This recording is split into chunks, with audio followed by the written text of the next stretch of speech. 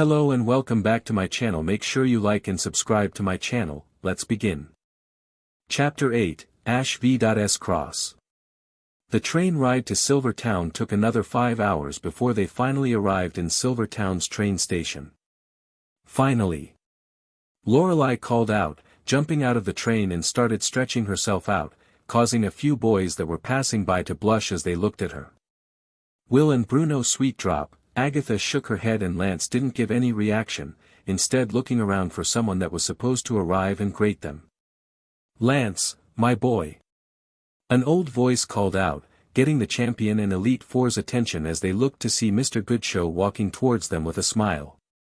Lance smiled at seeing his old friend. "Mr. Goodshow, it's good to see you again," Lance said with a smile as he shook hands with the old man. "And to you as well, Lance."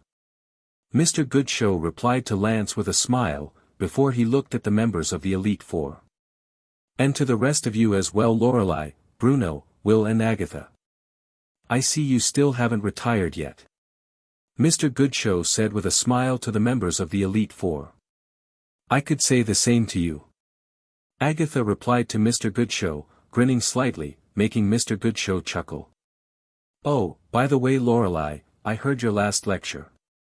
Very good job on it, by the way. I look forward to the next one." Mr. Goodshow said to the ice user of the Elite Four with a smile, making Lorelei blush slightly. "Thank you, Mr. Goodshow." Lorelei replied to Mr. Goodshow with a smile. "Well, we'll all get caught up at the stadium. We must get going soon. There are only a few good parking spaces left and the match is going to begin soon," Mr. Goodshow explained to the members of the Elite Four, who nodded to them in understanding, before they followed him to his limo. They got in and were on their way to the stadium for the final match. Meanwhile, in the stadium's entrance to the battlefield, Ash was waiting by leaning his back against the wall, holding the rainbow wing in his right hand as he looked at it, while Pikachu and Espion were on his shoulders. Ash had gotten up early in 7 o'clock in the morning, had breakfast, a shower, washed his hair and gave his Pokémon team breakfast as well. He didn't look up any data on Cross because he wants this battle to be full of surprises. Ash gave his team a little extra training for the big battle against Cross, and Ash was feeling more excited than ever before. He could laterally feel his soul and body shaking in excitement as his battle against Cross was getting closer. His friends and family all wished him good luck in his final battle, which he appreciated. Ash asked Misty and Brock to watch with his mum, wanting to face Cross by himself. He didn't want to rely on anyone, except his team in his battle against Cross. He just wanted it to be him, his team against Cross and his team. Misty and Brock respected his wishes and left to watch with Delia. Bianca promised him that she'd draw many pictures in his battle against Cross, while telling him to do his best, which Ash nodded with a smirk, which caused Bianca to blush. Ash then looked at Pikachu and Espion, who were standing on the floor in front of him, with Espion sitting down. "You guys ready for our battle against Cross and win the Johto League?" Ash asked Pikachu and Espion with a smirk. "Pika. Espi." Pikachu and Espion cried out at Ash, both smirking in excitement. Ash smiled at Pikachu and Espion's faces of excitement, before he put the rainbow wing in his jacket pocket, before he looked down at the keystone on his left glove. "Who are you gonna let Mega evolve in your battle against Cross?" Ash heard Latios' voice, making him look up at Latios and Latias, who were gonna be with Ash in his battle against Cross. "I've decided to use Mega Evolution on Charizard.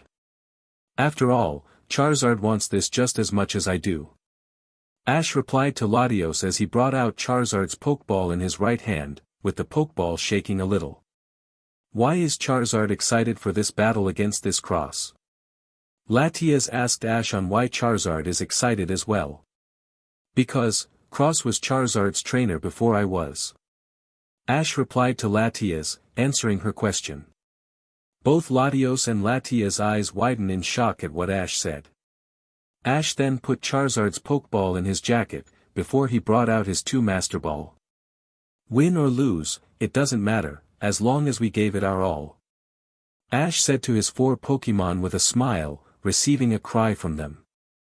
We'll give it our all to ensure our victory. Latios promised Ash with a smirk, using telepathy for him to understand. I know that we might not need it, but I hope we have luck in our battle. Latias said to her family with a smile, using telepathy for them to understand. Luck or not, whatever happens, happens. Ash said to Latios and Latias with a smile, right before he returned the 2 Ian dragons to his Master Ball. Ash then put his 2 Master Ball away, before he brought out a Pokeball, which contains his Lapras. I'm counting on you. Ash said to the Pokeball with a smile, knowing that even if he can't hear him, Lapras will do his best. The Pokeball shook, showing that Lapras can understand what he's saying and his way of saying that he'll give it his all as well, just like his trainer and teammates. Ash then looked at Pikachu and Espeon, which both Pokemon jumped onto his shoulders. Pika, let's win this thing, Espe, I'll give it my all to ensure our victory. Pikachu and Espeon said to Ash with a smile, which Ash can understand them. Here we are, ladies and gentlemen. The final match of the Johto League. And its final competitors are sure to put on an amazing performance. The announcer shouted with excitement, which Ash heard him and the crowd cheering in excitement. Our first trainer comes all the way from the Aloha region, Cross. The announcer called out in excitement as the crowd cheered. Cross walked onto the field with a serious expression on his face with his Midnight Lycanroc walking next to him, while the crowd let loose cheers of excitement. This young man has won the crowd over with his fiery determination and spirit. The announcer called out in excitement as Cross stopped at his side of the battlefield with Lycanroc next to him. Our next trainer has shocked the crowd with amazing skill and shocked us all by wielding 2 legendary Pokémon. Welcome the trainer that has earned the nickname, the Rainbow Trainer, Ash Ketchum. The announcer shouted in excitement as the crowd exploded with cheers as Ash made his way to the field with Pikachu and Espeon on his shoulders, waving off at the crowd. Pika. Espe. Pikachu and Espeon called out with smiles, waving at the ground. Mr. Goodshow, the Elite Four and Champion were watching this battle with great interest as these 2 were the youngest trainers to reach the finals of any league. Lance looked down at Ash and noticed the palette trainer's change in clothing. Ash looks different than the last time I saw him. I can even feel his presence different than before. Lance thought to himself with a look of surprise. Ash walked to his side of the field looking over at Cross with both trainers smirking, filled with anticipation while Pikachu and Lycanroc glared at each other with smirks of their own. I've been waiting for this a very long, Ash. Cross called out to Ash with a smirk on his face, happy that he can finally battle Ash again. That makes 2 of us, Cross, and there's no way I'm losing. Ash called out to Cross with his own smirk, feeling happiness at battling Cross again. Come on Ash, you can win this. Misty shouted out to Ash, holding Togepi in her hands, who was waving a flag for Ash. You've come so far, so there's no way that you can lose. Brock called out to Ash with a smile, seating next to Ash's friends, rivals and family. I may not have a clue who this Cross is, but you can beat this guy. Gary called out to Ash, knowing that he can win this. Win or lose, you've made Pallet Town proud. Professor Oak called out to Ash with a smile, encouraging him to do his best no matter the outcome. Give it your all and make this a battle that everyone in Johto will never forget. Professor Elm called out to Ash with a smile. You've beat me in our round, Ash, so you better win this thing. Harrison called out to Ash with a smile, encouraging him to win. Believe that you can win, and victory will be yours. Lorenzo called out to Ash with a smile, having his arms crossed. I believe in you, Ash. Do your best. Bianca called out to Ash with a smile, holding her notebook, ready to draw a picture that she'd want to draw for Ash. Ash, win or lose, you'll be a winner either way and I'll be proud of you. Delia called out to her son with a smile, holding her camera to take pictures of Ash and his Pokémon. Ash heard his friends, rivals and female, which he gave a wave to them in appreciation for what they said. Only one of these 2 will merge victories and become champion of the Johto League Silver Conference. We'll now select the battlefield for these two trainers. The announcer called out as the screen started flashing through the fields, before it stopped on the water battlefield. And it's a water battlefield. The announcer called out as the natural field was changed to a water battlefield with a few platforms on it. We shall now select by random on which trainer will send out their Pokémon first. The announcer called out as the screen started flashing through red and green colors, before it stopped on the green on, showing that Ash will go first. And Ash Ketchum will go first. The announcer called out as Ash brought out a Pokeball. Let's go, Lapras. Ash shouted out, tossing his Pokeball that released his water and ice type in the water, who gave out a cry of joy. And Ash's first Pokemon is Lapras. The announcer called out as Ash's first dark icon showed Larpa. Now which Pokemon will Cross send out? The announcer continued to speak as Cross brought out an Ultra Ball in his right hand. Eat 'em alive, Sharpedo. Cross shouted out as he threw the Ultra Ball from his right hand, releasing the water and dark type Pokemon, who roared as he appeared on the water. Sharpedo. Cross's Sharpedo cried out as he glared at Lapras. And Cross's choice is a Pokemon from the Hoenn region, Sharpedo. The announcer called out in excitement as Cross's first dark icon showed Sharpedo. Ash and Lapras, +5 move v.s Cross and Sharpedo, +5 more. Sharpedo, start this off with Night Slash. Cross called out to his shark Pokemon, who growled as his fins glowed dark energy before he charged at Lapras. Lapras, use Sheer Cold. Ash called out as he pointed at Sharpedo with his right hand's index finger, which Lapras gave a cry as he unleashed a glowing icy beam from his mouth. Dodge quickly. Cross called out to Sharpedo in concern, which Sharpedo cancelled his attack and went underwater, just dodging the Sheer Cold, which froze the spot of water that Sharpedo was just at. Sharpedo cancelled Night Slash to dodge Sheer Cold. The announcer called out in excitement as the crowd cheered for both sides. Use Skull Bask from under.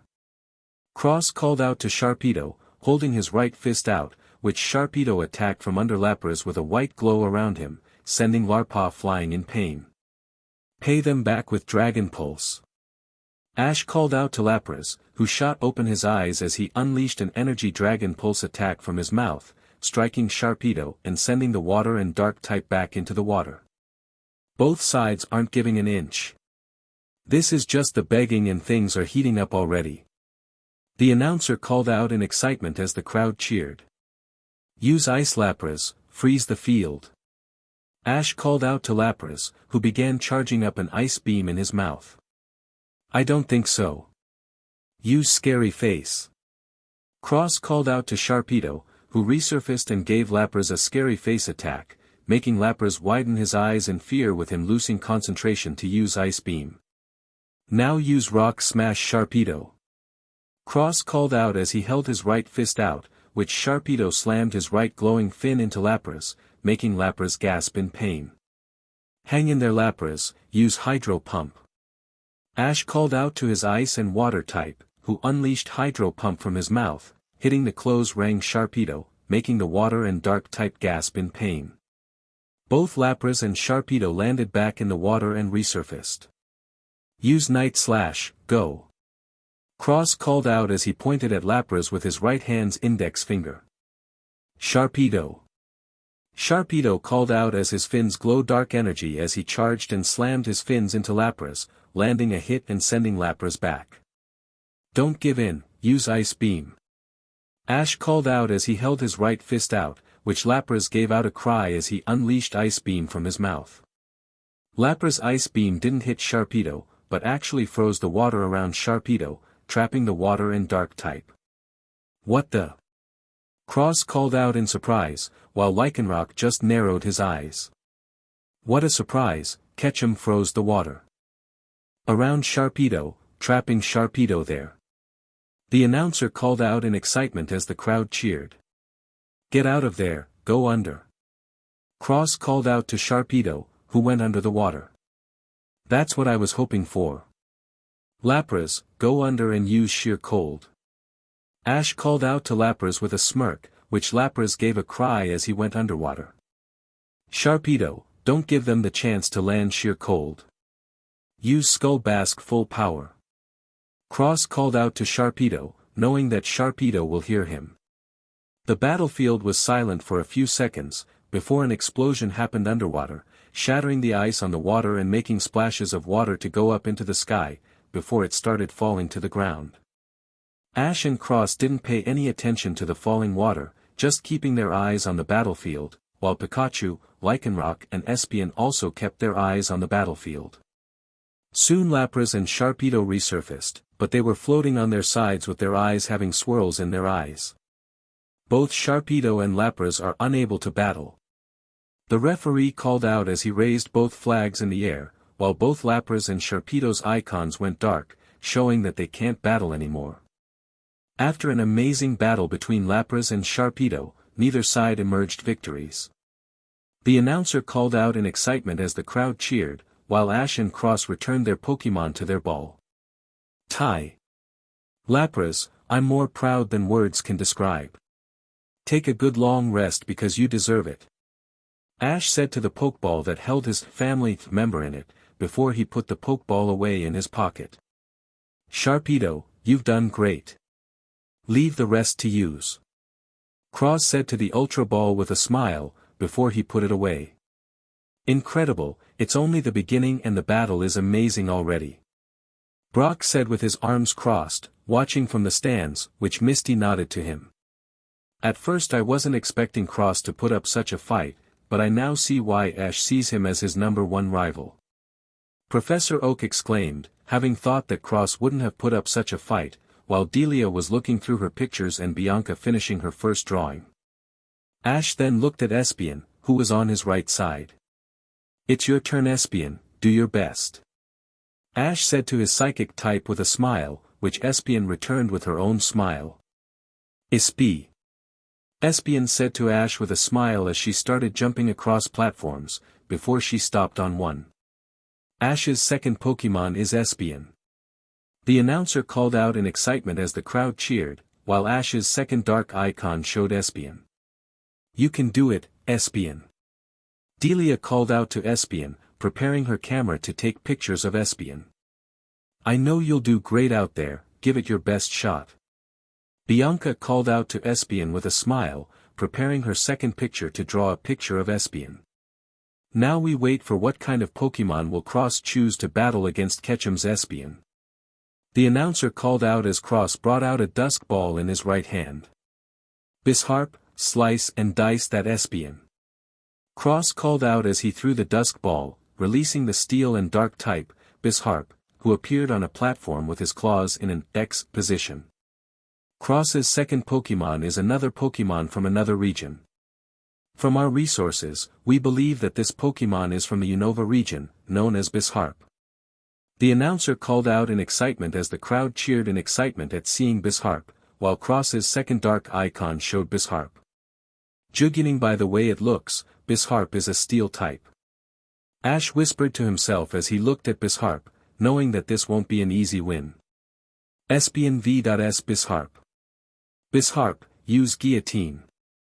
Cross called out as he held his right hand out, which Bisharp's blades glow brightly and longer, before Bisharp jumped high into the sky, before he started falling towards Espeon with his left claw held out. If Bisharp lands a hit, it'll be over already. Espeon, use your psychic attack on the water. Ash called out as he held his right fist out. Espe. Espeon called out as her eyes glowed blue, before the water glowed blue and a typhoon appeared from the water, trapping Bisharp in it. What an amazing way to use Psychic to defend against Guillotine. Espeon used the water to trap Bisharp. The announcer called out in excitement as the crowd cheered. Bisharp, break out with Psycho Cut. Cross called out to Bisharp, which the typhoon slit open to reveal Bisharp with his blades glowing pink energy. Amazing, Bisharp used Psycho Cut to free himself. The announcer called out in excitement as Bisharp landed in front of Espeon, making the platform shake. Now use Throat Chop. Cross called out to Bisharp, who grabbed Espeon's tail and threw her up into the sky, before his right claw glowed dark energy and karate chop Espion on the throat, making Espion cry out in pain as she was sent to the water. A direct hit, plus with it being super effective since throat chop is a dark type move. The announcer called out in excitement as the crowd cheered. "You okay, Espion?" Ash called out to his psychic-type Pokémon, who resurfaced to take deep breaths. "Ispi." Espion called out to Ash with a smile, making Ash and Pikachu sigh in relief. "Pika Pi." Pikachu said in relief at seeing Espion aright. "Alright Espion, show them your attract." Ash called out as he held his right hand out, pointing with his right hand's index finger. "Ispi." Espion called out as she looked at Bisharp, before she winked her right eye with pink hearts coming out, heading towards Bisharp. "I don't think so, use guillotine." Cross called out to Bisharp, who held his claws in an X-shaped position, before he released them, cutting all the hearts in half. Bisharp's guillotine destroyed Espion's attract. The announcer called out in surprise, while Bisharp leaped towards Espion with his guillotine attack still in play, making Espion gasp in surprise at Bisharp leaping towards her. "Espion quickly, use Zap Cannon." Ash called out as he held his right fist, which Espion's gem on her forehead glowed green as Espion gathered energy, before she fires a yellow-green energy ball from her mouth, striking Bisharp in the stomach. "What the heck?" Cross called out in surprise as Bisharp landed on his back on a platform, while Espion jumped out of the water and landed on a platform, across from Bisharp's platform. Unbelievable. Espion unleashed a last-second Zap Cannon, right before Bisharp's guillotine. Landed a hit. The announcer called out in excitement, while the crowd cheered. "Great work Espion, now use Dazzling Gleam." Ash called out with a smirk of confidence as he held his right hand out. "Ispi." Espion called out as she creates a rainbow-colored sphere around her body and slams into Bisharp's stomach, who tried to stand up and send him to another platform on his back. "Bisharp, slow them down by using Thunder Wave." Cross called out to Bisharp, which Bisharp releases rings of yellow electricity from his right hand, with the rings of electricity going towards Espion. However, the rings of electricity stopped in front of Espion, before they went back at Bisharp and hit, paralyzing Bisharp. What just happened? Cross called out in surprise at how Thunder Wave went back at Bisharp. Espion's ability is what happened. It's called Magic Bounce, which sends your Thunder Wave back at you. Espion, let's finish this up with Zap Cannon. Ash explained and called out as Espion's gem on her forehead glowed green as Espion gathered energy, before she fires a yellow-green energy ball from her mouth. Bisharp, use Psycho Cut. Cross called out to Bisharp, who tried to move, but couldn't because of Thunder Wave, before he was hit in the stomach by Zap Cannon, sending him into the water. Bisharp. Cross called out in concern for his steel and dark type, while Bisharp floated up to the surface with swirls in his eyes. Bisharp is unable to battle. Espion wins. The referee called out as he raised the green flag to Ash's side of the field, while Bisharp's icon went black, showing that Bisharp can't battle anymore. Victor, Espion. Espion wins it with a powerful Zap Cannon. The announcer called out in excitement as the crowd cheered in excitement, while Cross returned Bisharp to his Dusk Ball. "I must say, I wasn't expecting Zap Cannon." Professor Elm said in surprise to see Espion use Zap Cannon. Ash is a surprising trainer, so it's natural to expect the unexpected when he's battling. Professor Oak said to his college with a smile, while Delia checked her new pictures and Bianca finishing her drawing. Just 4 more Pokémon left to beat, then Ash wins the Silver Conference. Misty whispered to herself with a smile, holding Togepi in her arms, while Togepi was still waving the flag. Ash can do this. Brock said with a smile, believing that Ash can win against Cross. We'll have to wait and see. Like me, Cross comes from another region with different Pokémon from different regions. Harrison said to the group, keeping his eyes on the battlefield. What you're saying may be true, Harrison, but Ash has something that Cross doesn't have, the 2 legendary Ian Pokémon Latios and Latias. Gary said to Harrison without looking at him, keeping his eyes on the battle, while having his arms crossed. Bianca and Delia didn't say anything, keeping focus to either take pictures of to draw a picture of the battle. Cross brought out a timer ball in his right hand.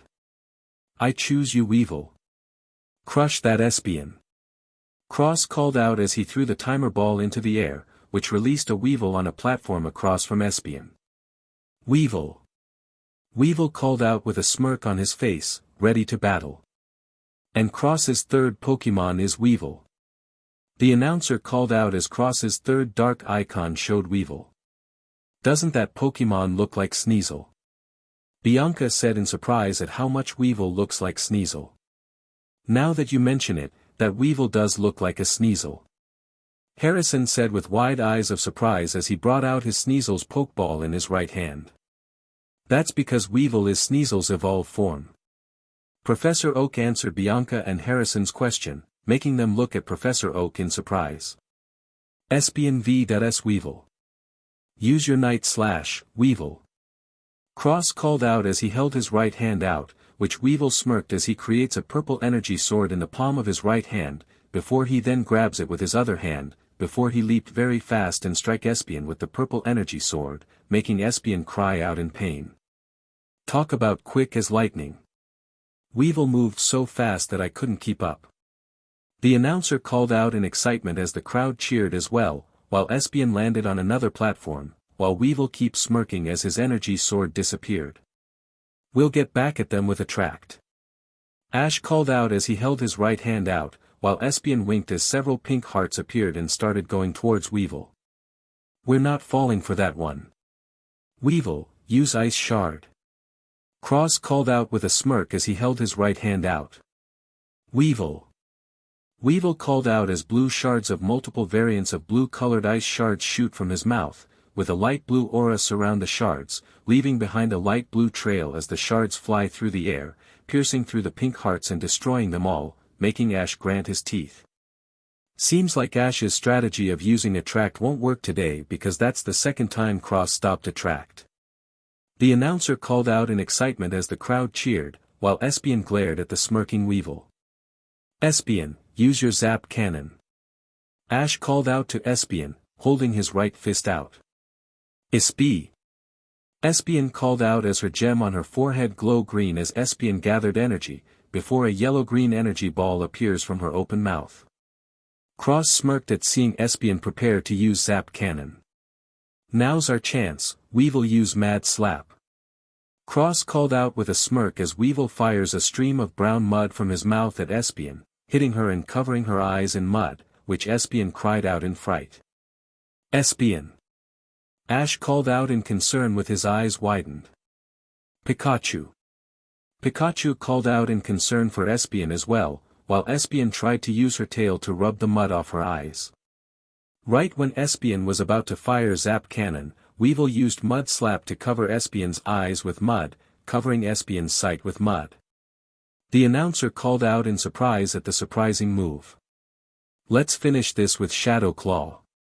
Cross called out with narrowed eyes, holding his left hand out to the left side, while both of Weevil's arms become surrounded by a black aura with a purple outline.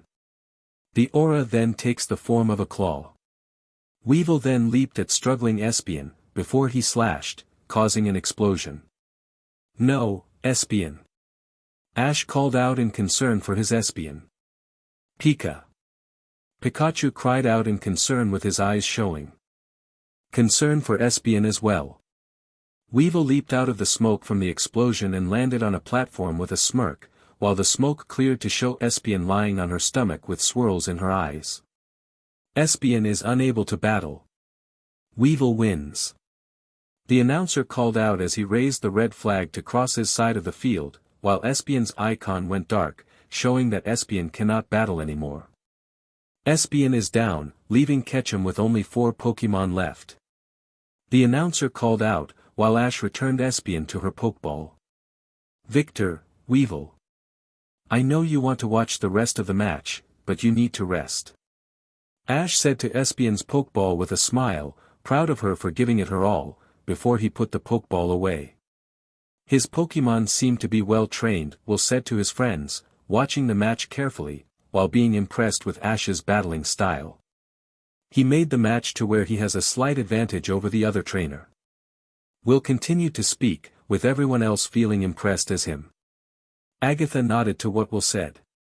It is most impressive indeed. Agatha said to the group with a smile, impressed with how well Ash is doing. It looks like he's no longer the cocky kid he was when I first met him, Lorelei said to herself, impressed with Ash's battle ability. What do you think, Lance? You've been awfully quiet. Lorelei asked the champion, who has been silent for a while. Lance was silent for a few seconds as he stared down at Ash. He has a lot of potential. I could tell from the moment I met him. If he could get this far at his age, then imagine how far he could get in a couple more years when he's older. Lance said to the group, which got everyone thinking about the possibilities. Back on the battlefield, Ash pulled out one of his Master Ball in his right hand. Alright, come on out, Latias. Ash shouted as he threw the Master Ball into the air, releasing the dragon and psychic-type Pokémon, who let out a cry as she appeared. Latias hovered in front of Ash with her paws ducked in, waiting for orders. The crowd cheered wildly when they saw Latias. What an unexpected surprise. The announcer roared in excitement. Ketchum has chosen to send out one of his legendaries early in battle. His choice is Latias. The announcer called out as Ash's third dark icon showed Latias. Up in the box, Lance and the Elite Four's eyes were wide in shock. A Latias, Will said in shock at seeing a legendary Pokémon. That kid actually has a Latias. Will continued to say in shock. Mr. Goodshow merely laughed at the shocked faces they were making. I told you, you wouldn't be disappointed. Mr. Goodshow said to the shocked Elite Four members and champion. Lance stared down at Ash in shock. A Latias, a real Latias. Lance thought to himself as his respect for Ash just doubled or more. Lance wasn't a dragon master for nothing. He loved and respected dragons a lot, and trainers who have caught dragon types and trained them to be strong have earned his respect, but to find someone who had caught a legendary dragon, it was inconceivable. Latias vs Weevil. Like that'll scare us. Use your Weevil. Cross called out as he held his right hand out, which Weevil smirked as he creates a purple energy sword in the palm of his right hand, before he then grabs it with his other hand. Weevil then leaped at Latias, who remained calm. Latias, use Dragon Pulse. Ash called out as he held his right hand out, which Latias gave out a cry as she fires a multicolored dragon-shaped beam of energy from her mouth, landing a direct hit on Weevil and sending the ice and dark type into the water. Weevil tried using Night Slash, but all he got was a Dragon Pulse. The announcer called out as the crowd watched the battle in excitement. We're not done yet. Use Shadow Claw, Weevil.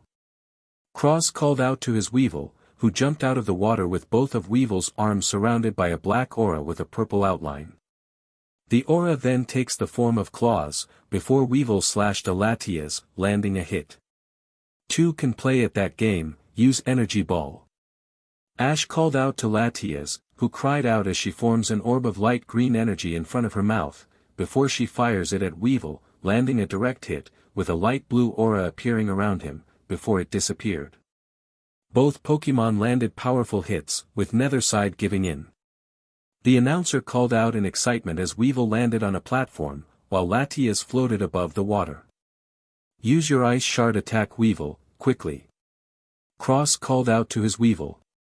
Weevil. Weevil called out as blue shards of multiple variants of blue-colored ice shards shoot from his mouth, with a light blue aura surround the shards, leaving behind a light blue trail as the shards fly through the air, hitting Latias, but she held her ground. Latias used Dragon Pulse.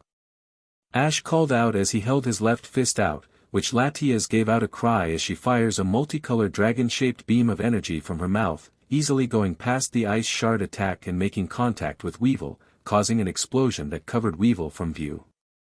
My Weevil. Cross called out in concern for his Weevil, while the smoke from the explosion cleared to show Weevil on his back on the platform, with swirls in his eyes. Weevil is unable to battle. Latias wins. The referee called out as he raised the green flag to Ash's side of the field, while Weevil's icon went black. Victor, Latias. And Latias wins it, with Cross now having only 3 Pokémon left. The announcer called out in excitement as the crowd cheered, while Cross returned Weevil to his Pokeball. Since Cross has lost 3 Pokémon, we'll cut to a 5-minute break. The announcer called out as both Ash and Cross walked to the couch stands of the battlefield, with both trainers' partner Pokémon going with them, while Ash returned Latias to his Master Ball. Just 3 more Pokémon to beat, then Ash wins the whole league. Bianca said with a bright smile on her face, having finished her drawing of Latias. True, but who knows what other Pokémon that Cross commands. Lorenzo said to his granddaughter with his arms crossed and eyes focused on the battlefield. Come on Ash, you can win this. Brock whispered to himself, while frowning. You've come so far, so don't even think about losing. Misty called out to Ash, hoping that he can win. There's no way Ash is gonna lose, not to this guy. Gary whispered to himself with narrowed eyes, having his arms crossed. Attention trainers, 5 minutes have passed, so please return to the battlefield. The announcer exclaimed, which both Ash and Cross returned to their sides of the battlefield, with Lycanroc and Pikachu with them. Since this is the final round of the Johto League Silver Conference, we've decided to have the field changed to a natural battlefield. The announcer explained as the water battlefield was switched out for a natural battlefield. Now since Ash Ketchum sent out his Pokémon at the beginning of the first round, Cross will send out his Pokémon first this time. The announcer explained the rules for the final round, while Cross just crossed his arms, keeping his eyes on Ash. Your turn to rock and roll, Lycanroc. Cross said to his trusted rock type. Lichen. Lycanroc growled as he walked into the battle in his usual walking style. And Cross's 4th Pokémon is the rock type, Lycanroc. The announcer called out as Cross's 4th dark icon showed Lycanroc. Come on back out, Latias. Ash called out as he threw the Master Ball in his right hand, with Latias appearing with a cry, while hovering above the ground in front of Ash. Ketchum sticks with Latias, but the question remains. Will Cross be able to defeat Latias? The announcer called out in excitement as the crowd cheered, while Latias and Midnight Form Lycanroc glared at each other. Latias v.s Midnight Form Lycanroc. Stone Edge, now.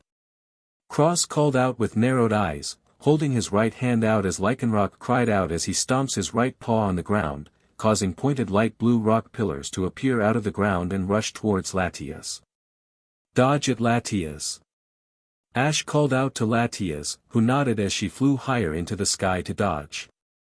However, one blue rock pillar grew a lot larger than the others and landed a direct hit on Latias' stomach, making Latias cry out in pain.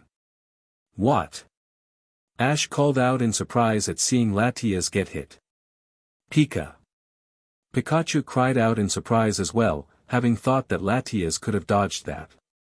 Lycanroc's ability is no guard, which ensures all his attacks land a hit, like this one. Use Crush Claw. Cross called out to Lycanroc, who roared as his claws glow red, before he leaped at Latias and slashed at her, dealing a direct and critical hit. Cross's Lycanroc is in top shape today, having landed 2 hits on Ketchum's Latias. The announcer called out in excitement as Latias fell to the ground on her stomach, while Lycanroc landed on his feet. You okay, Latias? Ash asked Latias if she's alright, which Latias gave Ash a smile with eyes closed, before she floated above the ground. That a girl. Now use Mist Ball. Ash said as he pointed at Lycanroc with his right hand's index finger, which Latias gave a cry as she gathered energy in front of her mouth that took form of a mist ball. I don't think so, use Sucker Punch. Cross called out to Lycanroc, which Lycanroc disappeared for a second and reappeared in front of Latias, punching her in the stomach, making Latias cry out in pain. However, she did manage to launch Mist Ball, which landed a hit on Lycanroc's face, sending Lycanroc back. Both sides are battling fiercely, but neither side is giving up, but Latias seems to have taken a little too much damage. The announcer called out in excitement as the crowd cheered, while Latias was taking deep breaths from the many hits she's taken. Ash looked at Latias and saw that she needs to heal right away if she hopes to stand a chance against Lycanroc. Latias, use Recover to heal yourself. Ash called out to Latias, who started glowing light green to heal herself from her injuries. However, Cross smirked as he found this as his chance. Stone Edge, now. Cross called out with narrowed eyes, holding his right hand out as Lycanroc cried out as he stomps his right paw on the ground, causing pointed light blue rock pillars to appear out of the ground, which they slide Latias in the stomach and caused an explosion. Latias, hang in there. Ash called out in concern for his friend. Pikachu also cried out in concern for Latias. Soon the smoke from the explosion cleared to show Latias floating above the ground with many injuries, but was still able to battle. Unbelievable. After taking so many hits, Latias can still battle. The announcer called out in surprise to see that Latias can still battle. Ash still looked worried for Latias at seeing her condition, but she gave him a smile, showing that she can still battle. If you can still battle, then I won't lose faith in you. Latias, use Energy Ball. Ash called out as he pointed at Lycanroc with his right hand's index finger. Latias cried out as she forms an orb of light green energy in front of her mouth, before she fires it at Lycanroc, who crossed his claws in an X position with the energy ball slamming into him and pushing him back. End this with Crush Claw. Cross said with his arms crossed, making Lycanroc smirk as his claws glow red, before he sliced the energy ball in half, before he leaped at Latias and landed a critical hit, making Latias cry out in pain as she fell down to the ground. No, Latias. Ash called out to Latias, who tried to float back into the sky, before she collapsed with swirls in her eyes.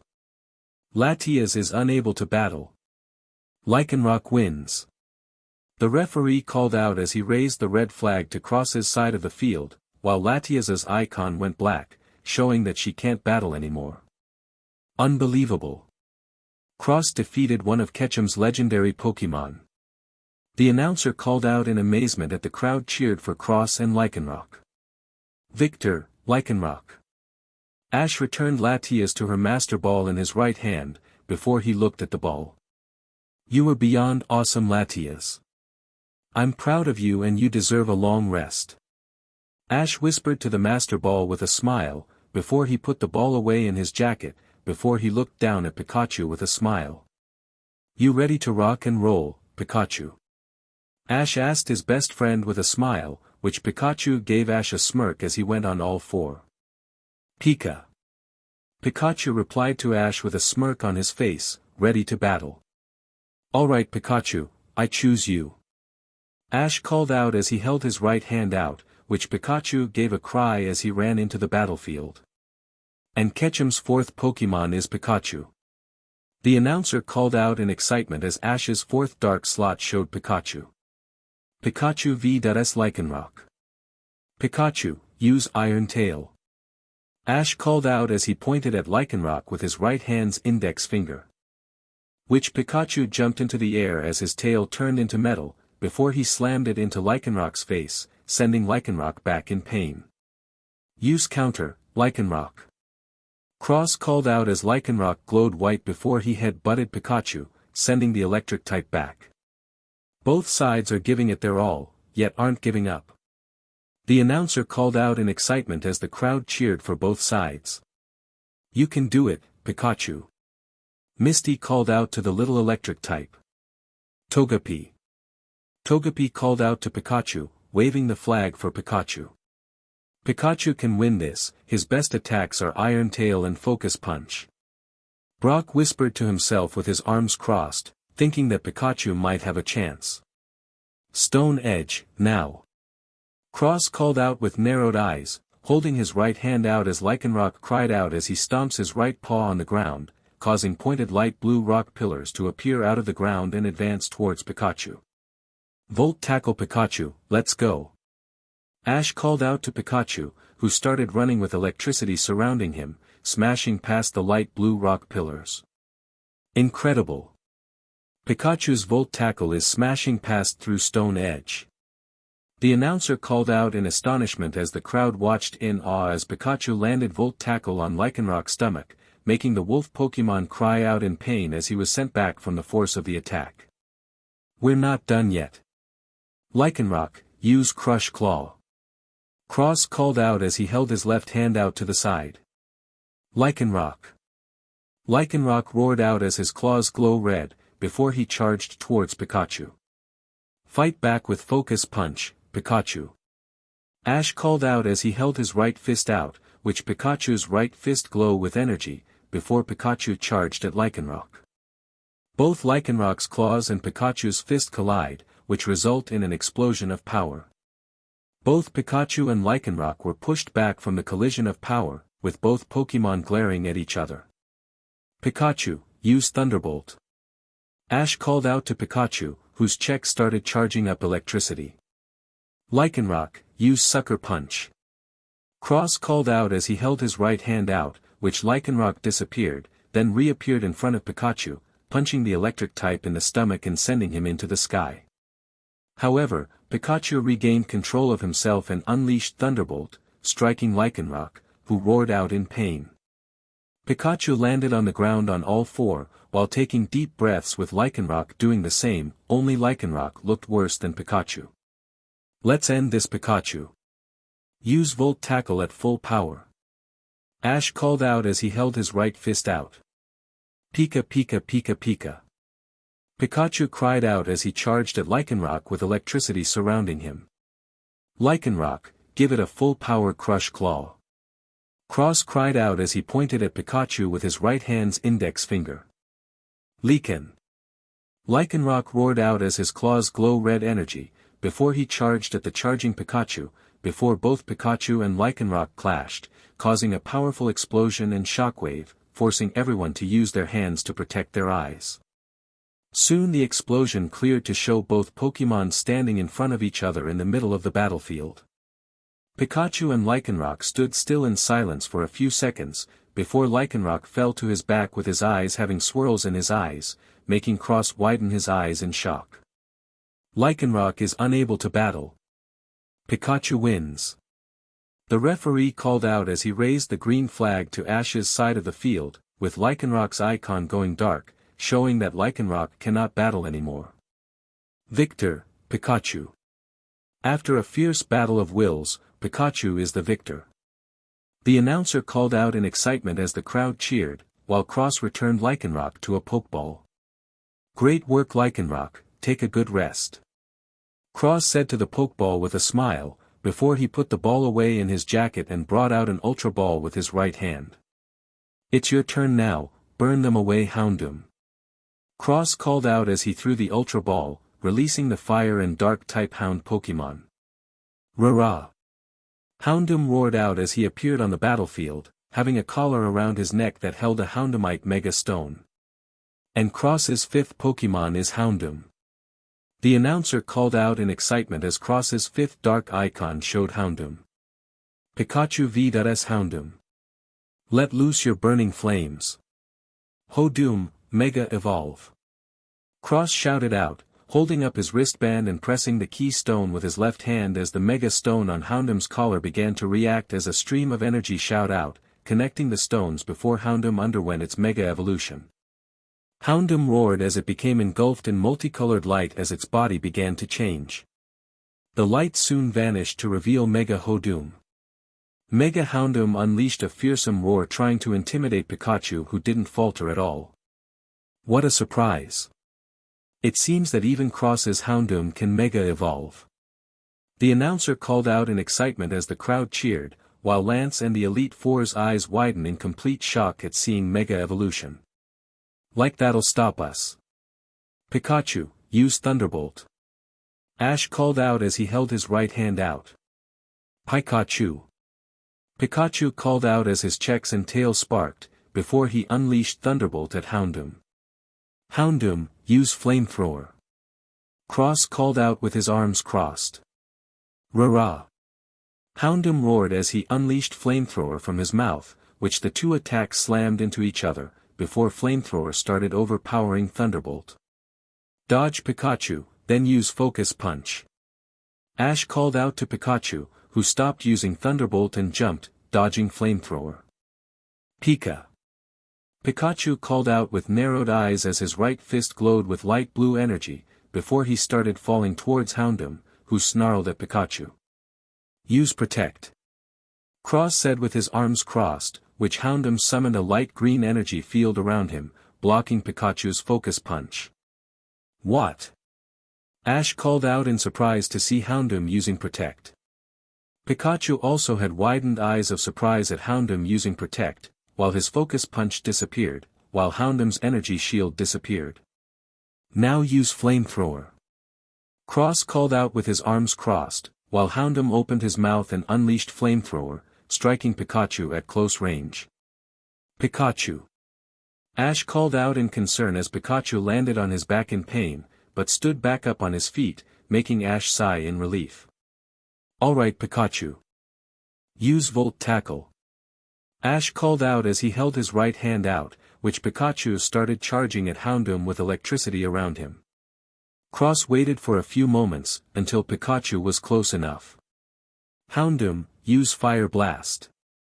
Cross called out as he held his right fist out, which Houndoom gave out a roar as he releases a shaped blast of yellow-orange fire from his mouth at Pikachu, creating a powerful explosion when the two attacks collided.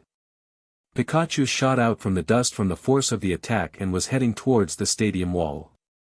Pikachu. Ash called out as he ran out of his trainer corner, before he jumped to the right side, catching Pikachu, but was sent to the stadium wall from the force of the attack and slammed into the wall hard. Ash. All of Ash's friends and mother cried out in worry for the Rainbow Hero.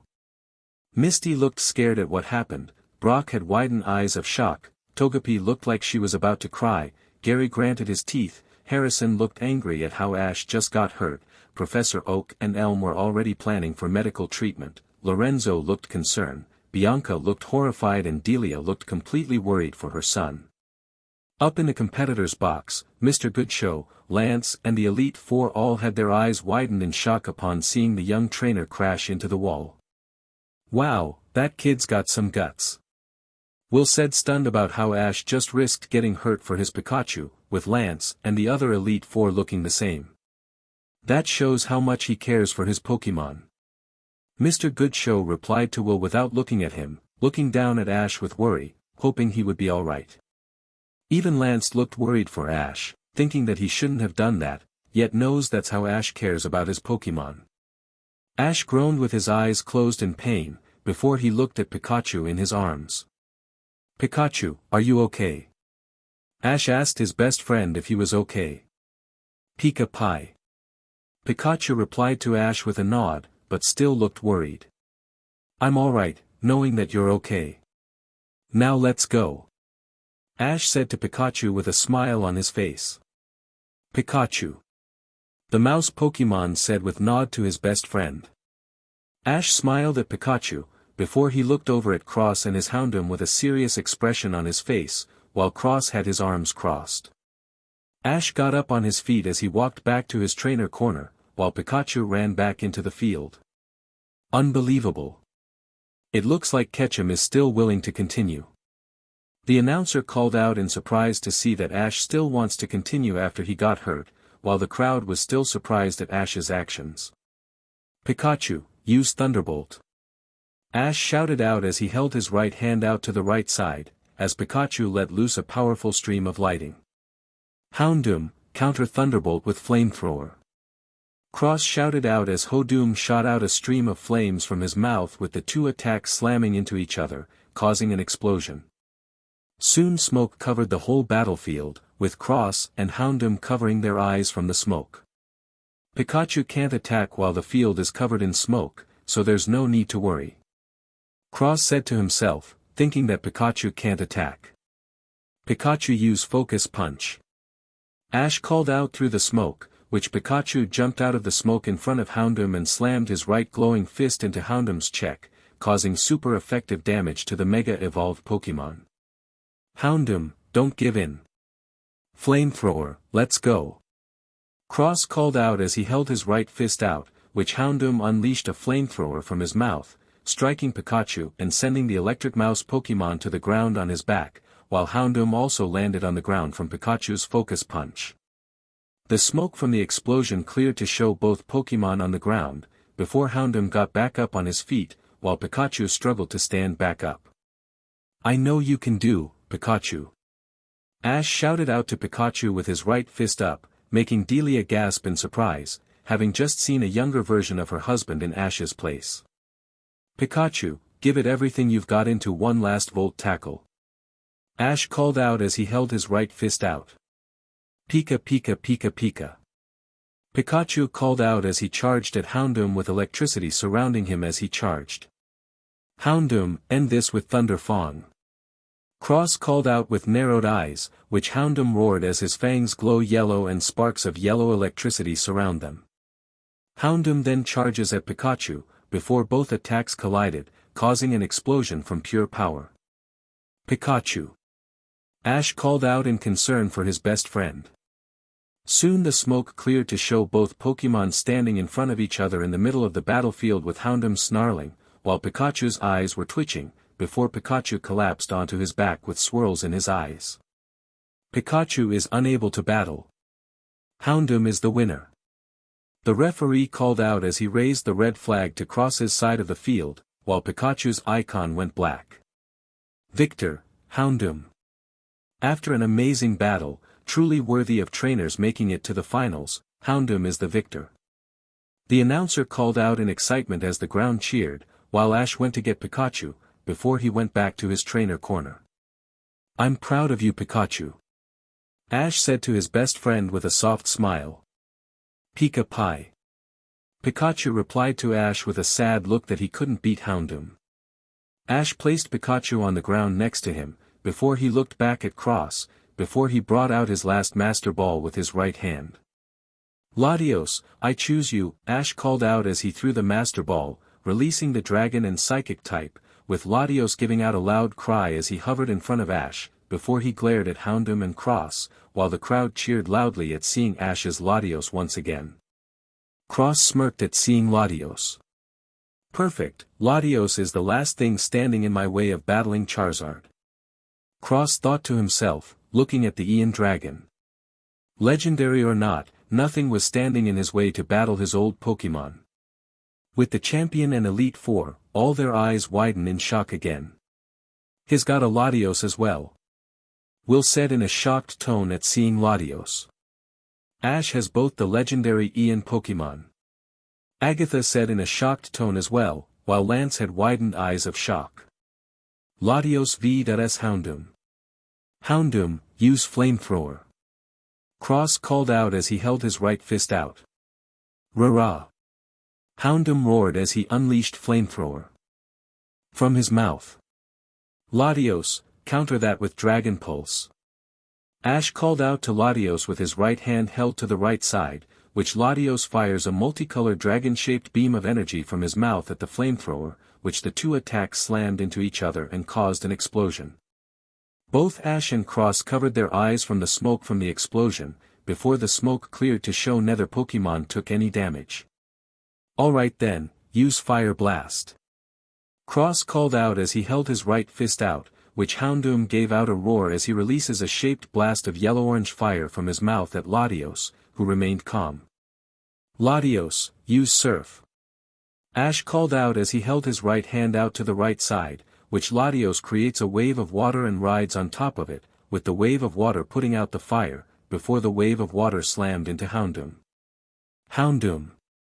Cross called out in concern for his Houndoom, while the whole field was now wet, with the wave showing Houndoom lying down on his stomach, before Houndoom struggled to his feet, snarling at Latios, who looked calm. "In that case, Houndoom Thunder Fang." Cross called out as Houndoom charged at Latios with his fangs glow yellow and sparks of yellow electricity surround them. Ash smirked at seeing this, before he held his right hand out. "Finish this with Dragon Pulse." Ash called out, which Latios fires a multicolored dragon-shaped beam of energy from his mouth at the charging Houndoom, causing an explosion. "No, Houndoom." Cross called out in concern for his Houndoom, while the smoke from Dragon Pulse cleared to show Houndoom on the ground with swirls in his eyes, while back in his normal form. Houndoom is unable to battle. Latios wins. The referee called out as he raised the green flag to Ash's side of the field, while Houndoom's icon went black. Victor, Houndoom. With Houndoom out, Cross is left with one last Pokémon. The announcer called out as the crowd cheered, while Cross returned Houndoom to his Ultra Ball, before he put it away in his jacket and brought out a Pokeball. Your Latios is the only thing standing in the way of battling Charizard, so I'll remove it with this, my Incineroar. Cross called out as he threw the Pokeball, releasing Incineroar on the battlefield, who unleashed a powerful roar. Oh my, he has an Incineroar. Professor Oak said in surprise at seeing Incineroar, having not expected Cross to have an Incineroar. I've never heard of this Pokémon before.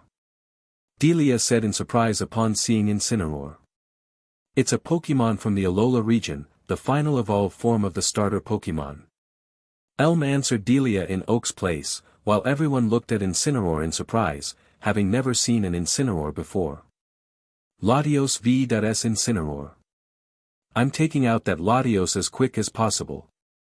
Cross exclaimed as he brought his arms together in an X-shaped cross as his black Zering released a golden light, while an Incinium Z crystal was on it. Unleash your burning spirit, Incineroar. Cross shouted as the Incinium symbol appeared. Set this arena ablaze with flames of victory. Cross chanted out as a flaming aura surrounds him before transferring to Incineroar, who roared. What in the world is this? Latios exclaimed in shock at what he's seeing. Even Ash looked shocked at what was happening, but kept his guard up. Brace yourself, Latios. Ash called out to Latios, who nodded to Ash. Go, malicious Moonsault. Cross shouted out, raising his right fist.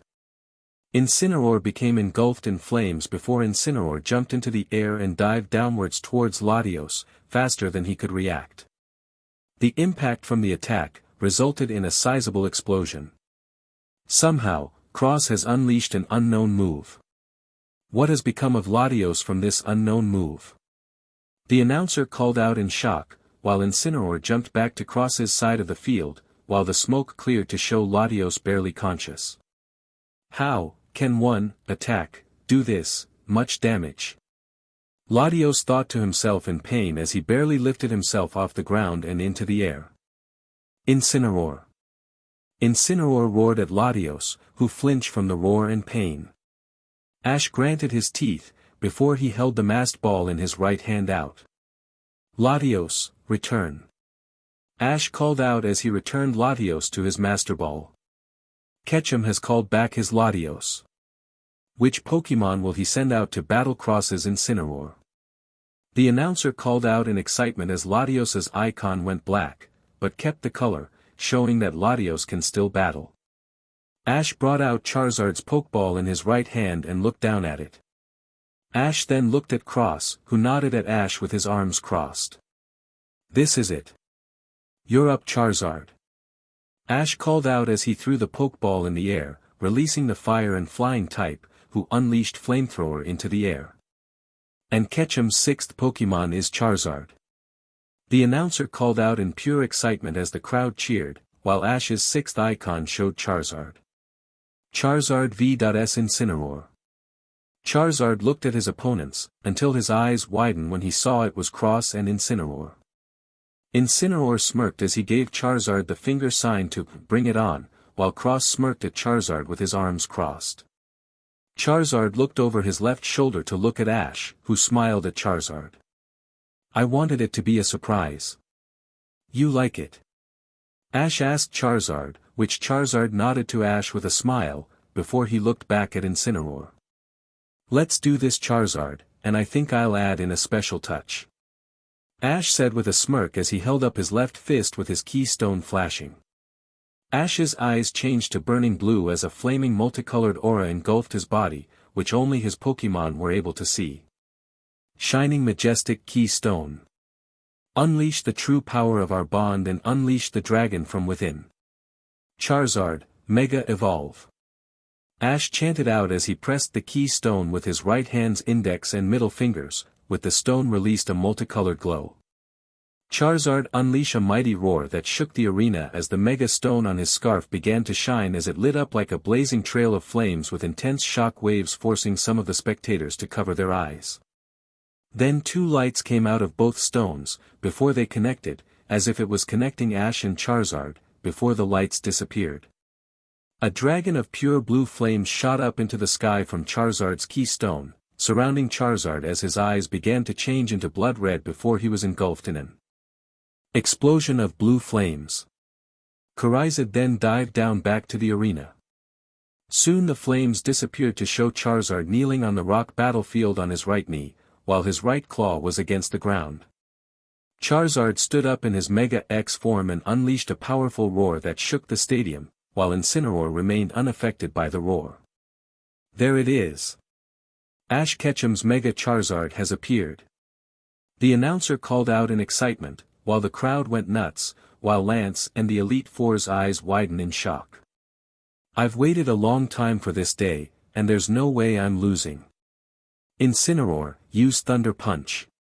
Cross called out as he held his right fist out, which Incineroar's right fist is surrounded by yellow sparks, which grow into a ball of electrical energy, before he charges at Charizard. Back at Cha, there's no I'm losing after coming so far. Charizard, use Thunder Punch as well.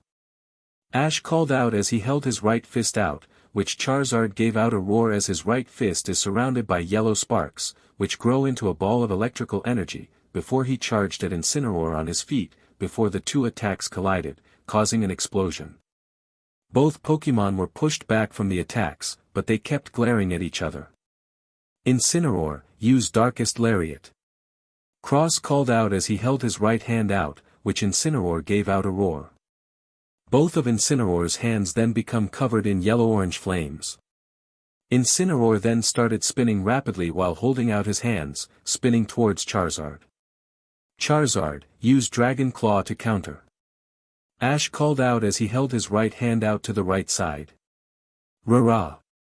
Charizard roared as his claws become surrounded in light green, claw-shaped energies, before he took flight and charged at Incineroar, with both Pokémon clashing, with Charizard's right claw having a power struggle with Incineroar's left claw, with Incineroar stop spinning, along with both Pokémon glaring at each other. Now Charizard, use Flamethrower. Ash called out to Charizard, who unleashed a blue flamethrower from his mouth, striking Incineroar in the face, but the fire and dark type kept his ground. Don't dive in Incineroar, use Dual Chop. Cross called out as he held his left hand out, which Incineroar gave out a roar as his right claw glowed green, before he slammed it into Mega Charizard's stomach, making Charizard flinch in pain, before both Pokémon were pushed back from the two attacks. Now Incineroar, use Flare Blitz. Cross commanded with his arms crossed. Incineroar. Incineroar roared out as his whole body was covered in flames, before he charged at Charizard, who held his claws out, ready for anything. Block it. Ash said to Charizard with his eyes narrowed, which Charizard waited for Incineroar to get close, before he drove his right claw in the flames and stopped Incineroar, by holding Incineroar's head and stopping the Flare Blitz. What? Cross called out in surprise at seeing Charizard stop Flare Blitz, while Incineroar tried to free itself. Unbelievable. Charizard stopped Incineroar's Flare Blitz with ease. The announcer called out in excitement, while the crowd cheered in excitement. Great work Charizard. Now send them flying. Ash called out as he held his right hand out, which Charizard gave out a roar as he threw Incineroar back to Cross's side of the field, with the fire and dark type landing on his back. Incineroar. Cross said in concern for his starter, who jumped back onto his feet. Show them a real fire-type move. Charizard, use Blast Burn. Ash called out as he held his right hand up in the air, making Professor Oak, Elm, Lance and the Elite Four widen their eyes in shock. Rah! Charizard roared as his body became engulfed in light blue flames. He then punches the ground with his right claw, sending a wave of energy into the earth which the energy moves underneath Incineroar, who looked down in shock. The energy then bursts upwards in a giant explosion of red-orange flames. My Incineroar! Cross called out in concern for Incineroar, while Ash held his hat with his right hand. The smoke from the attack soon cleared to show Incineroar still standing, but took a lot of damage. Incredible! Incineroar withstood the most powerful fire-type move. The announcer called out in surprise, while the crowd cheers. Incineroar, use Darkest Lariat. Cross called out as he held his right hand out, which Incineroar gave out a roar. Both of Incineroar's hands then become covered in yellow-orange flames. Incineroar then started spinning rapidly while holding out his hands, spinning towards Charizard, before striking him and sending Charizard back, while Incineroar spined back to Cross's side of the field, while Mega Charizard held his stomach in pain. Incineroar lands a powerful Darkest Lariat, probably dealing the same amount of damage that Blast Burn did. The announcer called out in excitement while the crowd cheered. Why didn't Charizard dodge? Bianca asked in confusion at why Charizard didn't dodge Darkest Lariat. It's because Charizard couldn't. Professor Oak answered Bianca's question with his arms crossed, getting everyone to look at him. What do you mean by that, Grandpa? Gary asked in confusion at what his grandpa means. What Professor Oak means is that once a Pokémon use Blast Burn, they won't be able to move. It's like a fire-type version of Hyper Beam. Professor Elm answered Gary's question in Oak's place, keeping his eyes on the battlefield, which everyone looked back at. Incineroar, use Dual Chop, back to back. Cross called out as he held his right hand out to the right side. Incineroar. Incineroar roared as both his hands glow green energy, before he charged at Charizard, who glared at the charging Incineroar. Two can play at that game. Charizard, use Thunder Punch.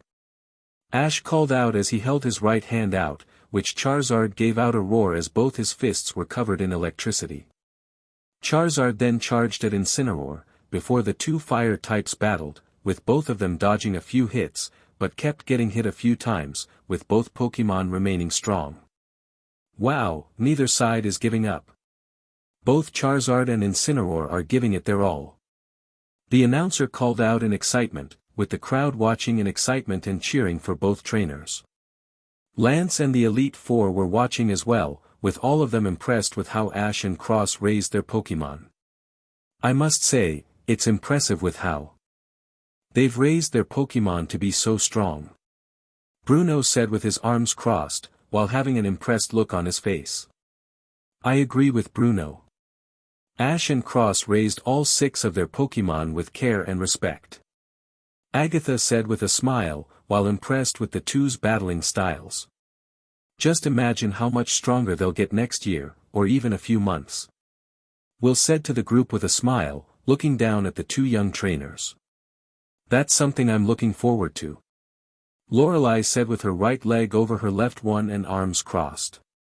Lance kept watching as the 2 fully evolved Pokémon kept battling with everything they have, which excites him. This battle is really exciting. Lance said with a smile on his face, finding this final battle really exciting. Mr. Goodshow nodded in agreement to what Lance said with a smile. I agree, Lance. Mr. Goodshow said to Lance without looking at him, watching the battle at hand. With Ash's friends and family, they were watching the fierce battle. Go Charizard, go! Misty cheered for Charizard to win against Incineroar, with Togepi waving the flag around. You can do it, win this thing Charizard. Brock called out to Charizard to win. Go Ash, go Charizard. Delia cheered out as she took many pictures with her camera. Come on Ash, win. Harrison shouted out for Ash to win. All you need to do is beat this guy, then you'll win, Ash. Gary called out for Ash to hear him.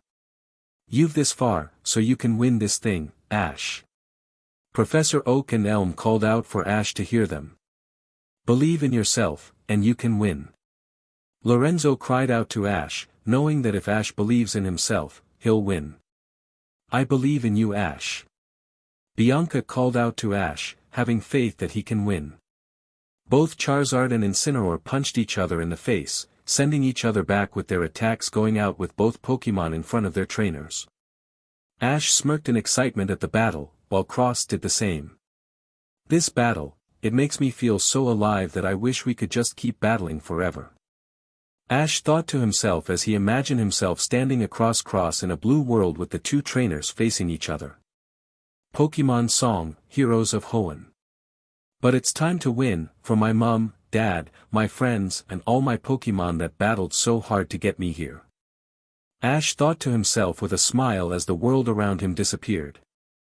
No matter which of us wins Cross, let's neither of us regret anything. Ash called out to Cross with a smile, before he held his open right hand up in front of him. Now you're up against our full power. Charizard, use Dragon Claw.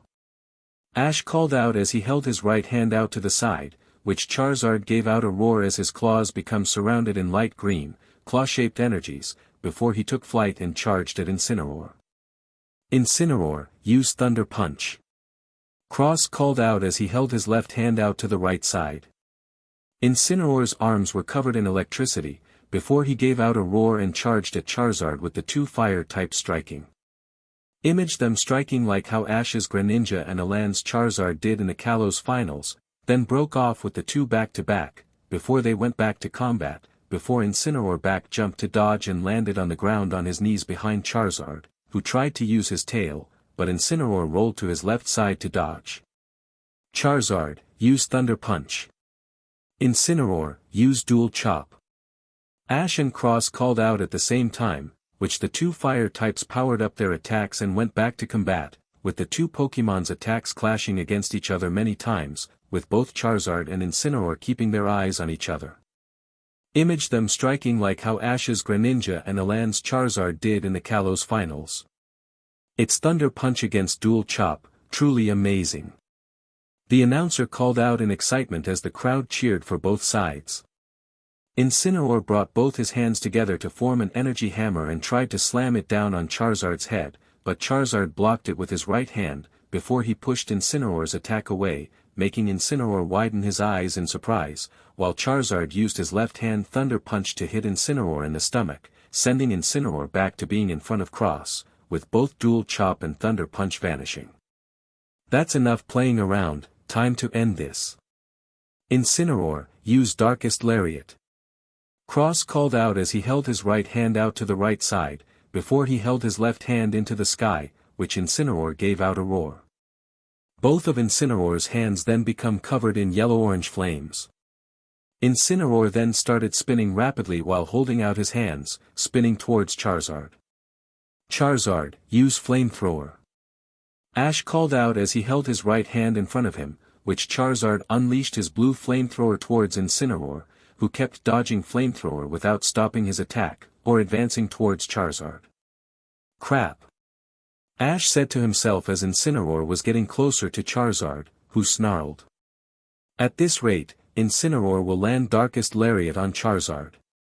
It's risky, but probably my one chance. Ash thought to himself, before he held his left open hand in front of him. Charizard, give it one last super strong blast burn. Ash called out to Charizard, before he slammed his open right hand to the ground. Rah-rah! Charizard roared as his body became engulfed in light blue flames.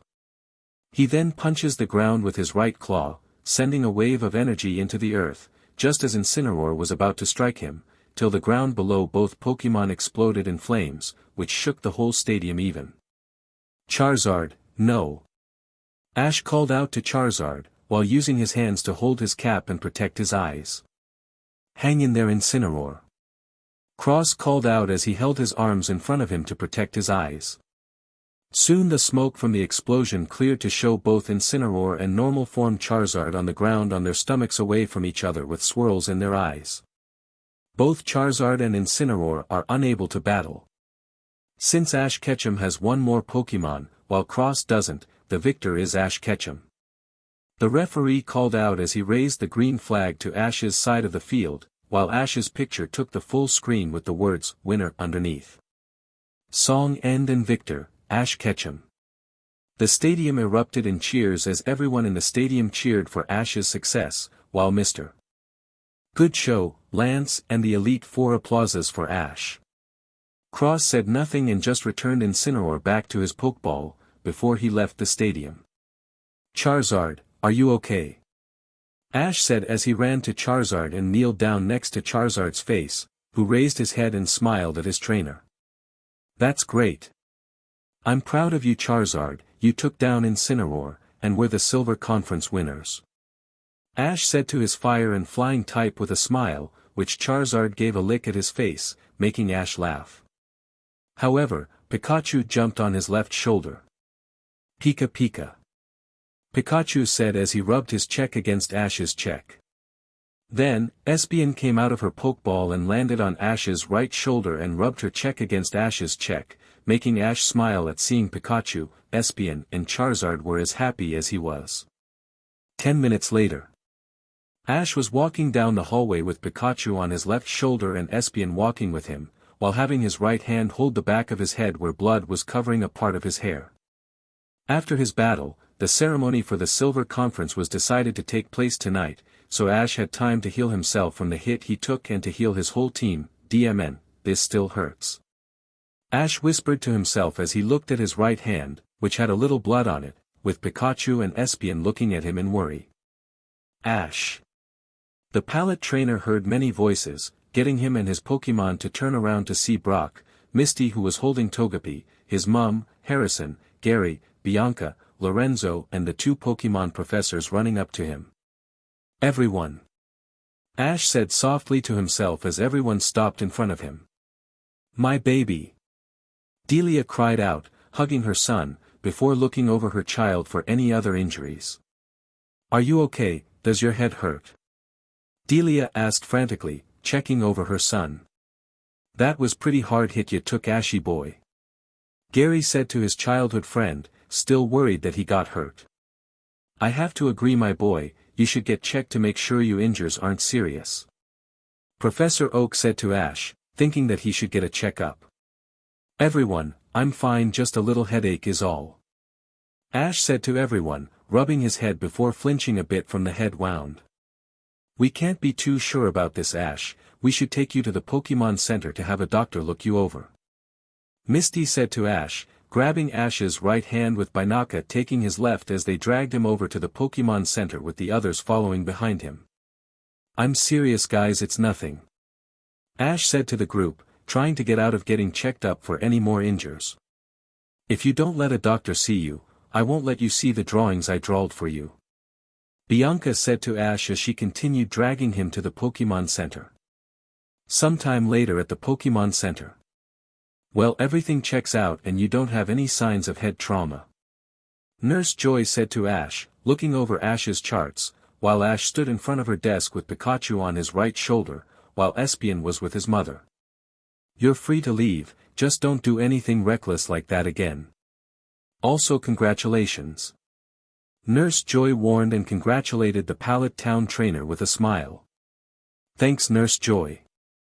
Ash said to Nurse Joy, rubbing his head as he walked out to head to the hallway where his friends and mother were waiting, with Delia holding a sleeping Espeon in her arms. So what did Nurse Joy say, Ash? Misty asked the Rainbow Hero in concern, hoping that he was alright. I'm alright and my head's okay, just a little ruffled up. Ash replied to Misty with a smile. Pika. Pikachu said with a smile as he gave the peace sign. That's a relief. Delia said in relief, before she looked a little serious. Don't go doing anything like that again. Delia warned her child, who shrunk under her gaze. I know Mum. Ash said to his mother in fear, before he noticed Cross enter the center, walking over towards them, which got everyone's attention. Hey Ash, how's your head? Cross asked his rival if he was alright after the hit he took. It'll take more than that to hurt me, anyway that was a great battle back there man. Ash said to Cross with a smile as he held his fist up for a fist bump. Yeah, the best I've had so far. Cross said to Ash with a smile, holding out his fist and bumped it with Ash's. Hey guys, we better hurry up. The award ceremony is about to start. Harrison said to the group, walking into the room. What? Crap crap crap crap. Ash, Gary and Cross called out in surprise, before they rushed out of the Pokémon Center with Harrison running after them, leaving everyone standing there where the trainers just rushed off. At night time. Soon after a whole lot of running, everyone found themselves back at the Silver Conference Stadium where the award ceremony was about to begin. It was slightly dark outside, so the flames of Ho-Oh were still burning brightly and illuminating the whole stadium. The stadium was full to the maximum capacity possible, and the 16 finalists were back down on the bottom area. There was a small stadium in the middle of the field where Mr. Goodshow, Lance and the Elite Four were standing there waiting for the ceremony to begin. On the bottom, Ash was standing there with Cross, Harrison and Gary, and they were all waiting for the ceremony to begin. Finally Mr. Goodshow stepped up to the microphone. Another tournament gone. And I must say that this year's tournament was one of the best ones ever. Mr. Goodshow said with a smile as the crowd cheered, as well as the top 16 participants. Now all of the participants of the Silver Conference are to be commemorated for their skills, but we must give a special applause for the 16 trainers to make it to the championship tournament. So please everyone, let us applaud these 16 trainers. Mr. Goodshow requested the audience to applause for all the trainers. The stadium began cheering for the 16 trainers on the ground. All 16 trainers couldn't keep the grins off of their faces as the crowd kept cheering for them. It felt good to have thousands of people cheering for them. Now, we will award the trophies to the best 3 trainers of the Silver Conference. Mr. Goodshow called out to everyone, getting everyone's attention. In third place, John Dixon from Centocherry Town. Lance took a small-sized bronze trophy and handed it to a grinning John, who walked up to Lance and took the bronze trophy and stood next to Lance. In second place, Cross from Aloha. Lance took a medium silver trophy and handed it to a smiling Cross, who stood next to John, with the two of them looking at the crowd of people.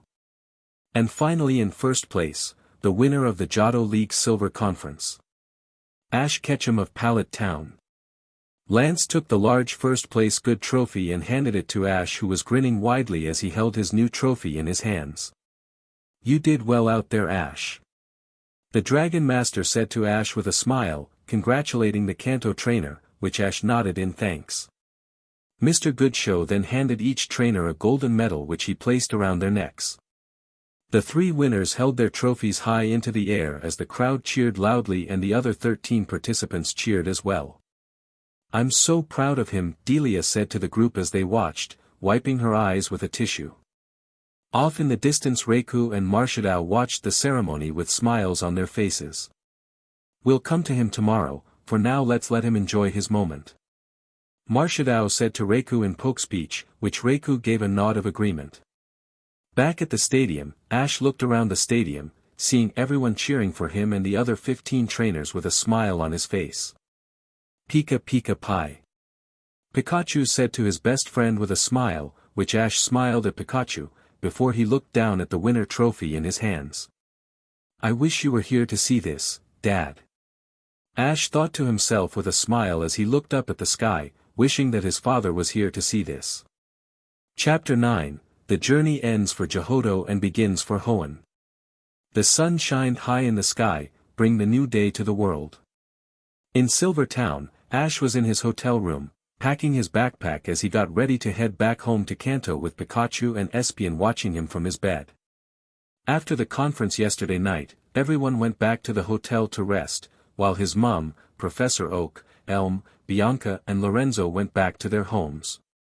A blush spread over his cheeks as he thought back to yesterday after the award ceremony, mainly a part of yesterday that involved him and Bianca.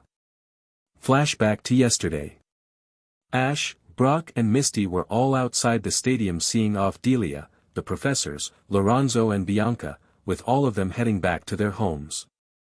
Here Ash, this is for you. Bianca said to Ash with a happy smile, handing Ash her sketchbook. Your battles in the tournament gave me some great inspiration. Bianca continued as Ash took the book and started flipped through the pages, seeing various scenes of his battles throughout the tournament. Wow, Bianca, these are amazing. You've really got a gift. Ash said to Bianca with a smile, earning a blush from Bianca. "Thanks Ash, I really hope you come by and visit us sometime," Bianca said as she leaned forward and kissed Ash's left cheek, causing the boy to blush, while Misty and Brock became red with steam leaking from their ears, while Delia giggled at the scene. Flashback end. Espeon and Pikachu chuckled at their trainer's expression, earning an anime glare from the rainbow hero. "Oh sure, laugh it up." Ash snapped at the two Pokémon as he continued packing his bag, while his two Pokémon kept on chuckling. However, Ash stopped packing for a few seconds as he was about to put Bianca's sketchbook in his bag. Ash held the book in his left hand as he opened it with his right hand. Ash looked through the many drawings of his Pokémon, like his Kabutops, Dragonair, Tyranitar, Pikachu, Mega Charizard, Mega Latios and many more. Man, Bianca sure did great with these drawings. Ash admitted to himself with a smile as he kept looking through the drawings with a soft smile on his face and his checks red. Ash then made it to the last picture, where Bianca drawed him and her together, making Ash smile at seeing the last drawing. He has to admit that Bianca was a very beautiful girl, and talented as well. "I hope we meet again someday, Bianca," Ash whispered to himself with a smile as he closed the book with a smile, before he put it in his bag and finished packing, before he put his bag on and looked at Pikachu and Espeon with a smile. "Alright you two, let's go," Ash said to Pikachu and Espeon with a smile, walking out the hotel room out to meet the rest of his friends outside. Soon Ash made it out of the hotel to outside, where Misty, Brock, Harrison, Gary and Cross were waiting for him, with Misty holding Togepi. "Sorry that I took so long." Ash apologized to the group as he stopped in front of them, which they all smiled at him. "It's alright. It just shows that you haven't completely changed," Brock said with a chuckle at how Ash still has some of his old self in him. "Besides, you gave it your all in the finals and won, which isn't an easy task, so it's reasonable," Harrison said with a smile as he held his bag with his right hand. Harrison's right. Besides, this was actually a good idea to travel together till we went out separate ways, Misty said with a smile, while Togepi was asleep in her arms. "Since we're all awake and ready, let's get going," Cross said to the group with his usual look, while the group nodded in agreement as they all set out. "So, you're heading back to Pallet Town?" Gary said to Ash with a smile as they kept walking, which Ash gave a nod. "Yeah, I want to head home and rest a little bit, till I decided which region to go to next," Ash replied to Gary with a smile, while Pikachu and Espeon played with each other ahead of the road, while the trainers kept walking. Gary nodded in understanding at what Ash said, while Harrison walked closer to the two Pallet Town trainers. "Ash, might I suggest the Hoenn region as the next region you travel?" Harrison suggested to Ash, getting Ash and Gary's attention. "The Hoenn region? That's the region where you come from, right Harrison?" Ash said to the Littleroot Town trainer, who nodded to Ash with a smile. "It's an incredible region filled with Pokémon from other regions that you haven't traveled yet, like the Sinnoh region, plus my home region is the region where the first Latios and Latias were seen," Harrison explained to Ash with a smile, telling him about the Hoenn region, which Ash looked down in thought. "Now that I think about it, the Hoenn region would be a good place to travel to next," Ash said as he decided what region he'll take next, making Gary and Harrison smile, while Cross smiled as he listened on the conversation. Soon the group made it to the crossway of the road. "So then this is where we all part," Gary said with a smile as he and Harrison held out their hands for everyone, "and go on our separate paths," Cross added to the group, putting his hand atop Gary's. "Until next time we meet and battle," Ash said as he Brock and Misty joined in. Pikachu and Espeon smiled seeing this heartfelt moment with all the trainers. Suddenly, Ash felt an odd feeling of dread washing over him, before he began to slowly turn his head to look over his right shoulder to see a familiar little pink puffball Pokémon standing behind them, while holding a microphone in its left hand.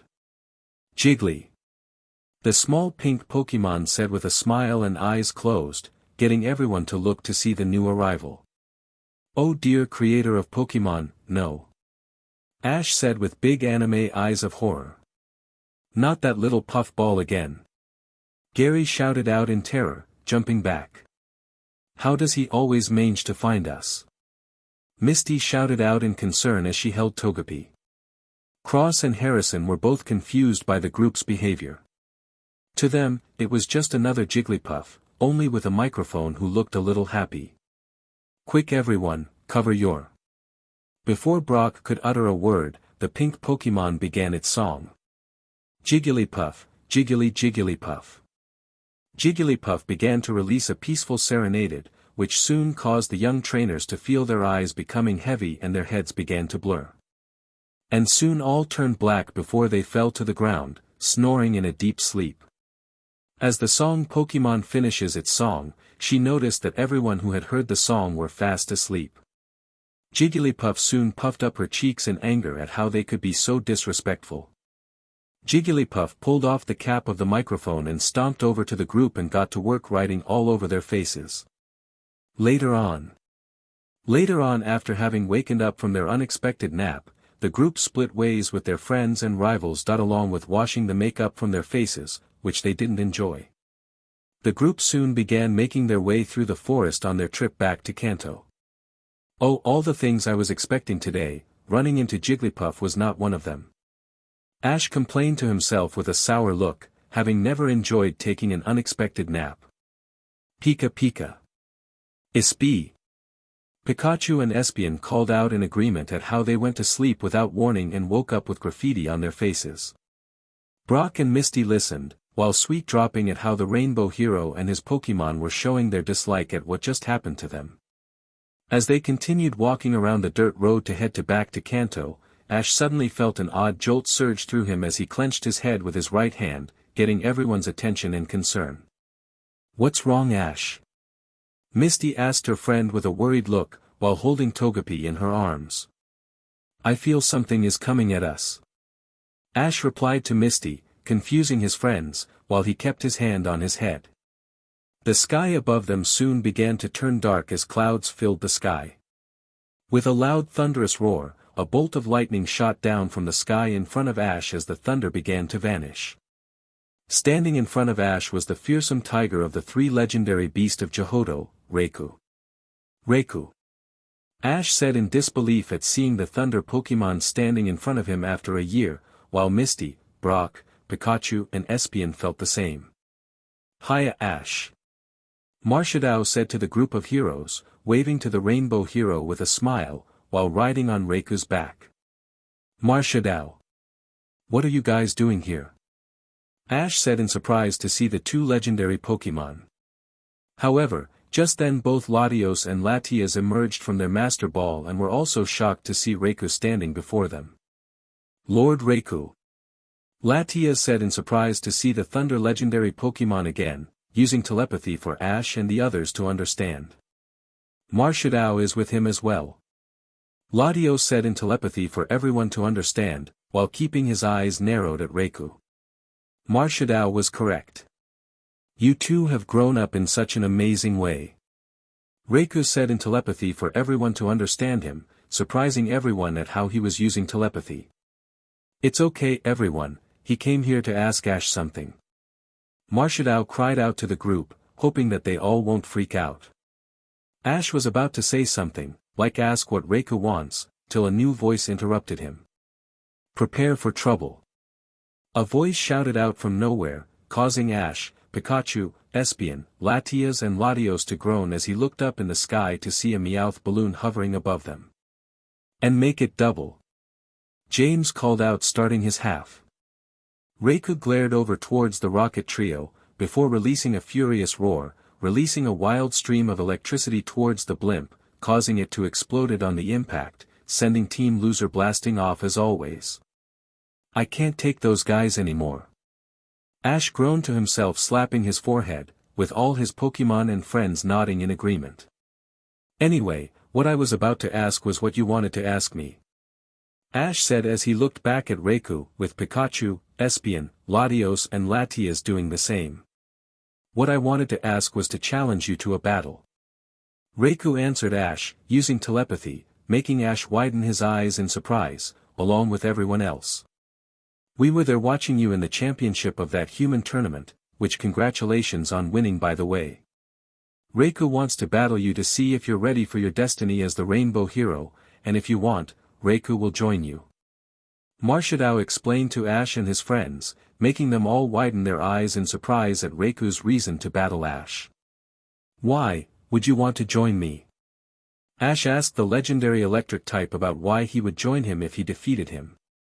Ever since I saw you a year ago, I saw something that made you different than any other human I've seen. So, I decided when the time was right, I'd challenge you to a battle to see how much you've grown and join you if you defeated me. Reiku explained his reasons to Ash, making Ash slightly widen his eyes, before he closed them. Tales of Berseria Xaviad's battle theme song. I see. In that case. Ash said with a smirk as he opened his eyes, before he took a few steps forward to be in front of Latios, Latias, Pikachu and Espeon. If it's a battle you want, it's a battle you'll get. Ash said with a smirk and eyes narrowed, bringing out an Pokeball in his right hand and held it forward, making Misty and Brock widen their eyes in surprise at Ash's words. I'm so staying out of this. Marshadao said as he jumped off Reiku's back and floated a little away from Reiku, who looked like he was now smirking. That's what I like to hear. Which Pokemon will you choose to battle me? Reiku asked with a smirk, wondering which Pokemon Ash will choose against him. This one. Ash called out as he threw the Pokeball, releasing his Venusaur, who stood in front of him with a Venusaur Mega Stone on a green band on Venusaur's flower on his back. Venusaur. Venusaur roared as a small shock wave came from his roar, causing Misty and Brock to cover their eyes, while Ash wasn't bothered, nor were the Pokemon. A smart choice since Reiku is an electric type and electric type moves aren't very effective on grass types. Latios said to the group, using telepathy, before he and Latias went into their human forms. Pikachu. Pikachu replied to Latios as he jumped onto his left shoulder, while human form Latias held Espeon in her arms, while Brock and Misty watched the match close to them. You think Ash can win this without me or you, brother? Latias asked her brother, using telepathy. There's a chance, yes. Besides, Ash and Venusaur have Mega Evolution on their side. Latias replied to his sister with a smile, which Latias, Brock and Misty finally noticed the Mega Stone that Venusaur has. No way. Venusaur can Mega Evolve as well. Misty called out in surprise to see that even Venusaur can Mega Evolve. Just how many Pokemon can Mega Evolve, anyway? Brock questioned with a shocked look, wondering just how many Pokemon can Mega Evolve. Who knows? Marshadao said from behind Misty and Brock, making the two humans look in surprise at seeing the ghost and fighting type behind them. Ash and Venusaur vs Reiku. Rah-rah! Reiku roared as he unleashed a thunderbolt from his body, striking Venusaur with it, but Venusaur remained strong and didn't flinch. It'll take more than a thunderbolt to take Venusaur down. Venusaur, use Petal Dance. Ash called out as he held his right hand out, which Venusaur gave out a cry as he releases multiple shining pink petals from the flower on his back towards Reiku, who jumped out of the way to dodge, before Reiku landed and his body glows brightly, before the glow disappeared. What just happened to Reiku? Misty asked in confusion at the glow that happened to Reiku. That was Calm Mind. It increased a Pokemon's special attack and defense power. Brock answered Misty's question with a frown on his face. Lord Reiku is trying to increase his attack power to deal enough damage to defeat Venusaur. Latios exclaimed to the group, knowing what Reiku is trying to accomplish, using telepathy. Okay then, you want to play hard to get, let's play. Ash called out with a smirk as he held up his left fist to show his keystone. Ash clenched his fist as pressed his keystone with his right hand's fingers, releasing a multicolored light. Garden of the Hidden Forests. Awaken the dormant power of the earth within you. Venusaur, Mega Evolve. Ash shouted out as a green aura covered him. Suddenly Venusaur's body was engulfed with green vines of light that appeared from the ground. In a flash of light, the vines shattered, revealing Venusaur in his Mega-evolved form. As Mega Venusaur, the flower on its back grows larger and two smaller pink flowers bloom, one on its forehead and one on its rear. Additional leaves with woody stems, which are supported by vines, have grown around the flower. Mega Venusaur also developed dark markings on his forehead below the new flower. Venusaur. Mega Venusaur roared as the DNA symbol appeared in front of him before it disappeared, his roar creating a shockwave. Interesting. From what I remember, Mega Evolution doesn't happen like that. The two stones connect both trainer and Pokémon, before the Pokémon Mega evolves, but Ash's Mega Evolution is different. Reiku thought to himself, seeing the different Mega Evolution than the normal one. Reiku then fires a streaky pink beam from his mouth at Venusaur. Reiku is using Signal Beam. Brock called out to the Rainbow Hero, telling him what move that Reiku is using. Venusaur, use Petal Dance to defend. Ash called out as he held his right hand out, which Venusaur gave out a cry as he unleashed Petal Dance, but instead of using it to attack, he used Petal Dance to surround himself in the petals, protecting him from Signal Beam. Wow, I didn't think Ash would use Petal Dance like that. Misty said in amazement at how Ash used Petal Dance to protect Venusaur. Agreed. Petal Dance is an attack move, but to use it as a defense, very impressive.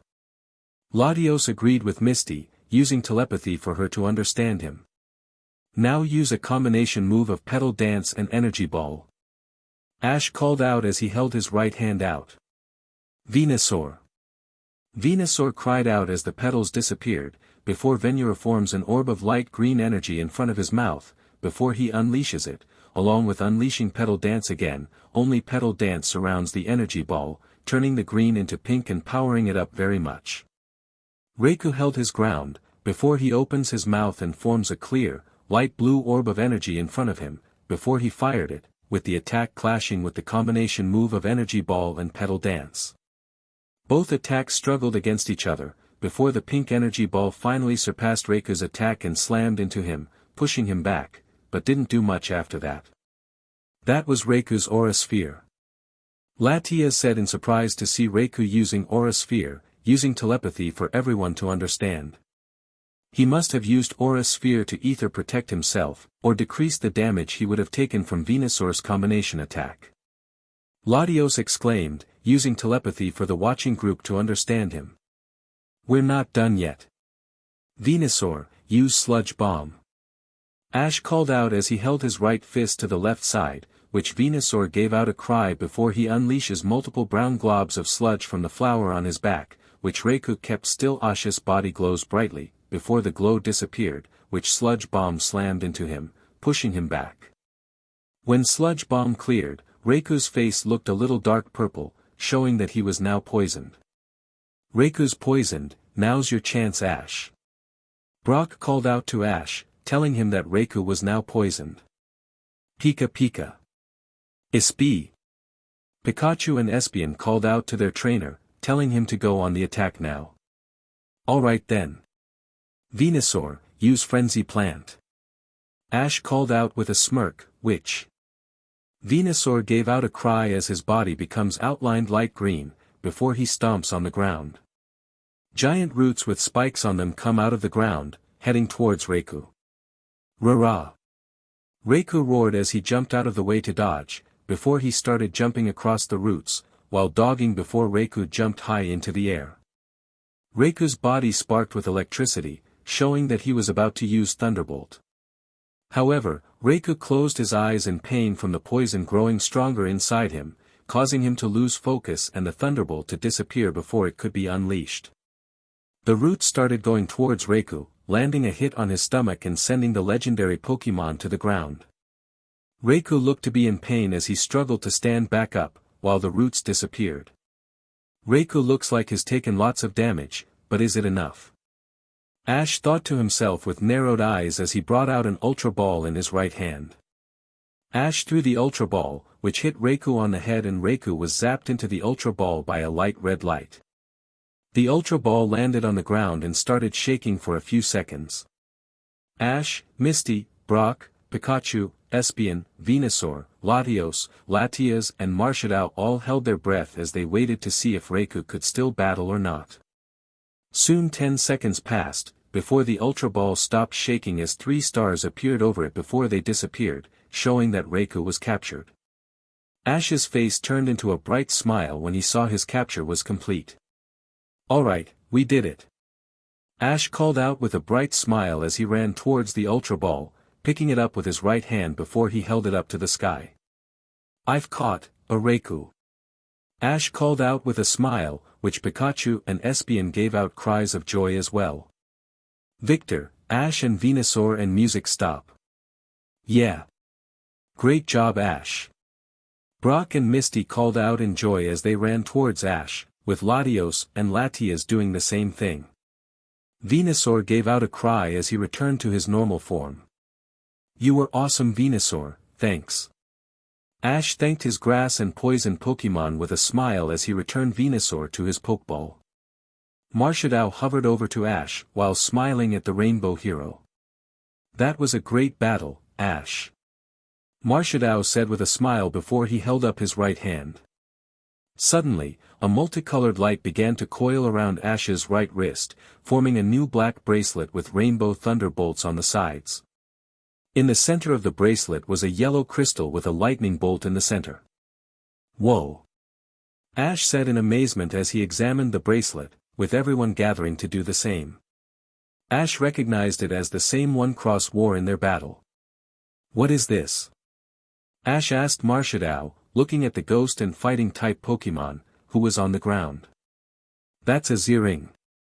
It will unleash an entirely new power within your Pokémon and within you," Marshadao said to the Rainbow Hero with a smile, getting Ash confused. Ash then looked at his new Z-ring as he remembered how Cross used his Z-ring to almost defeat Latios. Ash looked back at Marshadao with a smile. "Thanks Marshadao," Ash said to the ghost and fighting type, thanking his friend for the gift. "No problem Ash," Marshadao said to Ash with a smile, before rubbing his head with a bashful look, getting everyone to look at him. "What is it Marshadao?" Ash said in wonder, wondering what his friend was so nervous about. "Well, I was hoping that I could join you on your adventures. Living on top of a mountain gets really boring after a few decades," Marshadao said to Ash, making everyone widen their eyes in surprise that Marshadao wants to join Ash. Ash's shocked look changed into a smile. "Of course you can join the team, buddy," Ash said to Marshadao, holding up a dusk ball in his left hand to the ghost and fighting looked up at Ash and smiled. "Thanks Ash," Marshadao said with a smile as he held his right fist and bumped the dusk ball, activating the ball as it absorbed Marshadao. The dusk ball shook for a few seconds, before it stopped, showing that Marshadao was captured. Ash brought the dusk ball to his face and looked at it with a smile. "I'm happy that you're a member of my family now, Marshadao," Ash said to the dusk ball with a smile on his face. The dusk ball shook, acting like Marshadao agreed from inside the dusk ball. Ash then looked at Misty, Brock, Pikachu, Espion and the human form Ian Dragons with a smile. "Well done Ash," Brock said to Ash with a smile on his face, proud of his friend for capturing 2 legendary Pokémon. "Make sure you treat those 2 well," Misty said to Ash with a smile, while holding Togepi in her arms, who let out a happy cry. "Pikachu!" Pikachu cried out with a smile as he jumped onto Ash's right shoulder, nuzzling his cheek against Ash's cheek, proud of his best friend for capturing 2 more legendary Pokémon. "Ispi!" Espion said with a smile as she walked up to her trainer and nuzzled her face against his leg, proud of him as well. "First us and now Lord Raikou and Marshadao. You truly are a lucky trainer, Ash," human form Latias said with a smile, very happy for her friend and thinking that he was lucky, while using telepathy for everyone to understand her. "What my sister says is correct. You really are a trainer like no other. You truly are the Rainbow Hero," human form Latios said to Ash with a smile, proud of Ash just like everyone else. Ash looked at all his friends' faces and saw proud looks on their faces. "Everyone. Ash said softly, feeling happy that he has such great friends. I'm happy that I meet all of you. Ash said with a smile on his face, getting confused looks from everyone. What's brought this up, Ash? Misty asked in confusion at Ash's words, having not expected him to say that. All of you became my closest friends that helped me reach where I am today. What I'm saying is, I'm happy. Happy I knew all of you. Ash said with a smile on his face as he explained what he meant. Everyone smiled at what Ash said. We're glad we met you as well, Ash. Latios said to Ash with a smile, using telepathy for him to understand him. What my brother said. I'm happy I met you too. Latias said with a bright smile on her face, using telepathy for everyone to understand her. Brock said nothing, but smiled at Ash, which the young rainbow hero could understood what the smile means. Thanks, everyone. Ash said with a smile on his face, which they all smiled back at him. Now let's get going because it'll be dark soon. Brock suggested to the group, getting nods of understanding from them as they all continued on their path, with Latios and Latias staying out in human form, while Pikachu and Espion rode on Ash's shoulders. A week later. The sun was setting on the horizon when the group finally reached the moment they had been dreading. As they came to the crossroads that lead to their home cities, they all had sad looks on their faces. It was time to say goodbye. Well, I guess this is it. Misty said in a sad, quiet voice, as each of them stood facing each other from the respective roads they would take. Yesterday, when they made it to the Pokémon Center, Nurse Joy explained to Misty that her sisters were taking a world tour and were leaving her in charge of the gym. The only good thing came out of it was her getting her repaired bike. The only bad part was that she had to leave Brock and Ash and not continue her journey with them anymore. She left the center to spend some time to think about her decision, but ran into a bit of trouble by 3 overconfident JRKs hired by Team Rocket to try to steal Pikachu. They bite off more than they can chew on because Ash and Brock joined in and took them down. Team Loser showed up again, but like before were sent flying faster than a Snorlax can finish his lunch. After the event with Team Loser, Misty accepted to be the gym leader again after some words from both Ash and Brock, telling her that even if her sisters are taking a break and leaving running the gym to her, she was the perfect one to be the gym leader and would one day be a water Pokemon master. Yeah. Ash agreed hoarsely, looking down in dismay, his eyes shadowed by the brim of his cap in the early twilight. He didn't want this to happen, not again. He didn't want his friends to leave him like how Sorrel and Verity did. He didn't want to start a completely new adventure on his own. Why did they have to go? Well, Ash, I hope I can join you on your Hoenn journey. Brock told the young rainbow hero, putting a hand on Ash's shoulder reassuringly, getting Ash's attention. He turned to look towards the Ian siblings, who were in human form and were watching. Latias, Latios, make sure he doesn't do something stupid and get himself killed. Brock said to the 2 Ian dragons, reminding them to look after Ash. Of course, we will protect Ash with our lives. The blue Ian dragon vowed to Brock, swearing to never let anything happen to his trainer. You two better. Ash needs all the help he can get while traveling. Misty commented dryly, remembering the times when Ash needed help in the past. The twins nodded in agreement, at what Misty said. Misty sighed as she looked at her bike, with a sleeping Togepi already on it. Well, goodbye and take care, Ash. Good luck with the Hoenn League. Misty said to the rainbow hero with a sad smile, before she frowned. And please, be safe. Misty thought to herself, hoping that Ash will be all right. Thanks, Misty, Ash replied to his old friend, smiling softly. And good luck with the gym to you. Make it a really tough challenge for all the trainers that challenge you. Ash said brightly, trying to cheer up the depressed girl. Just like how it was for me. Ash continued, remembering how Misty almost beat his team of Charizard and Pikachu. Misty nodded at Ash, smiling a little now. I will, and you win the Hoenn League. With the way you fought in the Johto League. You've just got to win. Misty said with a cheerful smile, now a little cheered up. I will, Misty, I will, Ash replied to Misty, nodding proudly. I promise it. Ash continued to say in determination. The Hoenn League will be mine. Ash finished as he crossed his arms. Misty turned around and got on her newly repaired bike. Goodbye, Ash, Brock, Pikachu, Espeon, Latias, Latios. Misty called out as she waved farewell to her friends, before she took off at the path that would lead her to her hometown. Farewell, Misty. Brock called out, before he turned to walk down the road that led to Pewter City. Goodbye, Ash. Take care, I'll meet you in Hoenn, hopefully. Goodbye, Latios, Latias, Espeon and you too Pikachu, Brock called out, waving at them. Goodbye, take care. Latios replied, nodding at them, while using telepathy. Bye. Latias shouted out, telepathically as well. Ash watched as Brock and Misty continued on their path, before they soon disappeared from sight. Ash looked down at the ground as tears started going down his cheeks, which Pikachu and Espeon noticed.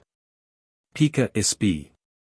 Pikachu and Espeon said in worry for their trainer, which got Latios and Latias' attention. Ash. Latias said in concern as she hugged Ash from behind, trying to tell him that he's not alone. Saying goodbye is hard, that I understand. But you'll see them again someday, along with your friends Verity and Sorrel. Latios said to Ash as he placed his right hand on Ash's left shoulder. Ash continued to look down at the ground with his cap covering his eyes, before he used his right hand to whip away the tears. Thanks guys. All of you are right, I'll see them again someday. Ash said as he looked up at the sky with a smile, before he brought out the rainbow wing with his right hand and looked at it. Verity. Sorrel. I'll see you guys again one day. Ash thought to himself, thinking about his first two best friends, before he placed the rainbow wing in his pocket. Ash then looked at Latios, Latias, Espeon and Pikachu. Let's all go home. Ash said to his family with a smile, getting nods of agreement from all the Pokémon. Ash, Latias, Latios, Espeon and Pikachu started walking down the road heading towards Pallet Town, with Latios and Latias staying in human form. Pikachu and Espeon played chase with each other as they traveled to Pallet Town, while Ash just watched them with a smile. Soon after a whole 2 hours of walking, Pallet Town came into sight. I don't know why, but it feels like it's been forever since I came home. Ash said to all his Pokémon with a smile as he looked down at his hometown from the hill, with Latios, Latias, Pikachu and Espeon doing the same. Considering what you've been through in Johto, I guess it's normal for you to say that. Latios said to his best friend with a smile, using telepathy for Ash to understand him. Your home is so cute. Latias said with a smile, using telepathy for Ash to understand her. Glad you like it, Latias. Ash said to Latias with a smile on his face, which Latias returned with her own. We should probably return to our Master Ball now so that we won't cause trouble. Latios suggested to Ash, getting Ash's attention. How about I take you guys to Professor Oak's lab so that you won't need to stay in your Master Ball all the time? Ash replied to Latios with a smile, getting Latias excited at what he said. I like that idea better than staying in those weird things. Latias exclaimed to the group with a smile, liking to stay outside of the Master Ball than staying inside of it, making Latios sigh at what his sister said. Alright then guys, to Professor Oak's lab it is then. Ash declared to the group with a smile as he started walking to Professor Oak's lab, with Latios, Latias, Pikachu and Espeon following him. Soon they all arrived at the front door with Ash knocking on it 3 times. The young rainbow hero waited patiently for the door to open, with his Pokémon waiting patiently like him as well. The door soon opened to reveal a smiling-faced Tracy. Ash. Welcome home. Tracy said to his friend happily as he shook hands with Ash, who smiled back at his old travel companion. Thanks, Tracy. Ash replied to Tracy with a smile, glad to be home. The professor is waiting in the back with the rest of your Pokémon. Tracy told Ash, telling him where the professor is waiting for him. Really, I thought he'd be doing some research on Raikou and Marshadao, but I guess I shouldn't keep him waiting. Ash said as he walked inside with his Pokémon following, except Latios and Latias flew to the backyard. Soon Ash made it to the door that would lead to the backyard of the lab with Pikachu and Espeon behind him. Alright, let's see what Professor Oak wants. Ash said to himself as he twisted the handle of the door, before he opened it open, only to receive a surprise. Surprise! Professor Oak, Delia, Marshadao, Gary and a lot of people of Pallet Town called out with the backyard of the lab full of celebration food and all that stuff, like how they celebrated after the Indigo League, along with all his Pokémon. Ash, Pikachu and Espeon had widened eyes of surprise at seeing the surprise party, while Tracy smiled at Ash. The professor wanted to celebrate your victory at the Johto League, so he got everyone together to set this up for you. Tracy told Ash with a smile on why there's a surprise party for him. Well I wasn't expecting this, but I'm happy nonetheless. Ash said as he began to smile as he walked into the backyard with Pikachu and Espeon following him. Way to go, Ash. You've showed that you're the best. Champion Ash. Ash heard lots of Pallet Town's people calling out for him, making Ash smile as he waved at all of them, before he stopped in front of Professor Oak. Welcome back, Ash. Professor Oak said to Ash with a smile on his face, which Ash returned. Thanks, Professor Oak. Ash replied to Professor Oak with a smile as he looked at all his Pokémon that have gathered to celebrate with him. Blastoise, Snorlax, Pidgeot, Heracross, Meganium, all 30 Tauros, Kingler, Mook, Sizer, Typhlosion, Dragonair, Nidoking, Magneton, Kabutops, Rapidash, Haunter, Lapras, Primeape, Hitmonlee, Ampharos, Skarmory, Ursaring, Donphan, Feraligatr and his shiny Noctowl. Even Raikou and Marshadao was with them. Everyone, thanks for giving it your all in the Silver Conference. We've battled hard and won. Ash said to all his Pokémon with a smile, which they all let out a cry of joy at winning the Johto League. Now for our last two family members to come out. Ash said as he threw the two Pokeball into the sky, releasing Venusaur and Charizard. Charizard gave out a powerful roar as he appeared, while Venusaur gave out a normal cry. All of Ash's other Pokémon let out cries of joy at seeing Charizard and Venusaur. Ash walked up to Raikou and Marshadao, with Marshadao on Raikou's back. I hope you guys like Pallet Town and enjoyed your time here. Ash said to his two new legendaries, hoping that they'll like it here in Pallet Town. We don't have a problem. In fact, we're enjoying our time here. Marshadao replied to Ash with a smile on his face, having had fun here in Pallet Town. I must admit, this place is the most peaceful place I've been to for a long time. Raikou said with a smile, both legendaries using telepathy for Ash to understand, getting a smile from Ash at hearing that the two like this place. Sorry we're late. Latia's voice was heard as she and her brother flew down next to Ash, Raikou and Marshadao, getting their attention. We would have been here sooner, but Sis was too busy checking out the flowers. Latios said with a smile on his face, using telepathy. Ash smiled at Latios and Latias, while Marshadao and Raikou were chuckling. 30 minutes later. 30 minutes have passed since the party has begun and it has been a very busy party. Everyone, even the Pokémon were enjoying their time in the party, with even some Pallet Town trainers having some battles, training to be as strong as Ash. Seating down on some chairs next to a table was Ash, Delia, Professor Oak and Gary, who were all enjoying the party as well. Pikachu and Espeon went off to play with the other Pokémon and have fun in the party as well. Thanks for the party. Ash said to Gary, Delia and Professor Oak with a smile. Oh Ash, you deserve it after that incredible win. Delia said to her son with a happy smile on her face. Yeah man. You have earned it for winning the Johto League, especially with your trump card of Mega Evolution. Gary said to Ash with a smile, proud of him for winning. You're now Pallet's pride. Professor Oak said to Ash with a smile, making Ash smile at everyone's kind words. Now that you have won the league, what are your plans for the near future? Delia asked her son on what he plans to do next. I guess you want to challenge the Elite Four and become the new champion. Gary asked, thinking that Ash is planning to battle the Elite Four and the champion. Not really. I'll planning to go to the Hoenn region. Ash replied to Gary with a smile, making Professor Oak widen his eyes in surprise at the answer. The Hoenn region? It is quite an interesting decision, my boy.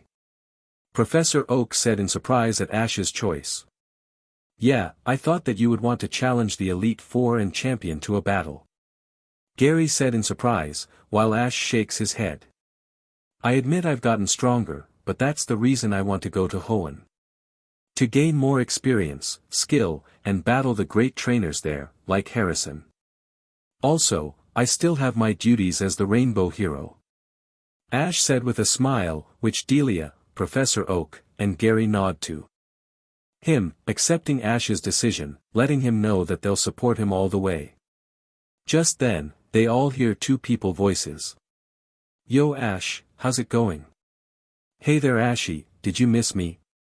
Two voices called out, one of them sounding like a boy's voice and the other sounding like a female's voice. Ash, Delia, Gary and Professor Oak all turned to see a young boy with short, unkempt brown hair, wearing a red shirt, blue jeans and a red cap. The other was a young girl with shoulder-length brown hair, gray eyes, wearing a light blue tank top, red skirt, white running shoes and a white hat. Ash widened his eyes in shock, before he grins at seeing the two people. I can't believe it's you. Red, Leaf. Ash called out happily as he stood up from his chair, waving to his two childhood friends. Leaf runs up to Ash and embraces him in a hug. I missed you cutie, or should I say handsome. Leaf flattered, making Ash blush a bit at Leaf's flirty personality. Delia giggles at seeing this. That's my Ash. He's a lady killer just like his dad. Delia said with a smile on her face. It's good to see you two as well, Red and Leaf. How's about you two spend some quality time with Ash? Delia, Gary, and I will be somewhere else. Professor Oak greeted to the two other Pallet Town trainers. Before him, Delia and Gary go to another table for the three friends to catch up with each other. So, we heard that you just won the Silver Conference, congratulations man. Red said with a smile at his childhood friend as the three trainers sat down on the chairs. You've actually become skilled and cooler. Leaf said as she gave Ash a wink, making the Rainbow Hero blush. Thanks guys. Ash thanked his two friends for their words. However, that was then when Red notices the keystone on Ash's glove. Ash, what's that? Red asked in confusion as he pointed at the keystone. It's my keystone. Ash replied to Red as he held up his glove for Leaf and Red to look at his keystone, confusing the two. Keystone. Where and how did you get it? Leaf asks in confusion, having never heard of a keystone before. It's a long story, would you guys care to hear it? Ash asked his friends if they want to hear about his journey, which Red and Leaf nods at Ash. Very well, it happened the day that we were all ready to become trainers. Unfortunately, all the starters were all taken, so I had to pick a Pikachu. We start off with a bad start, but soon we finally got to bond and become friends. Ash said as he started to explain his story about how the legendary Ho-Oh appeared from the sky and gave him a rainbow wing. He also met traveling companions in Verity and Sorrel, and they all went to Mount Tensei to meet the legendary Pokémon. Along the way, he also met Cross, who had a different way of raising Pokémon from him. In their first battle, Cross defeated him with his Incineroar to his Charmeleon. At their rematch, Ash manages to defeat him. Cross got sore at the defeat and took the rainbow wing by force, but it lost its color due to Cross's heart filled with darkness. Marshadao, influenced by the negative emotions, made a Pokémon army and decided to get rid of humans. He made the ultimate sacrifice to save everyone, and Pikachu was devastated at his apparent death, unleashing a massive thunderbolt that defeated every Pokémon at sight. Marshadao returned to normal. He explained on how he came back to life thanks to Ho-Oh's powers, before Pikachu and him battled Ho-Oh. Ash still kept his rainbow wing for his adventures, and after a year, he met Lorenzo, who told him that the one who possesses the rainbow wing should be known as the Rainbow Hero, a person that could guide to a new age of peace and understanding between humans and Pokémon. Also in Altamari, it is where he got his key stone. Red and Leaf are amazed at the story that Ash told them. "You really have quite the interesting adventures compared to ours," Red said in surprise at hearing about Ash's amazing adventure. "As crazy as it sounds, your story is quite believable," Leaf said with an amazed look, making Ash let out a grin at his two friends. Pikachu. Pikachu's voice was heard as he jumped onto Ash's right shoulder, smiling happily at having such a fun time at the party. "Is that the Pikachu you told us about?" Red exclaimed, pointing at Pikachu, who looked at him and Leaf in confusion. "He's such an adorable little cutie," Leaf said with a happy face, making Pikachu blush at Leaf's words. "Pikachu, meet my two childhood friends, Leaf and Red." "Red, Leaf, this is my best friend Pikachu," Ash said with a smile as he introduced his starter to his two friends. "Pika Pie."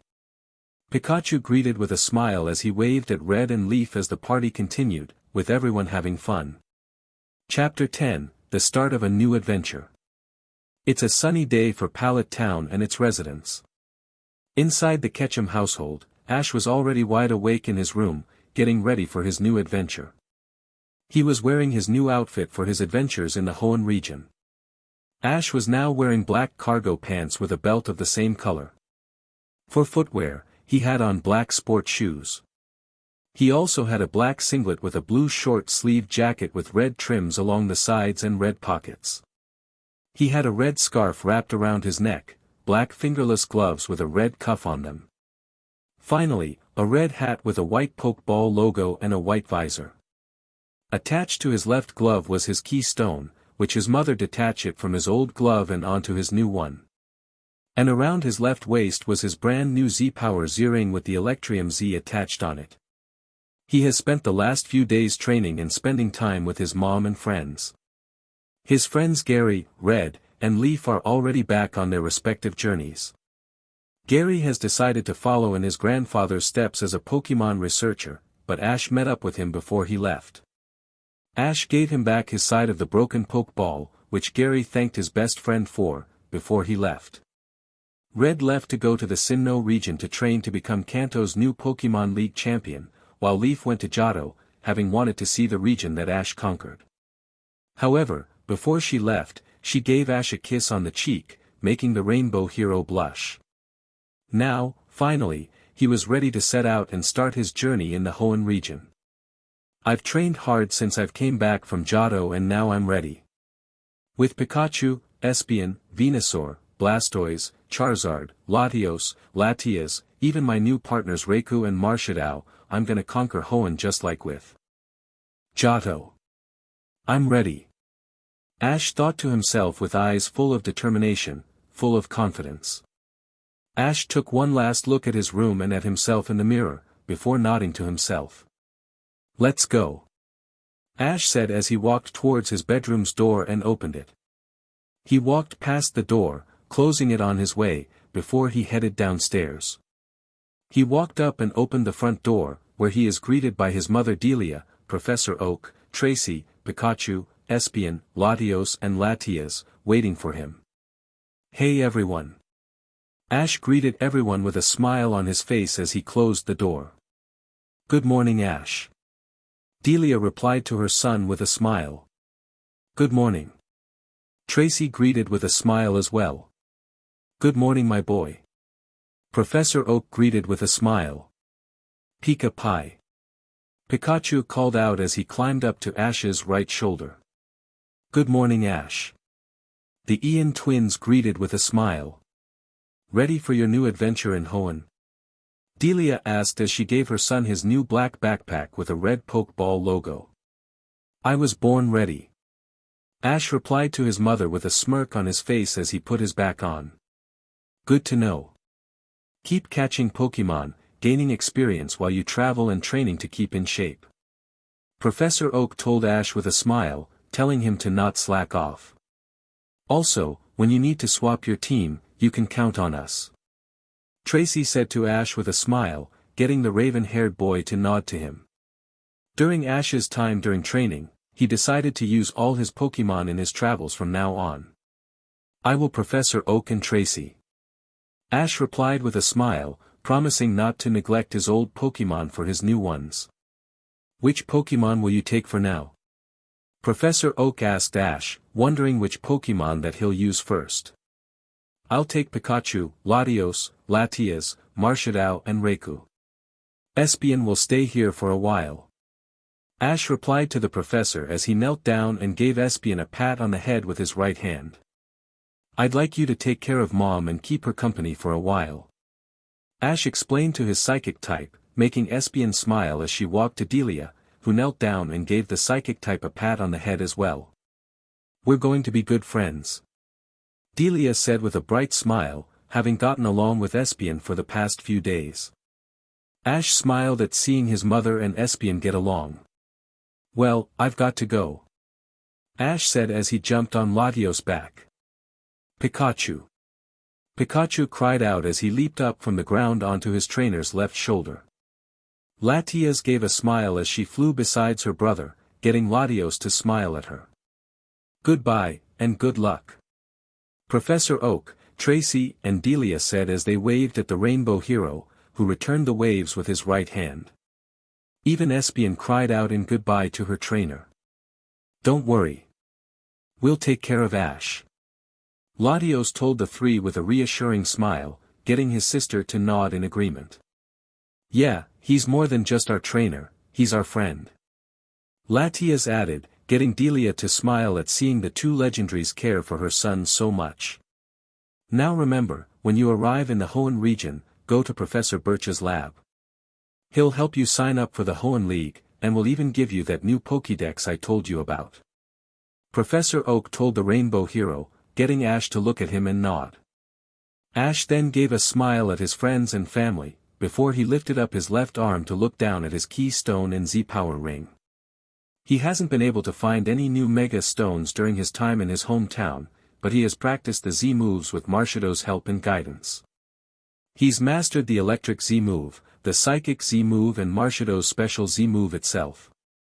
The rainbow hero gave a smile, before he looked down at Latios. Let's go guys. The rainbow hero called out with a confident voice, getting Latios and Latias to cry out, before they shot out like jets and flew away from Pallet Town at an incredible rate. Everyone watched the two Ian dragons fly away, before they eventually disappeared from sight. 2 hours later. Fling across the sea was our hero, Ash Ketchum, with his two trusty partners, Pikachu and Latios. Ash was riding on Latios's back, while Pikachu rode of Ash's right shoulder. Ash had recalled Latias back into her Master Ball for her to keep her energy. You hanging in there, Latios? The rainbow hero questioned his strongest Pokémon if he was doing alright. Please, this is nothing at all. I can handle another 2 hours at this. Latios replied with a smirk on his face, having no problem flying this fast for so long, making Ash and Pikachu chuckle. The rainbow hero and his two partners have been traveling together by flying over the sea for 2 hours now, with all of them enjoying the flight together. Soon, the Hoenn region came into view for the rainbow hero and his partners. There it is.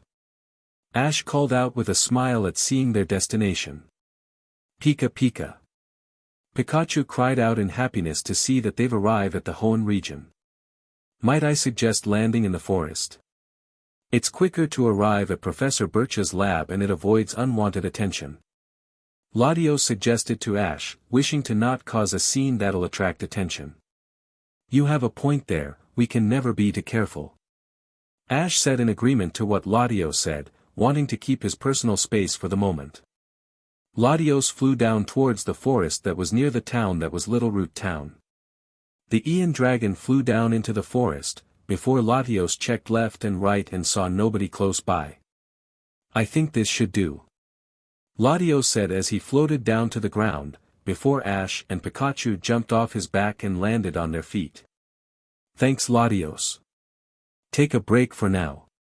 Ash thanked his partner as he brought out Latios's Master Ball with his right hand. The device fired a red beam at Latios, covering him for view for a moment, before he was recalled into the Master Ball, which closed. Ash put the device away, before he turned to look at his best friend. Let's go Pikachu. Ash said to his first Pokémon with a smile. Pika Pie. Pikachu cried out in agreement, before both him and Ash began walking to Professor Birch's lab, besides each other. The two best friends walked together for 5 minutes in peace, before it was eventually broken by a frightened female scream, getting Ash and Pikachu to widen their eyes in surprise. Pikachu, did you hear that? Ash asked his buddy, getting the electric type to look up at him and nod. Pikachu. Pikachu replied to his partner with narrowed eyes. Let's go check it out. Ash told his friend, before they began running in the direction that the scream came from. Ash rounded a tree and came to a stop near the edge of a small cliff. There, at the bottom, he saw a young 10-year-old girl with brown hair being surrounded by a pack of Pokémon with her back against a tree. The girl had brown hair that was in an upside-down V shape with a small ponytail at the back of her head. She wore an orange tank top with a black undershirt, white shorts with black bike mini leggings underneath, yellow and black ankle boots with orange soles, a red and white bandana handkerchief and a yellow and green fanny pack around her waist. There were a total of 6 Pokémon surrounding her, with 3 of them being different than the other. The first 3 were quadrupedal Pokémon similar in appearance to hyenas and canines. Their bodies were primarily gray with a black face and throat, paws, and belly.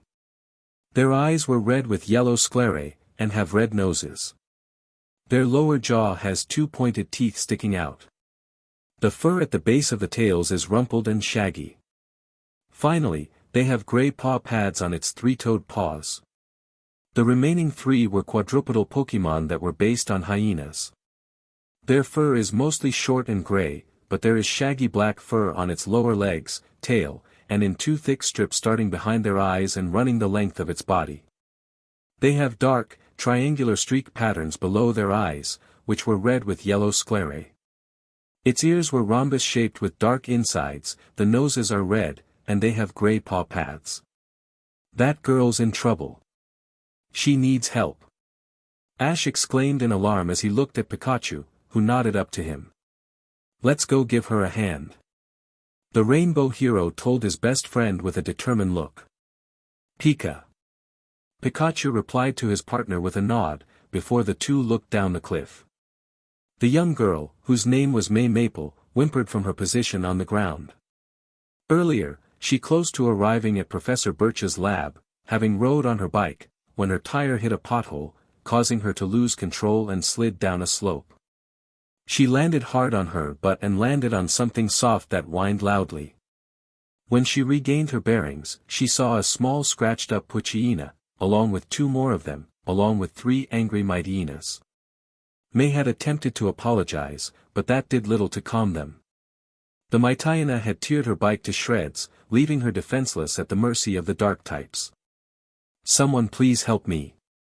May cried out in fear as the 3 Mityena were closing in on her. Suddenly, out of nowhere, Ash and Pikachu dropped down from the air and landed in front of May, surprising her, the Mityena and Poochyena. The rainbow hero lifted his head up and looked at the 6 dark types with narrowed eyes. Pikachu, go check on her and make sure she's okay. Ash told his partner, getting Pikachu to look up and nod to him, before he ran up to the shaking May. Pika. Pikachu said to May with a concerned look. May looked at the little yellow mouse, who gave her an innocent look. The brunette girl smiled down slightly at Pikachu. I'm okay. May told Pikachu, getting the electric mouse to give out a chew with a smile making her giggle. Ash stared into the eyes of the growling Mityenas without a hint of fear. After a few moments of staring, all 3 Mityena stopped growling, picked up one of the Poochyenas, before they all walked away. Ash gave a sigh as he got back up on his feet, before he turned to look at the girl. Hey, are you okay? Ash asked in concern as he walked up to the brunette and held his right hand. May stared up at the rainbow hero for a few moments with wide eyes, before she lifted her right hand up and took his hand, before Ash pulled her up to her feet. "Yeah, I'm okay, though I can't say the same for my bike." May ummed at the end as she turned to look at the tattered remains of her bike, before she widened her eyes and turned to look back at Ash. "Oh, I'm May Maple by the way." May introduced herself to Ash with a smile. The rainbow hero smiled as he pointed to himself with his right hand's thumb. "The name is Ash Ketchum, and I come from Pallet Town in the Kanto region. This is my partner, Pikachu." Ash introduced himself and Pikachu with a smile as he pointed down at the electric type. Pikachu." Pikachu greeted May with a wave with his right hand. "Nice to meet you too," May said to Ash and Pikachu with a smile. "What were you doing all the way out here anyway?" The raven-haired boy asked May, wondering why she's out here all alone. "I was heading to Professor Birch's laboratory, before my bike hit a pothole and I ended up flying down here," May answered, telling Ash what happened to her. "What a coincidence. I'm on my way to Professor Birch's lab as well. I'm going to be registering for the Hoenn League. What about you?" Ash asked with a smile, wanting to know why May is heading to Professor Birch's laboratory. "I'm going there to get my first Pokémon," May replied to the rainbow hero, getting him to widen his eyes in fascination. "You're getting your starter Pokémon? You must be psyched," Ash exclaimed with a smile, which May giggled nervously at him. "Yeah, psyched," May said to Ash, before she turned to the side. "Yeah, right," the brunette whispered as she actually didn't like Pokémon and only wanted to travel. "How about we go together?" Ash offered, getting May to widen her eyes in surprise as she turned to look at the rainbow hero, before she gave a smile. "Sure," May replied with a smile, getting Ash to return the smile. Pikachu climbed onto Ash's right shoulder, before both the rainbow hero and brunette began to walk towards the lab with Ash leading the way. During the walk there, May kept looking at Ash, who was leading the way to the lab, with fascination. "His name sounds familiar. Where did I hear that name before?" May thought to herself in confusion, thinking that she might have heard of Ash's name before today. She gave a shrug with her shoulders and decided to forget about it. Soon, Ash and May arrived at Professor Birch's lab. They walked up to the front door, before the rainbow hero knocked on the door 2 times with his right hand and waited. The door soon opened to reveal a young man with green hair, wearing a lab coat and glasses. "Hello there. I'm Joshua, Professor Birch's assistant." The young man introduced himself, before he noticed May behind Ash. "Oh, you must be May. I assume you're here to pick your starter Pokémon?" The young man asked May, which she nodded to him. Joshua then turned to look at Ash. "And you must be Ash, correct?" Joshua asked the rainbow hero, which Ash nodded to him as well. "Excellent, Professor Birch has just returned and is waiting for both of you," Joshua told the 2 trainers, before he began to lead them to Professor Birch. The 3 of them walked through the door and into the back to see a large man with brown hair and a beard, wearing a lab coat, sitting down on a table and was jotting down notes. "Professor Birch, they're here," Joshua told his boss as he entered the room with Ash, May and Pikachu behind him. Professor Birch looked up and saw his assistant, along with the 2 young children and Pikachu. "Ah yes, of course, thank you Joshua." Professor Birch thanked his assistant, which Joshua gave him a nod, before he left. The professor then looked at both young trainers with a smile. "Oh my, May. You've certainly have grown since the last time I saw you." Professor Birch greeted May with a smile as he stood up from his seat, making May blush slightly at his words. "Nice to see you too, Professor Birch." May replied back to her father's old with a smile. Professor Birch then turned to look at Ash with wonder, having not expected another visitor. "And you are?" Professor Birch asked Ash for his name, who gave him a small smile. "My name is Ash Ketchum, Professor Birch, and this is Pikachu." Ash replied to the professor of Hoenn, introducing himself and Pikachu. Pika. Pikachu greeted with a friendly smile on his face. Professor Birch's reaction was quite hilarious as his eyes went wide and he spoke in a special awe-filled tone. You mean the Ash Ketchum? Professor Birch exclaimed in awe, making Ash, Pikachu and May sweet drop. Yeah.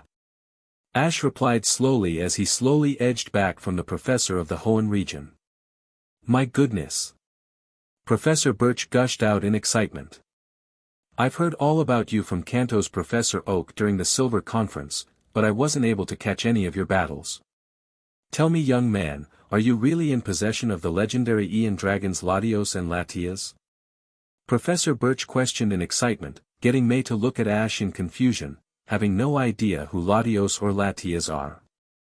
Yes, I am.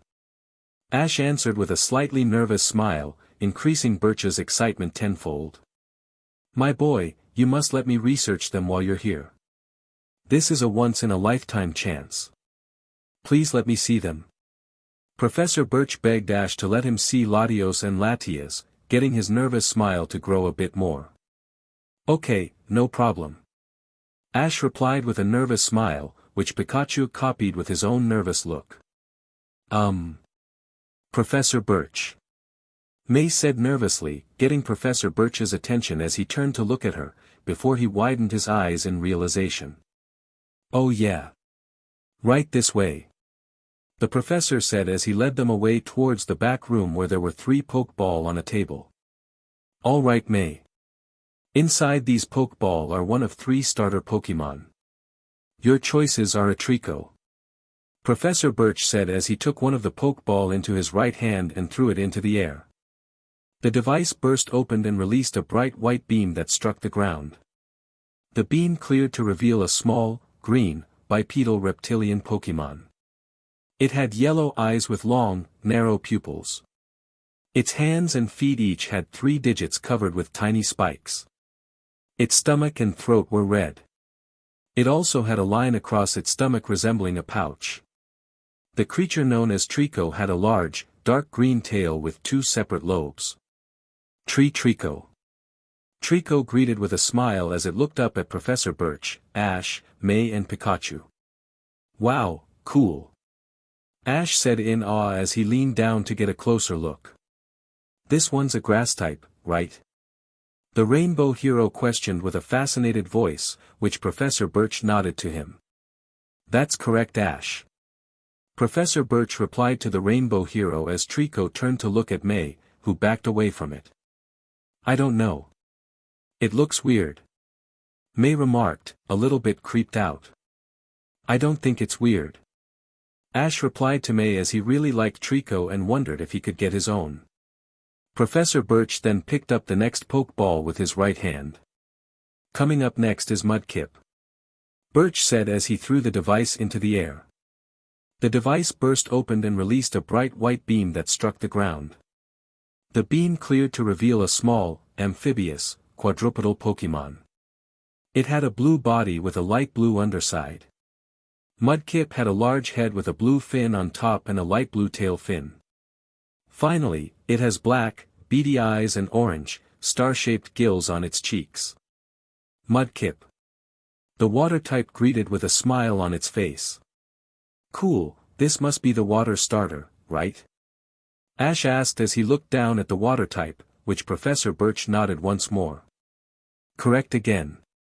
You're really perceptive. Professor Birch said in an impressed tone. May took a look at Mudkip for a few moments, until she shakes her head, giving her answer. Professor Birch then picked up the last device with his right hand. And last, but not least, is the fire-type Torchic. Birch said as he threw the device into the air. The device burst open and released a bright white beam that struck the ground. The beam cleared to reveal a small, chick Pokemon with stubby, downy, yellow wings. Its body is covered with orange feathers. There was an orange and yellow crest on its head that resembled a flame. Its 2 thin legs and short beak are a light brownish yellow, and the feet had 3 toes in front and 1 in the back. Torchic Tor. The fire type greeted, getting May to instantly adore it. It looks cute. I'll take it. May said as she crouched down and picked up the fire type. Hello Torchic. May greeted with a smile, which Torchic chirped happily and nuzzled itself against May's cheek, making her laugh. That tickles. May laughed out in happiness, getting Ash, Professor Birch and Pikachu to smile at him. Well, I'm glad you got your first Pokémon. Professor Birch said to May, before he turned to look at Trico and Mudkip. He returned to their Pokeball, before he turned to look at the Rainbow Hero. Now Ash, what did you come here for? Birch asked Ash with a curious tone, getting him to look up at the older male. I came here to get a Pokédex that Professor Oak told me to get from you. Ash answered the Professor of Hoenn, getting him to lit up his face. Oh, I see. Let me get you the Pokédex that Professor Oak told me to give you. The Hoenn region professor said as he walked up to a cupboard and pulled one of the drawers out. He picked up two things from inside the drawer and turned around to show the two Pokédexes. They looked similar to each other, but still looked completely different. One was the Pokédex from Ruby and Sapphire, the other was the one from Omega Ruby and Alpha Sapphire. Professor Birch handed the smaller one to May, before he walked up to the computer in the room. May held her new Pokédex with her right hand and looked at it in awe and held Torchic with her left hand, while Ash and Pikachu patiently awaited. Soon, Professor Birch was finished signing up Ash for the Hoenn League and turned around to face him. All done, here is your new Pokédex, Ash. Professor Birch said to Ash with a smile as he handed the Pokédex to him, which the Rainbow Hero took with his right hand. Awesome, thanks Professor Birch. Ash thanked the professor with a smile as he looked at his new Pokédex for a moment, before he put it away. Now, I don't mean to be pushy, but can I please see your two Pokémon? Professor Birch requested, making Ash and Pikachu laugh lightly, before they nodded at him. Alright, but we better do it outside.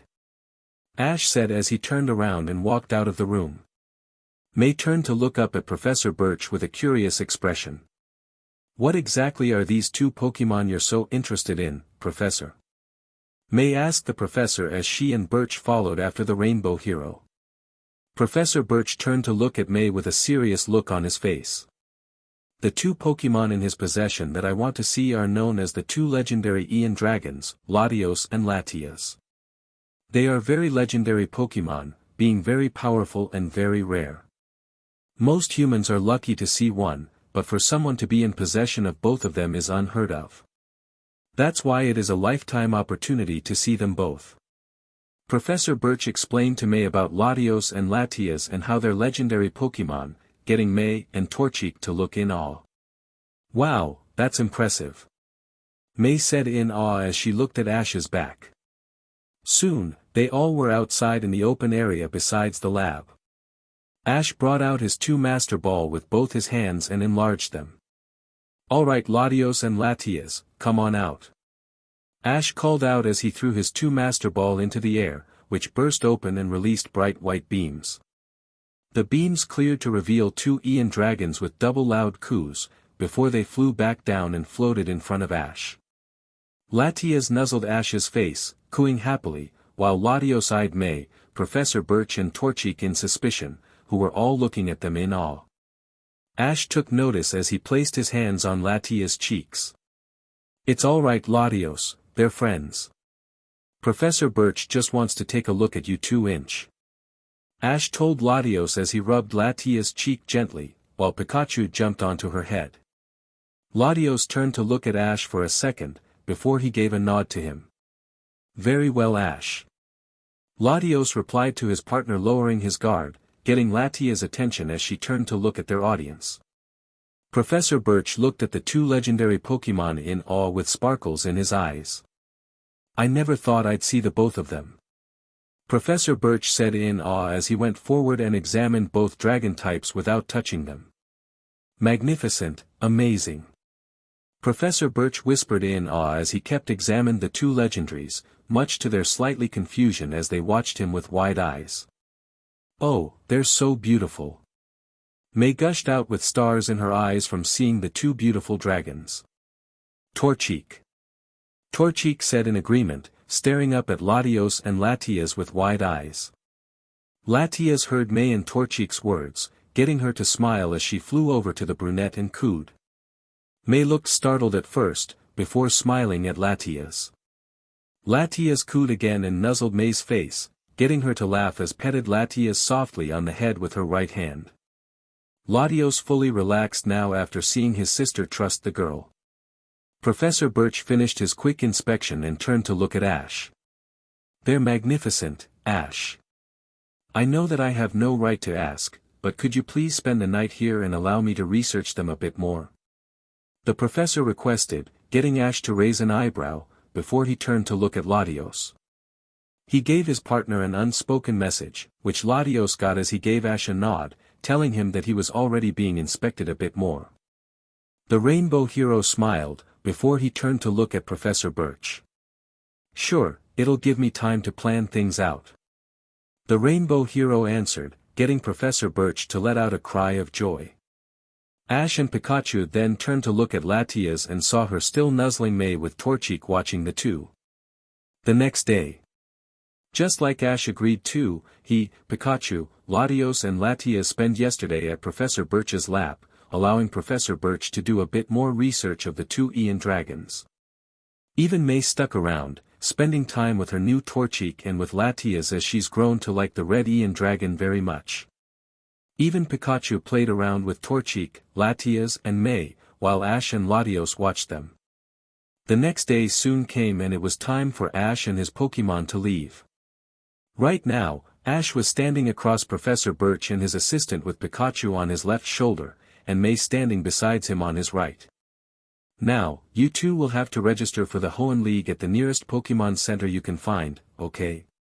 Professor Birch told the two trainers, getting Ash to nod to him. "And the closest town where I think you'll be able to find one is Oldale Town." Joshua told the two, getting Ash's attention as he turned to look at him. "Okay, thanks." The rainbow hero thanked, before May groaned as she folded her hands behind her head. "Walking all that way alone makes me nervous. And my bike's destroyed." The brunette stated, getting Ash's attention as he turned to look at her, before he grew a smile. "In that case, why not travel with me then?" Ash suggested to the brunette, getting May to look at him in surprise. "Really?" May asked in surprise, which Ash nodded to her. "Sure, I don't have a problem with it. Besides, I like traveling with others." The raven-haired boy replied to her, getting May to smile in triumphant. "Yes." She whispered, but Ash heard her as his face morphed in confusion. "That's a great idea, you can look after one another." Professor Birch said in approval as he liked the idea. "Yes, be careful." Joshua told the two young trainer, getting Ash to smile at him. "Don't worry, we'll be fine. See ya around." Ash bid farewell with a confident smile on his face. Pikachu bid goodbye as well, while May lifted her right hand up and gave a wave. "See ya soon." The brunette bid farewell, before she and Ash began walking away, starting their journey together. Professor Birch and Joshua waved goodbye to the two young trainers as they walked away. Half an hour soon passed since Ash and Pikachu met May in Little Root Town. May got her first Pokémon, met Professor Birch and set out together for Oldale Town.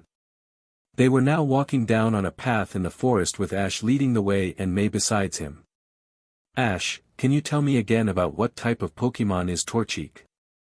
May asked her new friend nicely, getting the rainbow hero's attention as he and Pikachu turned to look at her. "Of course. Torchic is a fire type." Ash answered with a smile, having experienced with fire types before. However, something then just jumped out of the forest and landed a few feet away from the trainers in the path, getting Ash, May and Pikachu to look at it. The Pokémon in front of them was a gray bipedal fox-like Pokémon with large tuft of fur that is colored blue. It also had red eyes, blue eyelids, blue circular markings that resembled eyebrows, and its 4 limbs are also blue. "Who's that Pokémon?" Ash asked in wonder, having never seen this Pokémon before. "I don't know." May replied to Ash, having never seen this one as well. Pika Pie. Pikachu said in wonder with wide eyes, having never seen this Pokémon before. The wild Pokémon took notice of Ash and May looking at it, getting the unknown Pokémon to at them with narrowed eyes. I know. I'll check it on my Pokédex. May said with a smile as she brought out her Hoenn Pokédex and attempted to scan the unknown Pokémon, only to receive a surprise. No data. The Pokédex said as it showed a question mark, which caused May to sigh in disappointment. What a disappointment. May said in disappointment that her Pokédex doesn't know about this Pokémon. She placed it away in her fanny pack, while Ash brought out his Pokédex with his right hand. I'll try with mine.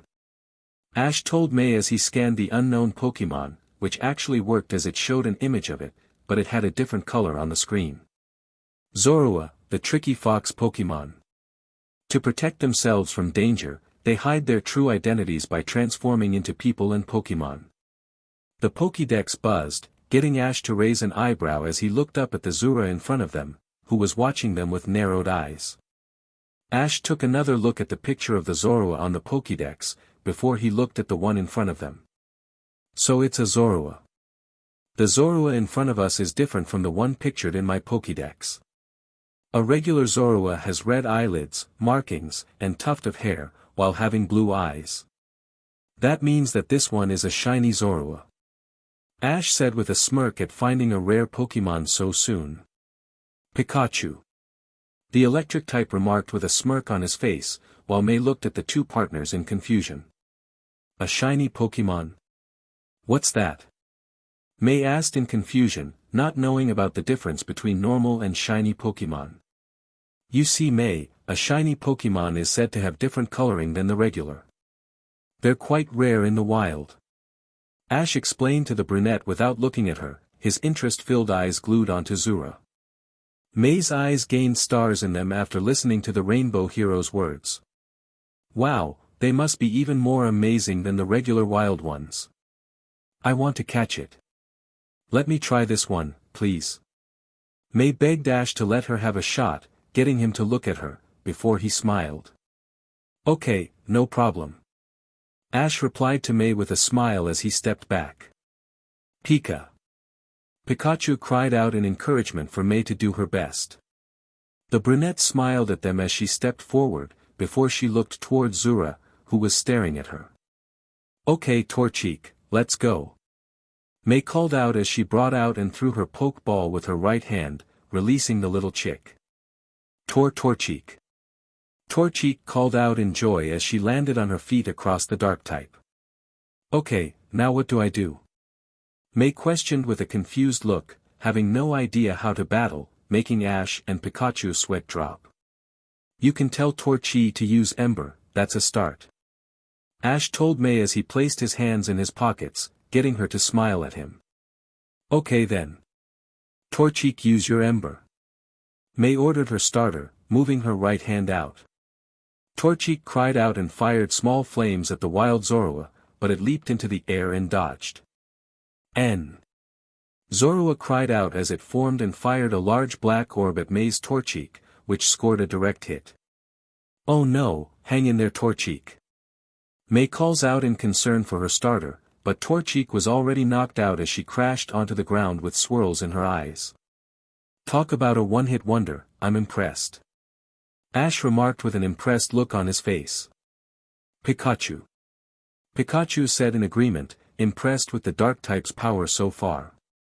May recalled her Torchic back to her Pokeball, before turning her head to look at Ash. What was that attack?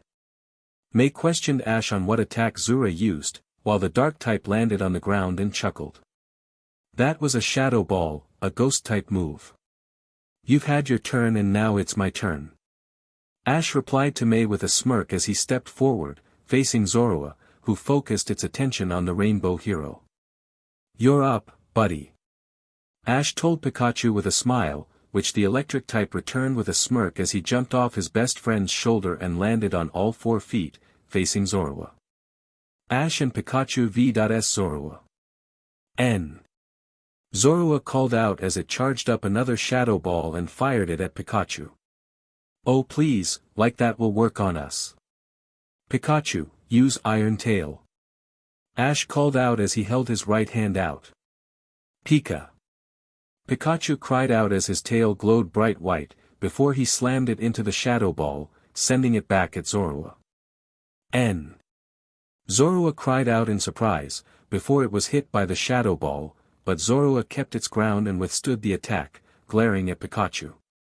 Zorua then screamed, creating a blue wave of energy that hit Pikachu, who withstood the attack as well with gritted teeth. Hyper voice, huh. Too bad that it's nothing compared to Pikachu's focus punch. Ash called out as Pikachu's right paw glowed white, before he charged past the hyper voice and slammed his glowing paw into Zorua, making the dark type cry out in pain. Zorua slammed into the ground from Pikachu's focus punch, while the electric type landed in front of Ash on both feet. Rarea. Zorua called out as it stood on its 4 feet, before its body became outlined in orange, before it charged and slammed into Pikachu, causing him to cry out in pain. That was counter. Ash called out in surprise as Pikachu landed on his back in front of Ash, while Zorua lands on its feet. Zorua's eyes then glowed light blue, before it raised its front 2 paws into the air. Its body then became surrounded in a crimson aura. Zorua then brought its paws down onto the ground, before a pink and crimson force field of energy appears around Zorua's body, and expanded outwards throughout the whole battlefield, heading towards Pikachu. Ash, Pikachu, watch out.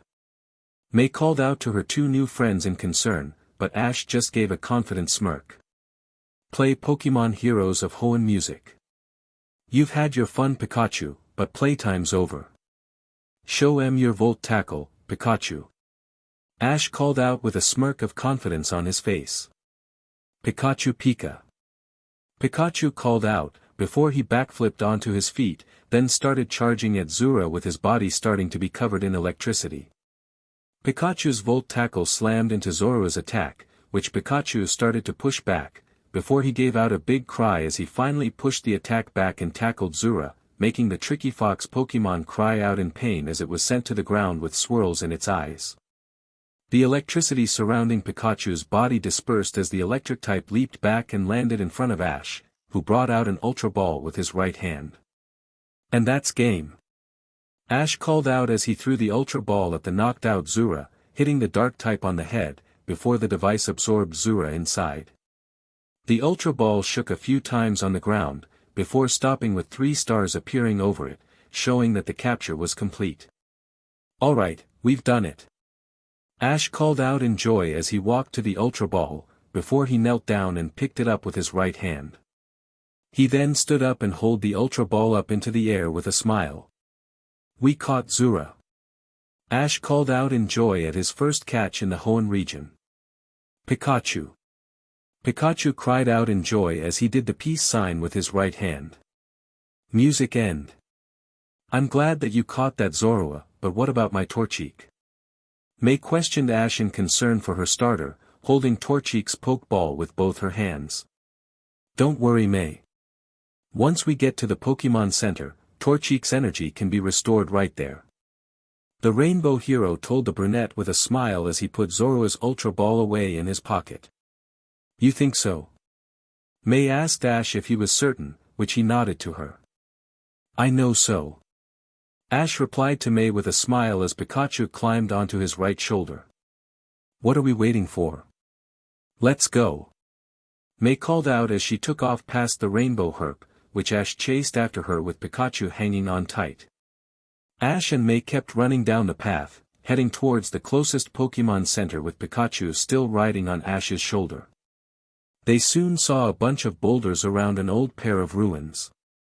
I wonder what those rocks are for. Ash said in wonder, stopping to look at the rocks up the cliff. May took notice of the rocks, and the two stopped for a while to look at the rocks. It looks like it might be a bunch of old buildings, Ash. May told her new friend, turning to look at him. Pika. Pikachu said in agreement to what May said. Well, actually these are the ruins of Oldale. An unexpected voice said, before a young man that had spiky brown hair and looked like a young adult wearing explorer's clothes walked up to them. I'm Professor Alden, and I'm here investigating them. The young professor introduced himself with a smile. I'm Ash, and this is my partner Pikachu. Ash introduced himself and his best friend with a smile with Pikachu waving at the professor. My name's May, nice to meet you. May introduced herself with a smile. Nice to meet you both. So tell me, where you two are going in such a big hurry? Professor Alden asked the two young trainers on why they were in a hurry. We're trying to find the Pokémon Center. May's Torchic is in bad shape. Ash replied to Alden, telling him their reasons for being in a hurry. Ah, you're almost there. It's just right over this hill. Alden told the Rainbow Hero as he turned around and looked down the hill, where a Pokémon Center awaited. Ash, May and Pikachu all smiled at seeing the building. That's great. Ash stated with a wide smile on his face. Thanks a bunch. May thanked Professor Alden, before she and Ash began running towards the building. Pikachu thanked the professor as well, who just watched the two trainers run towards the Pokémon Center. Soon, Ash and May arrived at the Pokémon Center at sunset. They went up to the front desk where Nurse Joy is. Nurse Joy, could you please help my Torchic? May asked Nurse Joy, holding up Torchic's Pokeball. No problem. Nurse Joy replies to May as she took the Pokeball, before she put the device away on a device behind her. Does it look okay? May asked Nurse Joy as she began typing away on the device's keyboard. One more second. Nurse Joy told May as she presses a few buttons to check on Torchic's status, and after a few seconds, she's done. Torchic is fine. A good night's sleep is all your Torchic needs. Nurse Joy told May with a smile, getting her to smile in relief to hear that her starter is fine. Thank goodness. May said in relief at hearing Torchic was okay. Feeling better now, May? Ash asked May if she was feeling alright now. The brunette turned to look at the Rainbow Hero and nod with a smile. Pika. Pikachu remarked from Ash's left shoulder with a smile on his face. You know, I think a good night's sleep would do you some good as well. Nurse Joy told Ash and May, thinking it would be best if they rest up as well. Yeah. Both Ash and May replied to Nurse Joy with a smile. Pikachu. Pikachu cried out in agreement to what Nurse Joy said. The two friends then walked away from the front desk and were taking a walk around the Pokémon Center. Hey Ash, I was wondering. May suddenly said, getting Ash and Pikachu's attention as the Rainbow Hero turned to look at her. Yeah, what's up? Ash replied to May with a curious look on his face. Well, I was thinking. Now that I'm in a Pokémon Center, will you show me around?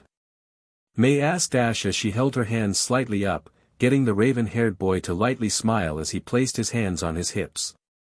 Sure, why not? But first I need to call someone before I do.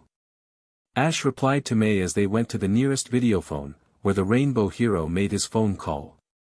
Ash pressed a few buttons, holding the phone next to his ear with his left hand and waited. Soon, the screen turned on to show Professor Oak. Hey Professor Oak, I'm just calling to tell you that I arrived to Oldale Town. Ash told Professor Oak about his progress so far. Wonderful Ash. It's always nice to hear from you and Pikachu. Professor Oak replied to the Rainbow Hero with a smile. Pikachu. Pikachu greeted, waving at Professor Oak. Also, I got to meet Professor Birch. I also just finished registering for the Hoenn League, Professor. So I'm ready to earn my first new badge. Ash told Professor Oak with a smirk on his face, while May gained a look of amazement on her face. It sounds to me like another big adventure for you, young man. Professor Oak replied to Ash with a smile, happy that Ash will have another great adventure. Ash nodded at Professor Oak with a smile, before he widened his eyes as he remembered something. Oh yeah, this is a new friend I made when I arrived in Littleroot Town. Ash told Professor Oak as he held his right hand up and gestured to May by his side. Hi, it's an honor to meet you. My name is May Maple. May greeted Professor Oak with a bright smile. Well, hello May. I'm Professor Samuel Oak from Pallet Town. The professor greeted May back with a smile. Yeah, I know you. My brother never misses any of your radio lectures, and when he finds out that I've been talking to you, he'll be so jealous. May told Professor Oak, making him sweat drop anime style. How nice. Professor Oak said with a nervous smile on his face. Of course I know that I'm a beginning trainer, but I promise that I'll work hard. May told Professor Oak, promising to do her best at being a trainer. Well May, with Ash by your side, you should do very well.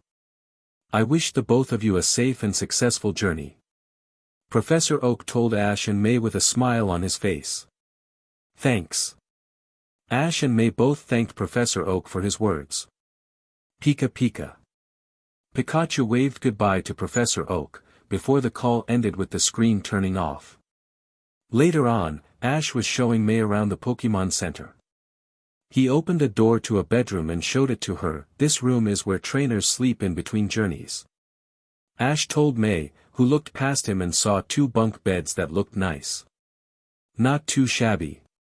May said with an impressed look on her face. Ash then took May to the lobby, where a few Pokémon trainers were gathered. This is the lobby, where trainers can hang around and share information with one another. Ash explained to May, trying to keep his cool to not get noticed by anyone that might know him. Information. Like where the shopping malls are. Where the best places to eat are, and also the best clothing stores are, things like that. May asked in excitement, making Ash chuckle while having a sweat drop on his forehead. Not exactly May. They're talking about Pokemon-related stuff. The Rainbow Hero told the brunette, still sweat dropping with Pikachu doing the same. Just then, a conversation caught the 2 trainers' attention. I heard that there is this new gym leader over at the Petalburg gym. A young male trainer said to a female trainer with another training listening in. Are you sure? The female trainer asked the male trainer to be sure. Yeah. The male trainer replied to the female trainer. Ash walked up to the 2 trainers with an interested expression. Can you tell me more about this new gym leader? Ash asked the 2 trainers if they could tell him more, getting the 2 trainers' attentions. However, before the 2 trainers had the chance to tell Ash anything, May grabbed his left arm and pulled him back. Come on Ash. May said to the Rainbow Hero as she pulled him away, getting Ash to look at her in surprise. May, I'm trying to find out more about the Petalburg gym leader. Ash said to May with a frown on his face. How about you do that later? I'm actually starving quite a bit, so let's go eat. May replied to the Rainbow Hero with a smile and her eyes closed. Ash sighed with his eyes closed, before he pointed down a hallway with his right hand's index finger. Go down this hall and you'll find where they keep the food. Ash told May about which way to go, making her look at her friend in confusion. What about you? Aren't you coming?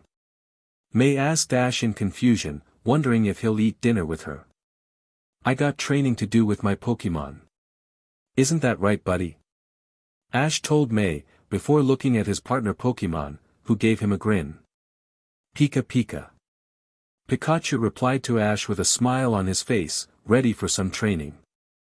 Alright, but don't stay out too long, okay? May said to Ash and Pikachu, telling them not to stay out late. We got it. The raven-haired replied to the brunette as he walked out of the Pokémon Center and into the forest, looking for a place to train with Pikachu. Soon, Ash and Pikachu found an open field, a perfect area for training. This'll do. Ash said with a smile as he brought out his 2 Master Ball, Dusk Ball and the 2 Ultra Ball with both his hands. Come on out everyone. Ash called out as he threw all the ball into the air, releasing Latios, Latias, Raikou, Marshadao and Zorua, who all appeared in front of him. Finally, some fresh air. Marshadao said in relief as he stretched his arms out, while Raikou looked around their surroundings. I'm never gonna get used to being stuck in such a small place. Latios said to himself, floating in the sky with his paws out, while Reiku took notice of the new addition. Although, it seems we have a new friend. Reiku told his legendary comrades, looking at the Zorua, who was looking at him, Latios, Latias and Marshadao in awe.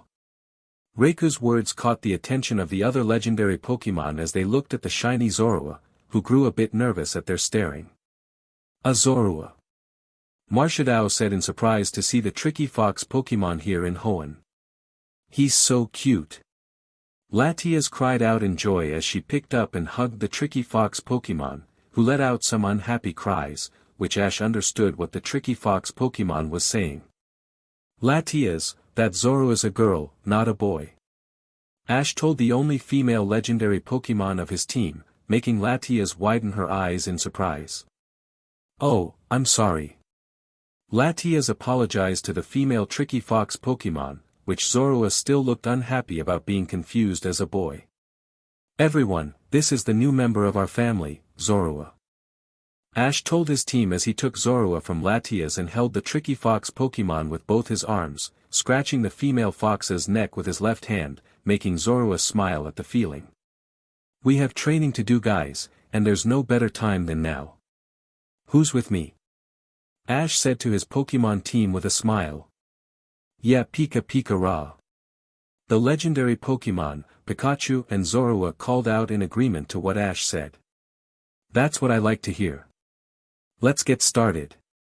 The Rainbow Hero exclaimed with a smirk on his face as the team got ready to train. 3 hours later. Ash spent the next 3 hours training his whole team of Pokémon, while taking it easy on Zorua since she's new to the group. They made good progress with Latios learning Steel Wing, Zorua using her ability for training and Ash and Pikachu practicing their Z moves a little more with Marshado's help. All in all, things went well with Ash now on his way back to the Pokémon Center with Pikachu on his right shoulder and Zorua on his left shoulder. Well, that was fun. Ash said to Pikachu and Zorua, getting cries of agreement in return.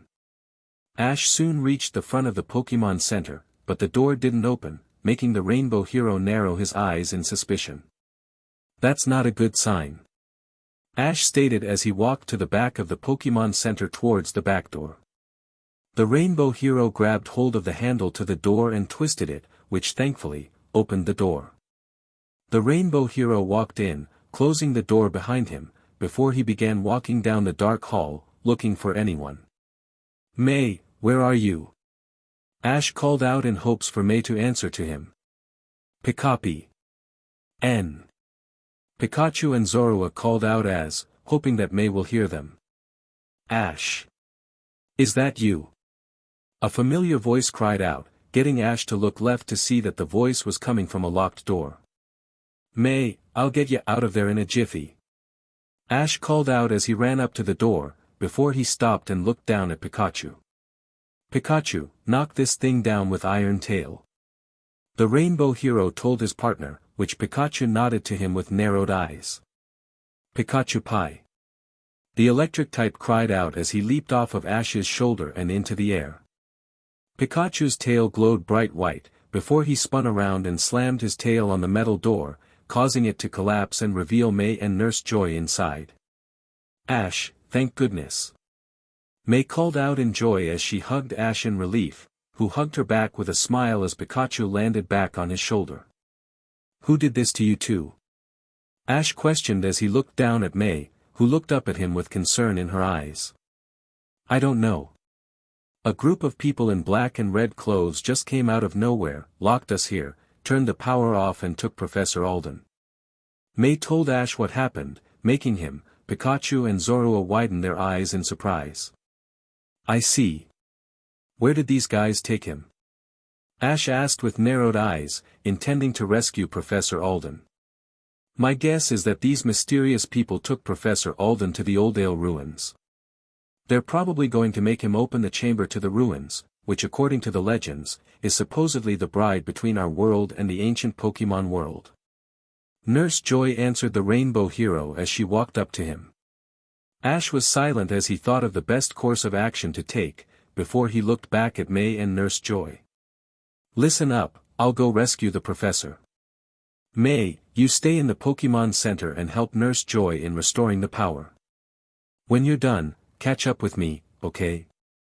Ash told the plan to the two females, getting a worried expression from May. Will you all right alone? May asked in concern for her new friend, who gave her a smirk. Just who do you think you're talking to? Besides, I'm not alone. Ash answered with a grin as Pikachu and Zorua let out cries of agreement to what their trainer said.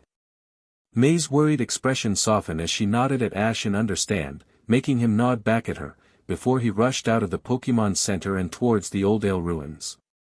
After a few minutes of running up the hill, Ash managed to make it to the Oldale ruins, where he found Professor Alden, accompanied by a group of people wearing black and red uniforms with a few armored Houndoums and Mityenas, standing in front of an open door to the chamber below.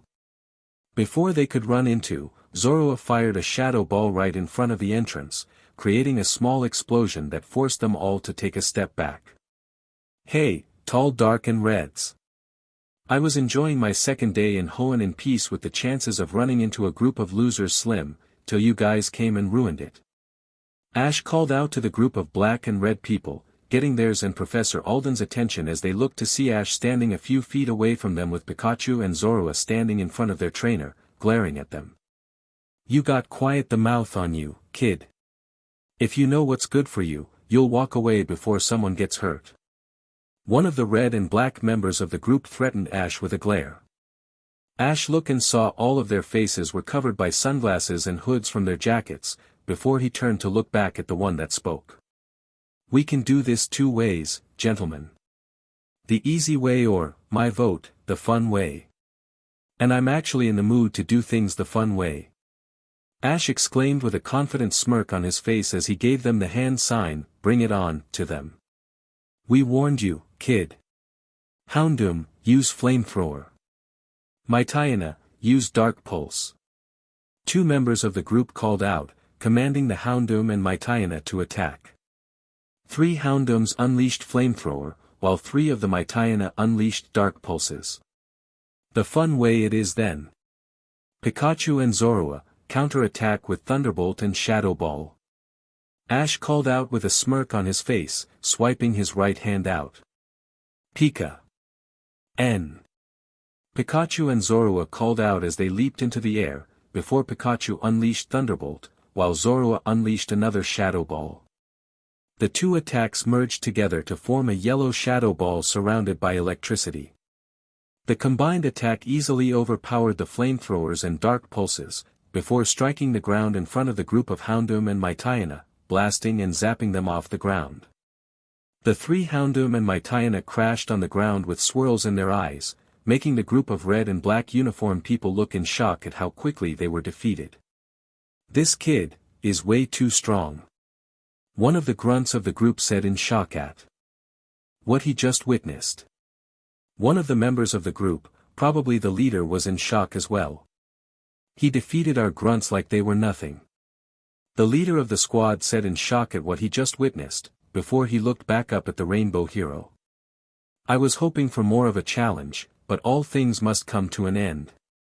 Now, make it easy and hand over the professor and I'll let you go. Ash threatened with a glare on his face, while Pikachu and Zorua growled at the squad with narrowed eyes. However, from the group of black and red suited man, a young girl, probably around the same age as Ash, walked out of the squad and stood a few feet away from him, getting the rainbow hero and his Pokémon to look at her. She had light purple hair, dressed in a similar uniform, only more for a female's that showed her legs and purple eyes. Keep him busy, Courtney. The leader of the squad said to the young girl as he and a few grunts went into the ruins, taking Professor Alden with them. Understood, Tabitha. The young girl named Courtney replied to the leader that she called Tabitha in a monotone tone of voice like a robot, her eyes glued on the rainbow hero. You seem like an interesting person. Analyzing you in battle. Courtney said as she brought out a Pokeball with her right hand and threw it, which burst open and released a large, camel-like Pokémon. Ash's eyes narrowed, before he brought out his Pokédex with his right hand to scan it. Camerupt, the eruption Pokémon. Camerupt has a volcano inside its body. Magma of 18,000 degrees Fahrenheit courses through its body. Occasionally, the humps on this Pokémon's back erupt, spewing the superheated magma. The Pokédex buzzed, getting Ash to narrow his eyes upon noticing something, before he looked up at Camerupt. This one looks strong, plus it's a ground type so electric type moves won't work on it. Ash said to himself, taking note of Camerupt and what type it is. Analyzing opponent. Camerupt, battle position. Courtney called out, holding her right hand out. What is with this girl? She's talking almost like a robot. Ash questioned Courtney's way of talking. Ash, Pikachu and Zoro aved at Courtney and Camerupt. Flamethrower. Courtney commanded, which Camerupt roared as it unleashed flamethrower from his mouth. Zoroa, use hyper voice to blow that flamethrower away. Ash called out with narrowed eyes, commanding what move for Zoroa to use. Een. Zoroa screamed out, creating a blue wave of energy that blew away the flamethrower like it was a candle. Now Pikachu, Focus Punch, go. Ash commanded Pikachu to use Focus Punch. Pika Pi. Pikachu called out as his right fist was covered in blue energy, before he leaped and punched Camerupt in the nose, making the fire and ground type cry out in pain as it was pushed back. Courtney showed no concern on her face, the only emotion that was show was in her eyes. Eruption. Courtney simply said with no emotion in her voice, which Camerupt let out a powerful roar as a geyser of fire spewed from both of the volcanoes on its back, making flaming rocks fly in all directions. Oh boy, this wasn't expected. Zoroa, use Night Daze to defend yourself and Pikachu. Ash called out, holding his right hand out. Een. Zoroa cried out as her eyes glowed light blue, before she raised her front two paws into the air. Its body then becomes surrounded in a crimson aura. Zoroa then brought her paws down to the ground, causing a pink and crimson force field of energy to appear around Zoroa's body, and expanded outwards throughout the whole battlefield that covered her and Pikachu. The flaming rocks flew down towards the force field, making small explosions upon impact, before both attacks died down with Pikachu and Zora glaring at Camerupt. Earth Power. Courtney gave another command as she held her right hand out. Camerupt's outline flashed yellow, before it slams its feet into the gold, causing cracks to appear on the ground, heading towards Pikachu and Zoroa. Dodge that, then use Shadow Ball. Ash called out to Zoroa and Pikachu, getting cries of agreement from the two as they leaped off the ground. Zoroa then started gathering energy in her mouth which formed into a Shadow Ball, before she unleashed it at Camerupt, landing a direct hit, which pushed fire and ground type back a bit. Pikachu and Zoroa landed on the ground, glaring at Camerupt, who returned the glare. Ash and Courtney looked at each other with the female still showing no concern, while Ash had a determined expression on his face. Courtney, that's enough. A familiar voice cried out, getting Courtney's attention as she looked over her shoulder to see Tabitha and the other grunts leaving the temple. We have what we came for. We no longer have any business here. Tabitha told Courtney as a red helicopter landed near them with all the grunts entering it. Courtney nodded to Tabitha, before she looked at her Camerupt. Courtney held out her Pokeball with her right hand towards Camerupt, before she returned the fire and ground type to the device, then put it away. Ash, Zoroa and Pikachu vs Courtney and Camerupt cancelled. Running away, are you? Ash taunted Courtney with a smirk, which she showed no emotion on her face. No, my mission is complete, I no longer have a reason to battle you. Courtney replied to Ash as she turned around and walked towards the helicopter with Tabitha keeping the door open for her. Courtney entered the helicopter with Tabitha closing the door. The helicopter then took off, flying away from the ruins with Ash, Zoroa and Pikachu watching. Just then, May ran up to Ash from behind. Ash, you okay? The brunette asked in concern, getting Ash, Pikachu and Zoroa's attention as they turned to look at her. We're fine, May. The rainbow hero answered, getting May to sigh in relief, while Ash turned to look back up at the helicopter. Looks like Hoenn has its own version of Team Loser. Ash said to himself as he crossed his arms with his eyes narrowed, which Zorua and Pikachu let out cries of agreement. Who are you calling Team Loser?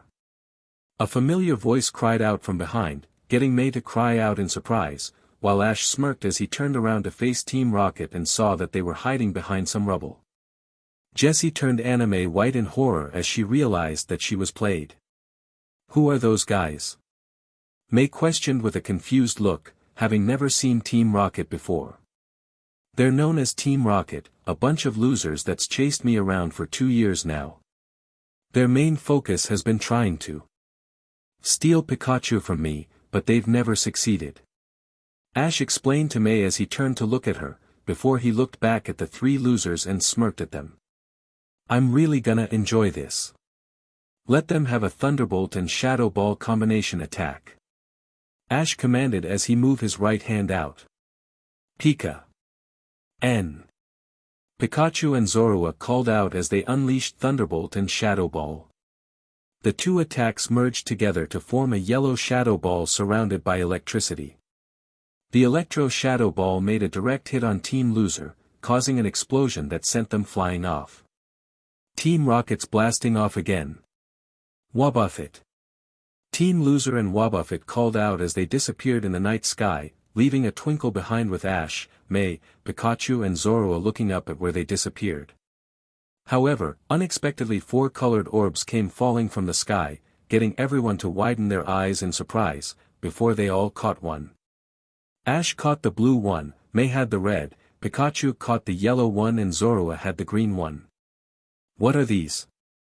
Ash said in wonder as he looked at the stone in his right hand as Pikachu and Zorua walked up to him and May.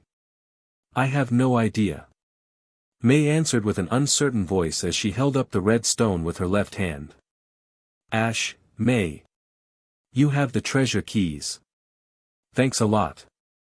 A familiar voice thanked the 2 trainers, getting the Rainbow Hero, his Pokémon and the brunette to look over to see Alden walking up to them.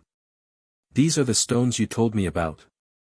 May asked in surprise as Alden stopped in front of her and Ash, which he nodded to her. That's right. The young man answered as the gang handed the stones over to him. What even happened while I was gone? The Rainbow Hero questioned as Pikachu and Zorua climbed onto his shoulders, getting Alden and May to look at him. These black and red uniformed people came here to force me to open the chamber, threatening to hurt the others in the Pokémon Center. Alden told the Rainbow Hero as he started walking to the ruins with Ash and May following him. Well, they're gone now and won't bother you again, Ash told Alden as they walked inside the chamber. Ash and May looked around at the paintings that showed people and ancient Pokémon like Aerodactyl, Omanite, Kabuto, and their respective evolved forms interacting with humans, before they turned to Alden and saw him inserting the 4 stones into a panel like the one that opened the chamber outside. They walked up to him as he inserted the last one. There. They're back where they belong. Professor Alden said with a smile on his face. Suddenly, sunlight then came from the entrance, getting everyone's attention as they turned and saw that the sun was beginning to arise. The sun's up. The Rainbow Hero stated with a smile on his face. Pika. ENN. Pikachu and Zorua commented from their trainer's shoulders. Morning already? May questioned with a smile, before the stones lit up, followed by the rest of door, getting everyone's attention as all the lines in the room began lighting up. Everyone gasped in awe as the whole room was lit up, before the panel moved back to reveal a staircase that led down below. What's this? Professor Alden questioned with an excited smile, while Ash, May, Pikachu and Zorua cried out in joy. Well, let's take a look. Professor Alden said with a smile, before he began walking down the stairs with Ash and May following after him. They went down the stairs until a few minutes later, they reached the bottom, which showed an underground lake. It's an enormous underground water supply. The professor said with a wide smile on his face. It smells so fresh and clean. May commented with a smile as she could smell the water's nice scent. Ash sniffed with his nose, before he nodded in agreement. You're right, it's a nice smell. The rainbow hero said in agreement. I wonder if it leads out to sea. Professor Alden said in wonder, before something leaped out of the water, getting everyone to gasp in surprise. It was a Pokémon that is heavily based on the coelacanth. It was covered with hard, brown scales that are similar to craggy rocks. Its tan head has protruding cheekbones. A triangular spike protrudes from the back of its head. Tan patches covered its body and there is a red spot located on both sides. It possesses 2 pairs of pectoral fins. Additionally, it had dorsal and pelvic fins near its tail. Its tail fin has a wavy outline. The Pokémon disappeared back into the water, making a splash as it swam away. Great Scott, the ancient Pokémon Relicanth. Professor Alden said as he identified the unknown Pokémon that they just saw. Relicanth. Ash said in awe with wide eyes. Pika. N. Pikachu and Zorua said with wide eyes from Ash's shoulders. Alden smiled as he looked down at the water and saw Relicanth underwater with another one. I'll be. It is true. These ruins are a portal between the present and the past. The young man said in awe, which amazed both Ash and May at the discovery. Next day.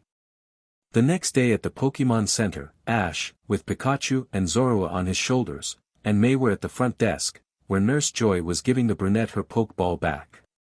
May, I'm happy to report that your Torchic is as good as new. Nurse Joy told May as she handed May back the Pokeball containing Torchic. Oh great, thank you. May thanked Nurse Joy, before she turned around and held the Pokeball with her right hand.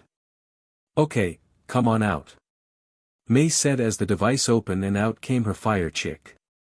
Torchic chirped happily, before it jumped into May's arms.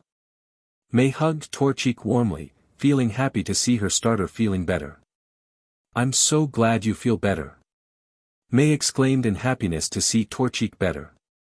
Excuse me Nurse Joy, did you find out anything about those guys from last night?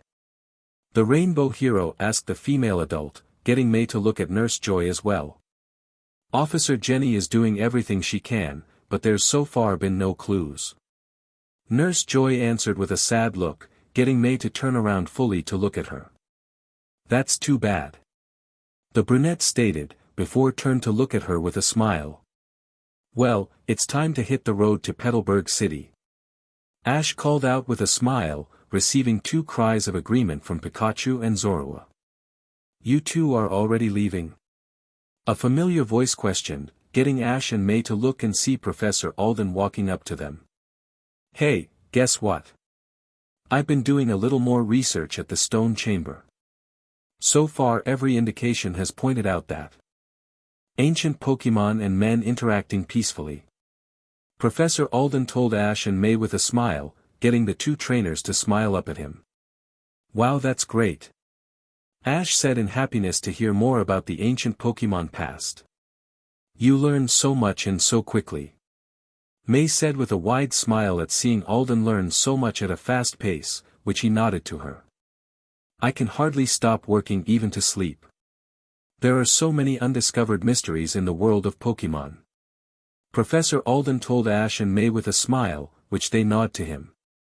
Ash and May said their goodbyes to Nurse Joy and Professor Alden as they got back on track to Petalburg City.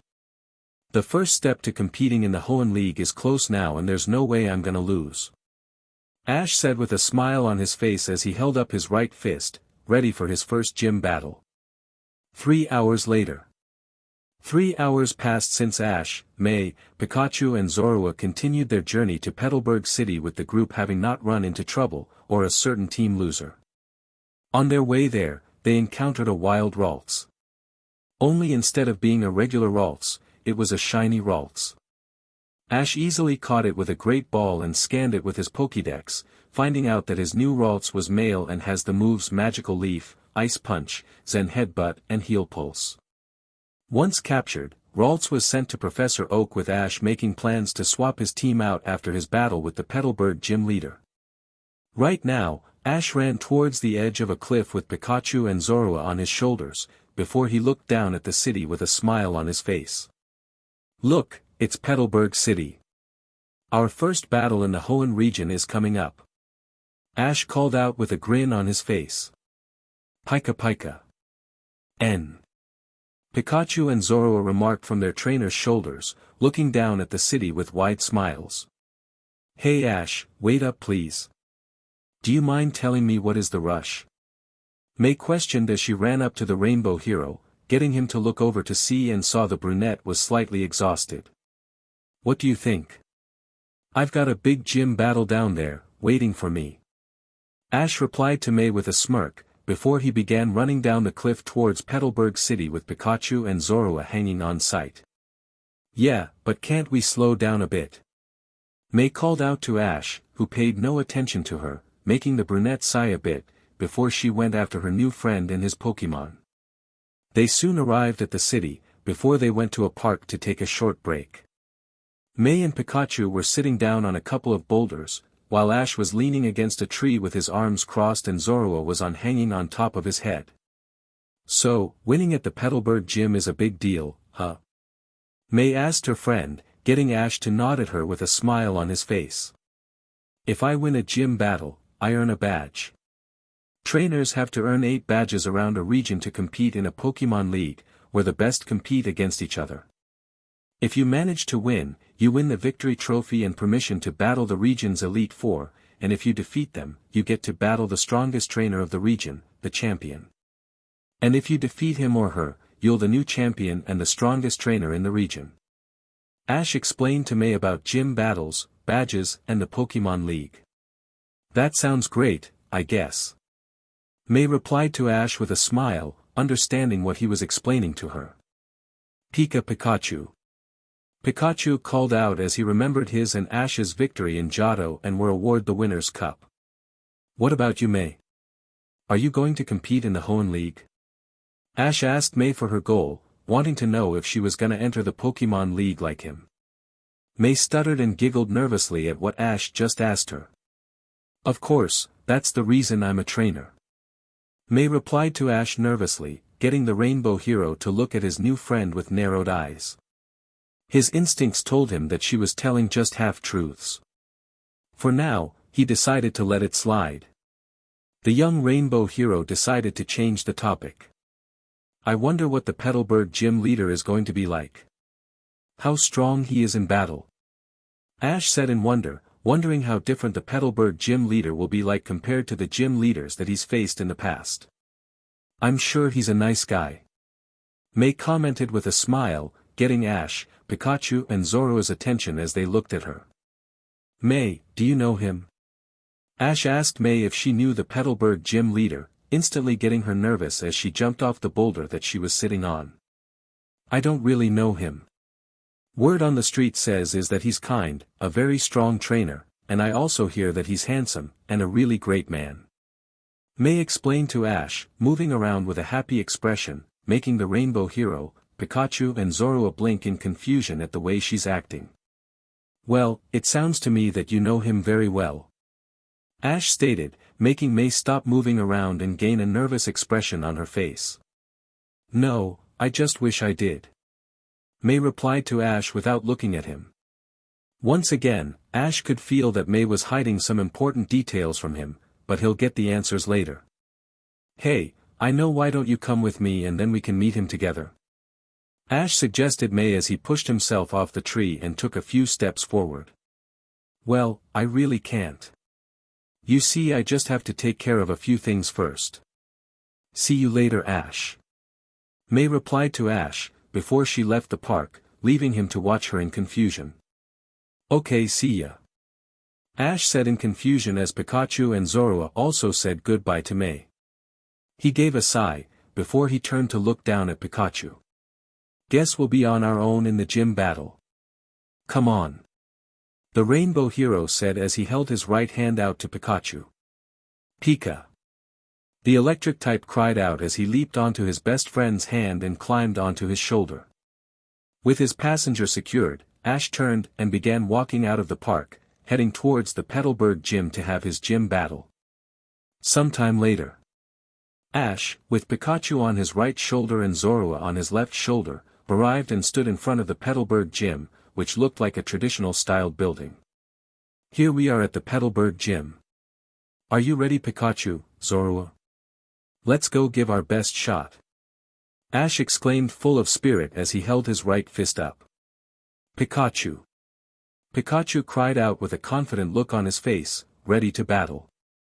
N. Zorua cried out with an eager voice, also ready to battle. That's what I like to hear. The Rainbow Hero stated, before he walked into the gym. The Rainbow Hero walked through the gym's open hall, before stopping in a room where a battlefield was. Hello. I'm Ash from Pallet Town. I'd like a battle. Ash called out, hoping for someone to hear him. No one answered, making Ash, Pikachu and Zorua look a bit confused. Is anybody here? Ash called out once again for someone to hear as he stepped into the battlefield room. Just then, a younger boy around 8 years old walked by the door, carrying a book with his left hand. Can you please keep it down?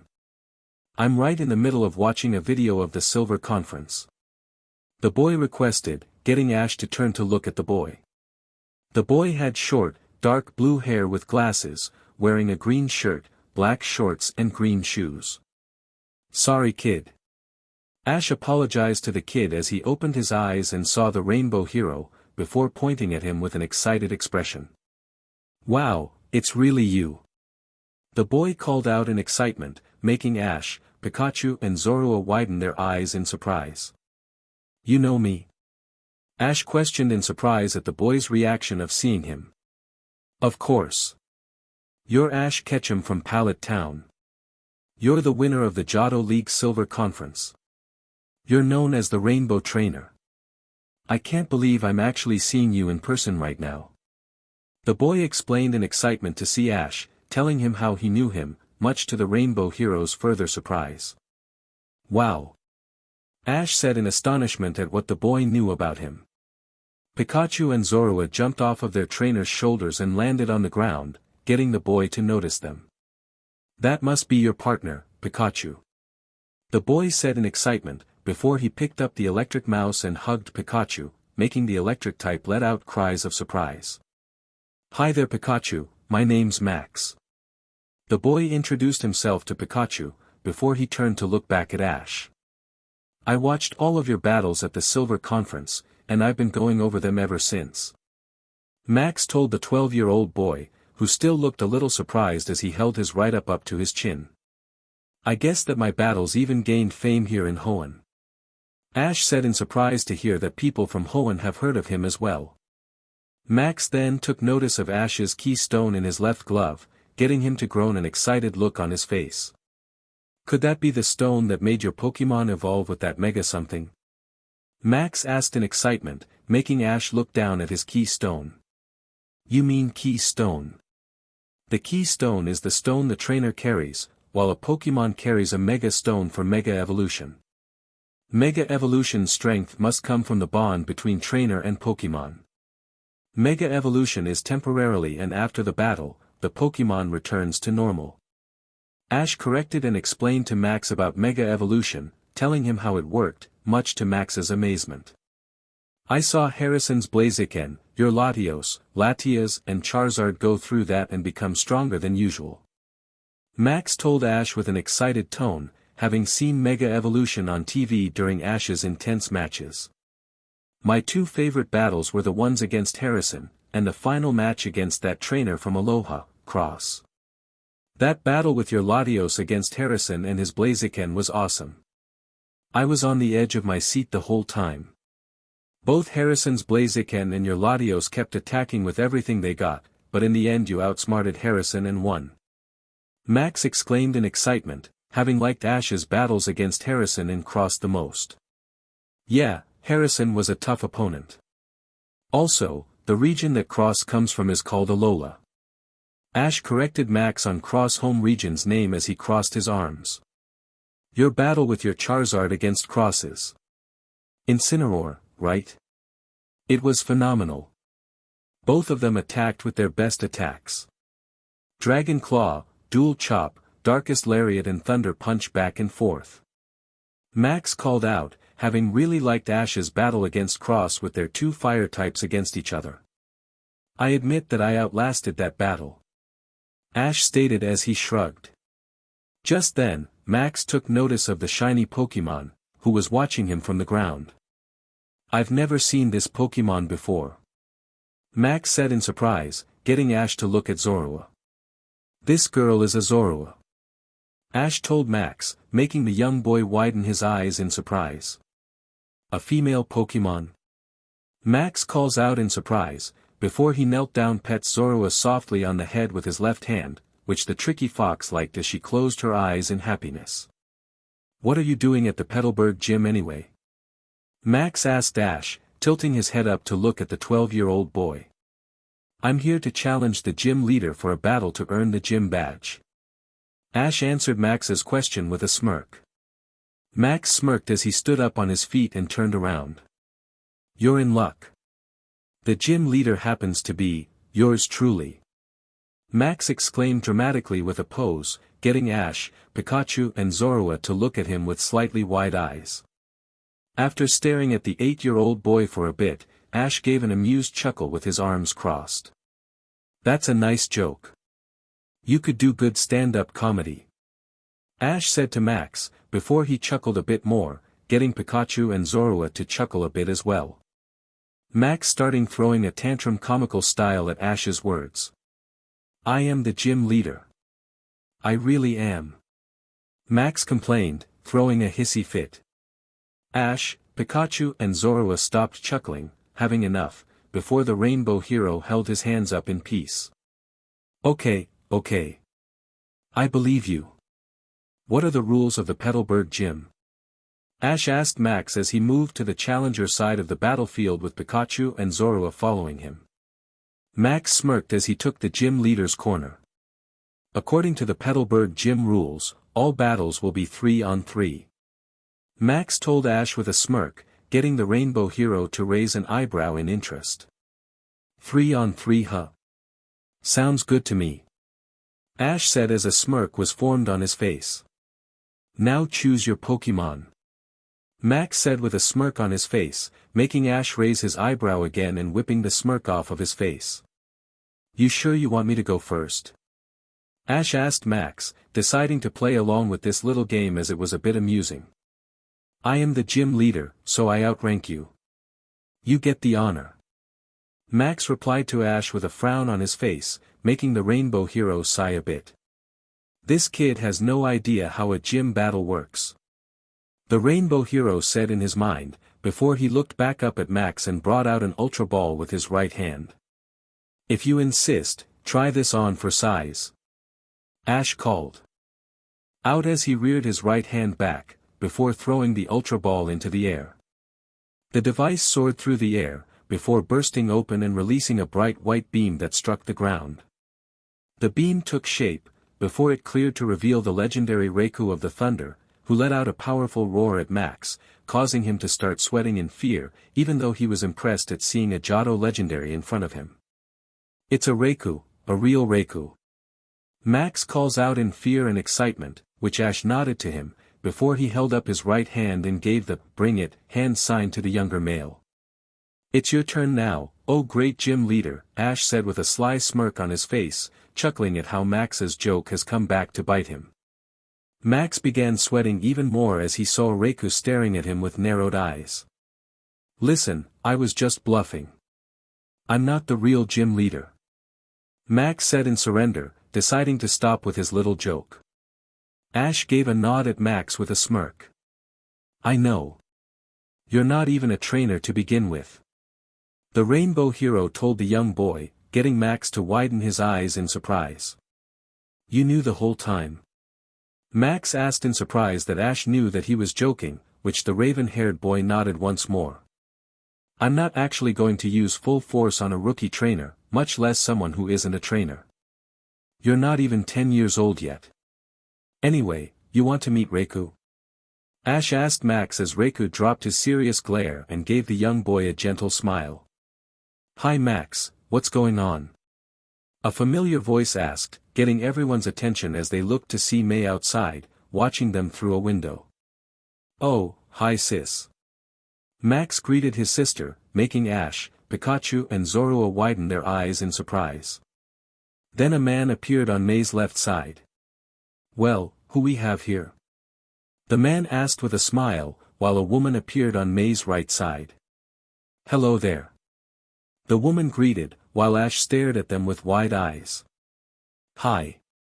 Ash greeted back, still surprised at this turn of events. Pikachu, Zorua, and Raikou all looked at each other in confusion.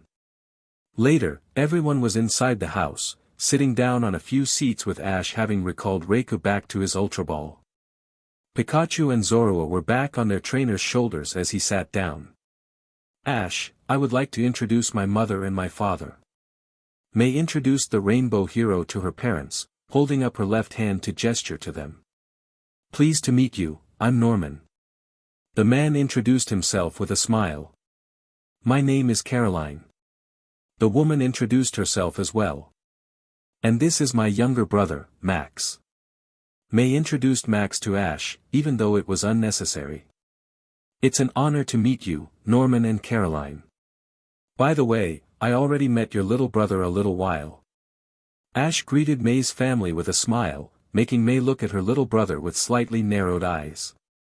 "Max, were you causing trouble again?" May questioned Max if he caused trouble for Ash, making the young boy's sweat drop at being found out. Ash, however, shook his head and gave the brunette a smile. "No worries, Max wasn't causing trouble at all." Ash told May, having had no trouble. Pika. N. Pikachu and Zorua said in agreement, having been amused by Max's little joke. "You see, my dad Norman is the real Petalburg gym leader." Max told Ash as he turned to look at his father, which Norman nodded warmly.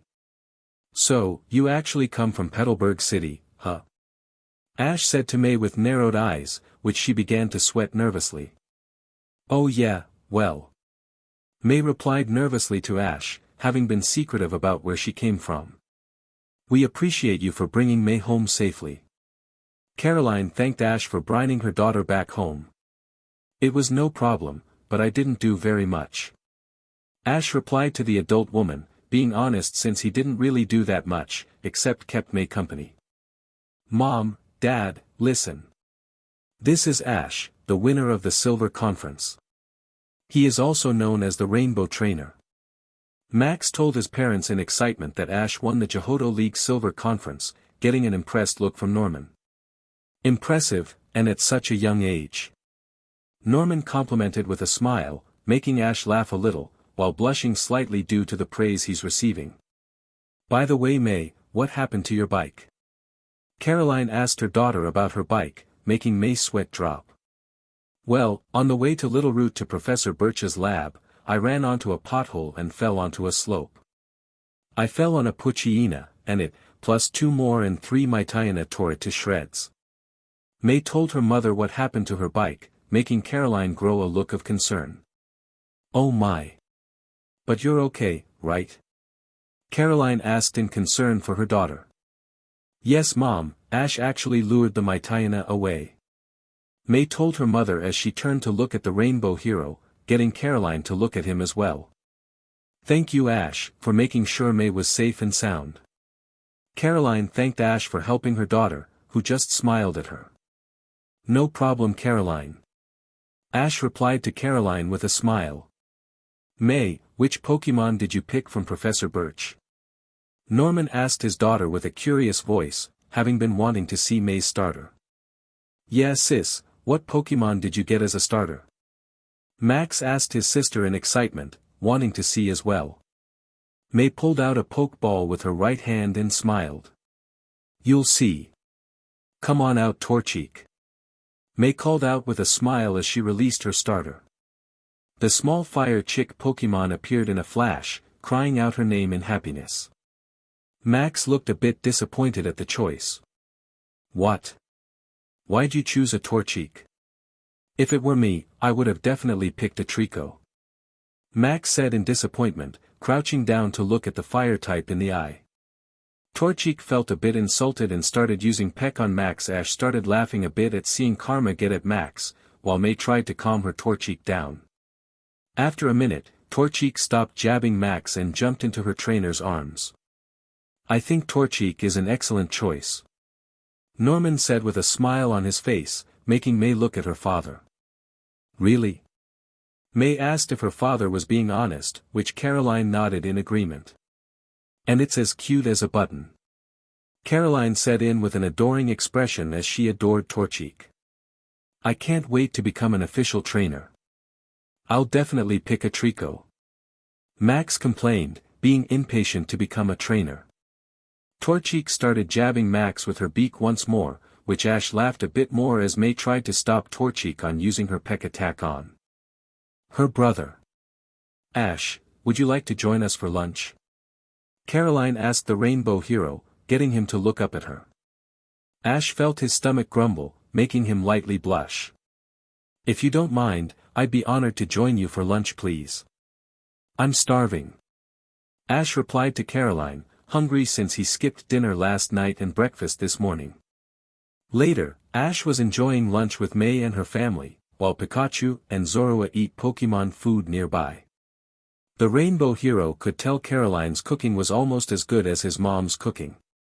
So Ash, May told us that you've been traveling for a while, correct? Caroline asked Ash, having been told by her daughter about Ash's journey. Ash nodded at Caroline as he stopped eating to look up at her. Yeah, I've been traveling for almost 2 years. I've seen lots of different places from towns, cities and caves. Ash replied to Caroline with a smile, making Max in jealously. I wish I could travel around. Max said in jealously that Ash could travel as much as he wanted. Have you been traveling by yourself? The female adult asked, getting Ash to shake his head sideways. No, until recently, I've been traveling with some good friends. That includes Pikachu. The rainbow hero answered as he turned to look down at Pikachu, who smiled up at him. That sounds nice. I wish that I could travel around with a few good buddies of mine. Max said in a yearning voice, wanting to travel around with friends of his own.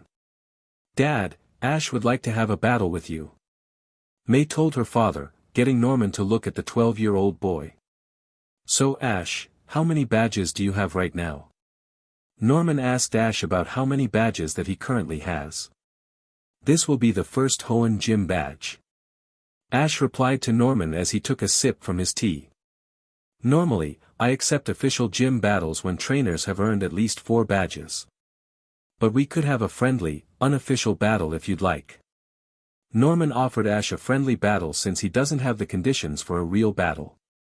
Ash looked down in thought for a while, before he looked back at Norman and nodded to him. Sure, why not?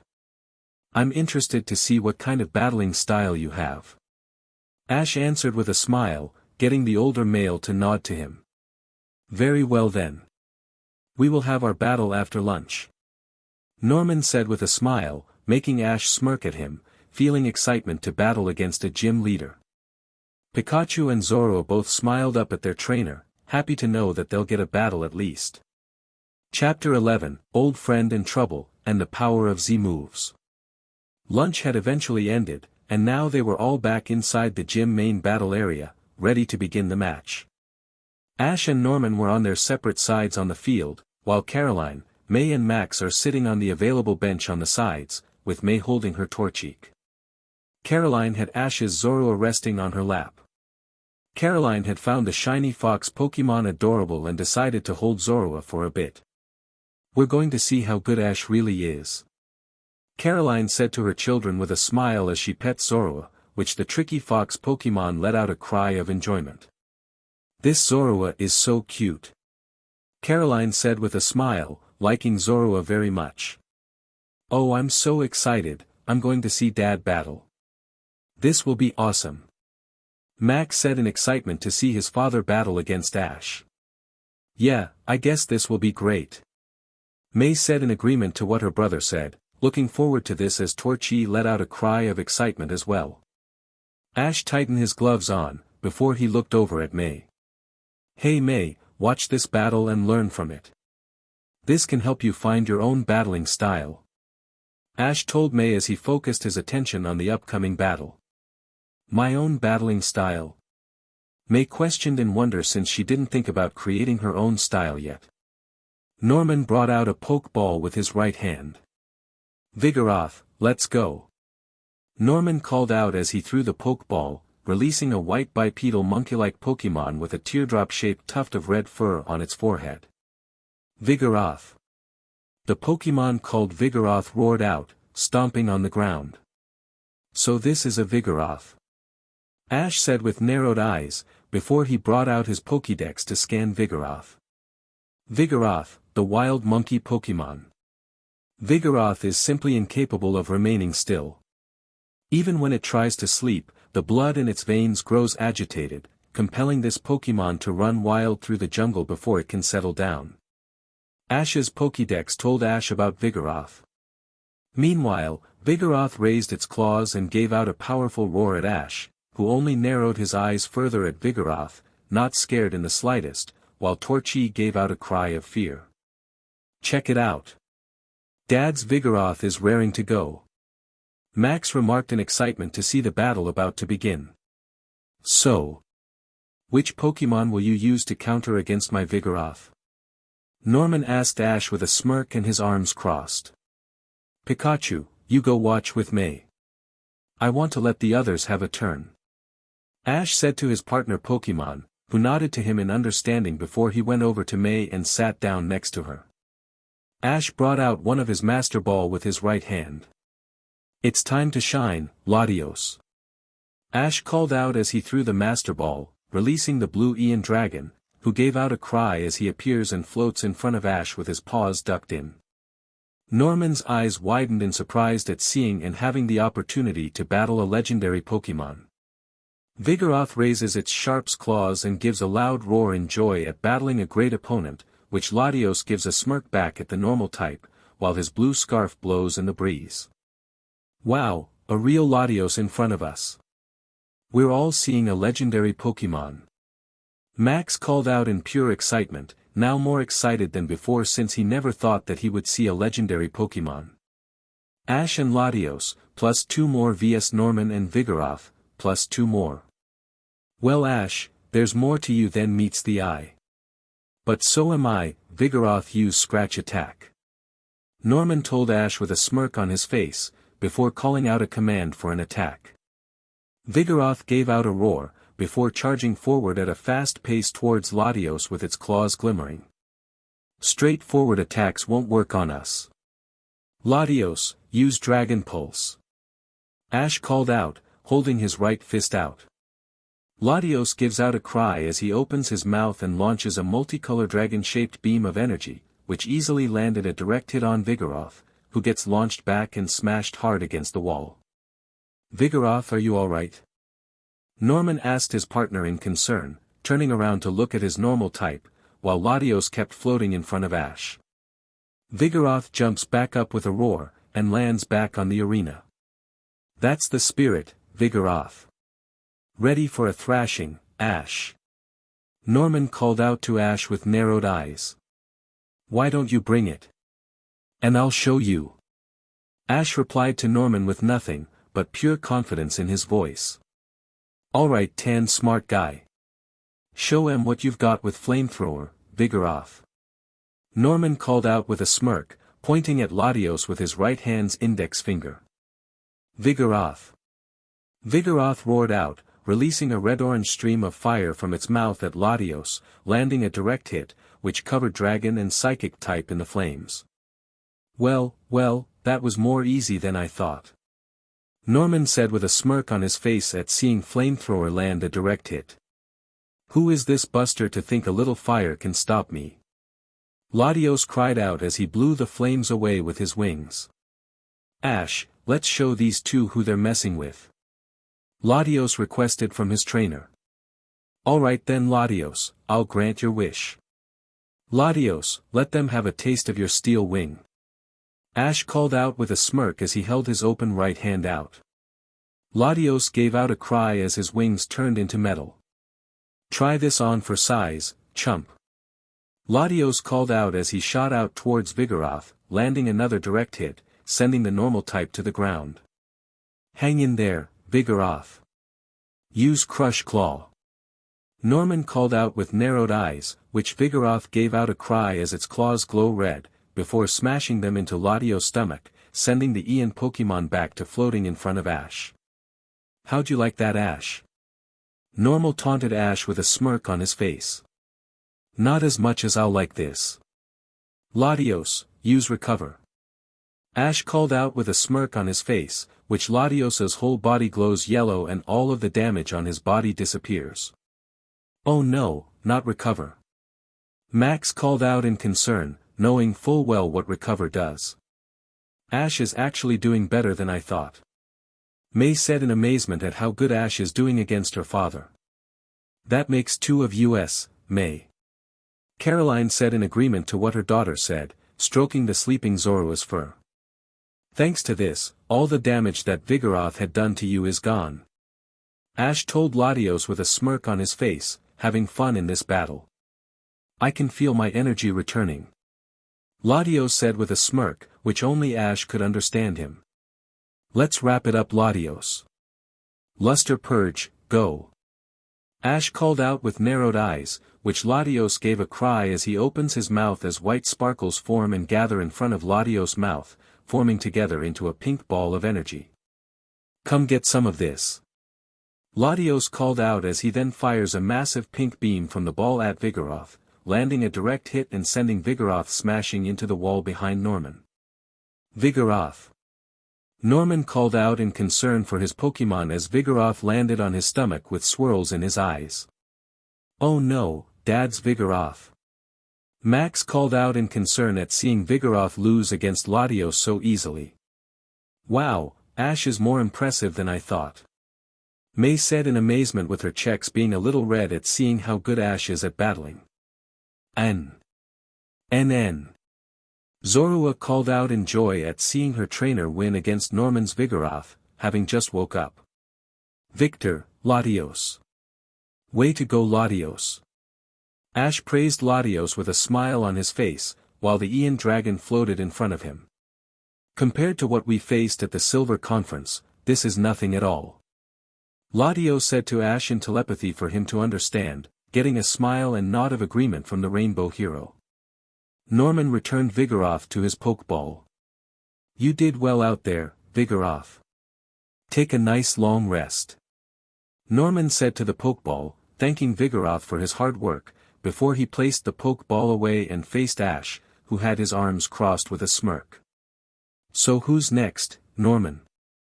I can do this all day. Ash called out to Norman with a smirk on his face, ready for whatever the gym leader throws at him and Latios. You've defiantly earned your place as the victor of the Silver Conference in Johto, Ash. But I'm not just gonna throw in the towel just like that. Norman replied to Ash with a smirk on his face, refusing to give up the chance to battle against a strong opponent. Trust me, I wouldn't prefer it any other way. Ash called out back at Norman with a smirk, always liking to battle someone who doesn't give up. However, before Ash and Norman could continue with their battle, the wall blew up, sending dust and debris all around the room. What the heck? Ash called out in surprise, holding onto his cap while May, Max, Caroline, Zorua and Pikachu jump up to their feet. What's going on? May asked in concern at what's happening as three shadowy figures were seen where the wall blew up, standing on the top of a small mountain outside the gym in the yard. Play Team Rocket theme. Prepare for trouble from a hole in the wall. A familiar female voice called out, getting Ash to groan in annoyance. And make it double, you're in for a brawl. A familiar male voice called out as well as the shadows disappeared to reveal Team Rocket, who were wearing their Team Rocket clothes that they wore in Fula City. To protect the world from devastation. Jessie called out with a smirk on her face. To unite all people within our nation. James called out with a smirk on his face. To denounce the evils of truth and love. Jessie continued her part of the motto. To extend our reach to the stars above. James continued as well with a smirk. Jessie. Jessie called out her name with a smirk, spotlight shining down on her. James. James called out his name as the spotlight was on him. Team Rocket makes a dash at the speed of light. Jessie finished her part of the motto. Surrender to these great effects or prepare to fight. James finished his part of the motto. Meowth, that's right. Meowth called out, jumping into the spotlight this time. Wobbuffet. Wobbuffet called out, jumping into the spotlight as well. Team Rocket theme finished. I swear, how you guys keep finding me is really starting to get on my nerves. Go find someone else to bug.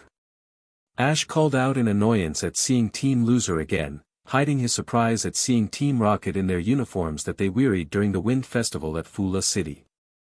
Friends of yours, Ash? Caroline asked Ash if these were his friends. Hell no. They're a bunch of losers. Called Team Rocket. Ash replied to Caroline, pointing at Team Rocket with his right hand's index finger. I've never heard of them before. Norman said in confusion, having never heard of Team Rocket before.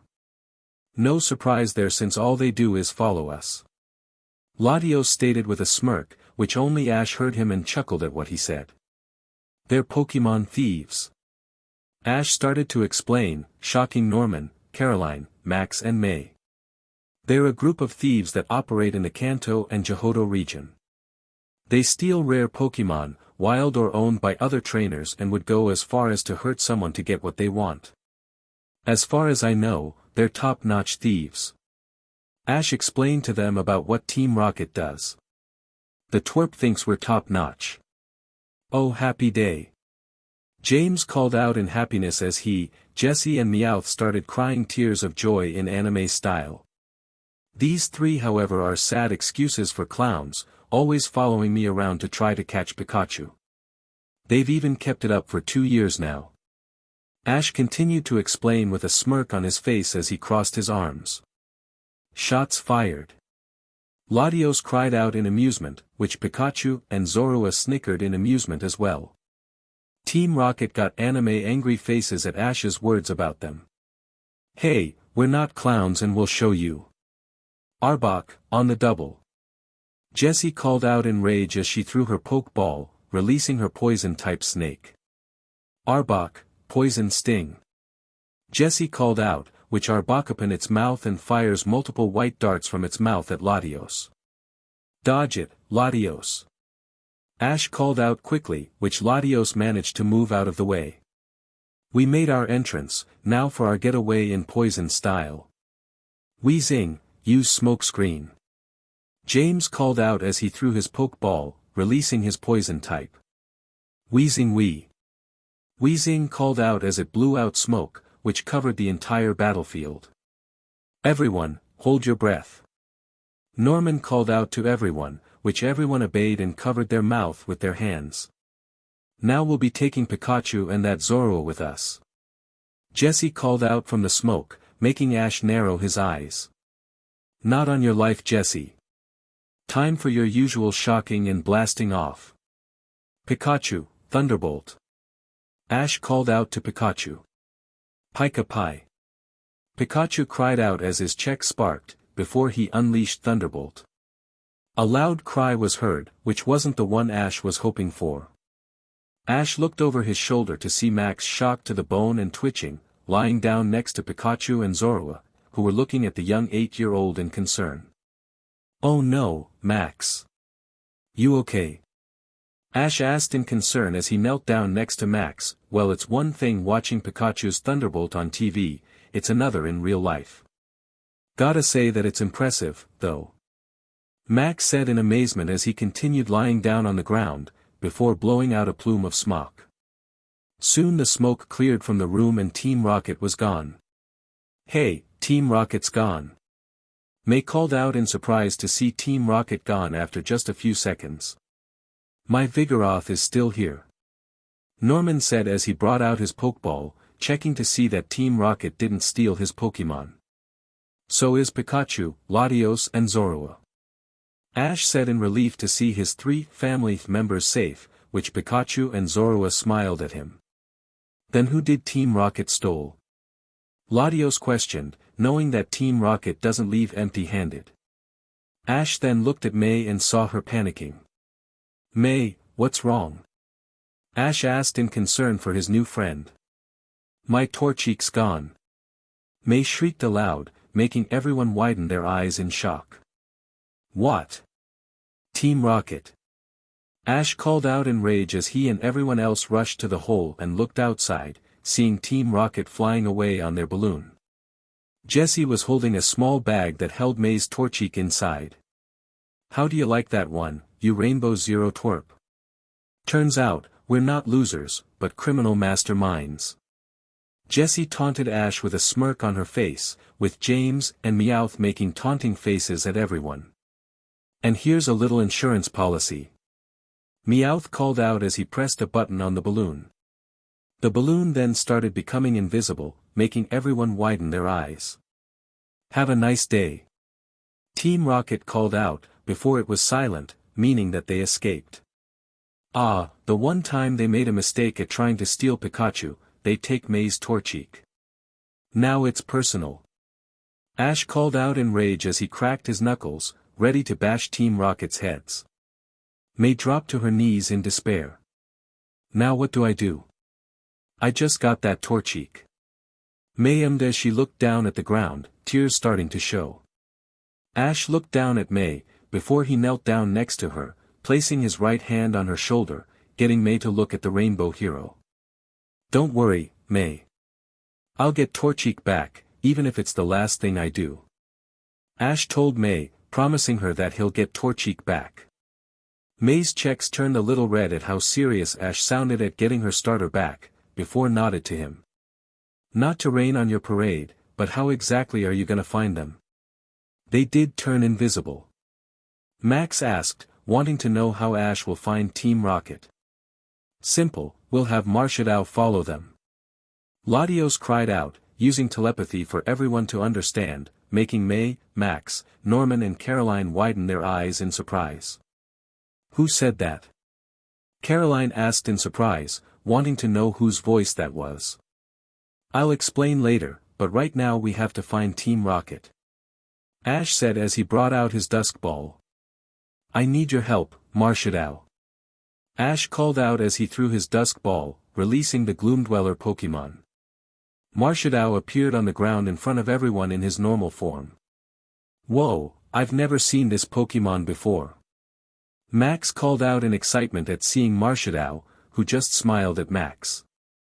May, Caroline and Norman looked at Marshadao in surprise, having never seen a Marshadao before. I'll introduce you later, right now finding Team Rocket is the important thing. Ash told Max with narrowed eyes, before looking back at Marshadao. Marshadao, I need you to find Team Rocket for me. They stole May's Torchique and we're getting Torchique back. Ash explained to Marshadao, telling him that Team Rocket stole Torchique. Alright, leave it to me and I'll find them. Marshadao replied to Ash with a smile, using telepathy for Ash to understand. Marshadao then sunk into the shadows, before it disappeared from view. We should search for those guys as well. It'll make things easier for Marshadao. Latios suggested to Ash. You read my mind. May, you search for Team Rocket with your family, I'll search for them with Pikachu and Zorua. Ash told May and her family to search for Team Rocket together, while he searches with Pikachu and Zorua. Why can't we search with you? Max asked the rainbow hero. Out of all of you, Norman's the only one with a Pokémon currently with him at the moment. Team Rocket may be stupid, but they'll do whatever it takes for them to win, even going as far as using pitfall traps, bombs, machines and even threatening to hurt someone. So it is safer that I go alone so that they don't try to hurt or use you guys to get to me.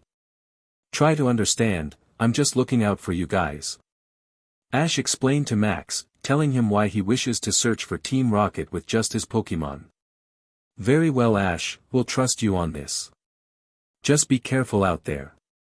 Norman told Ash, deciding to trust him on his decision. Thanks Norman. If I find Team Rocket, I'll go get you guys. Ash replied to Norman, thanking him for his understanding. Ash, Latios, Pikachu and Zorua all headed straight into the forest to search for Team Rocket.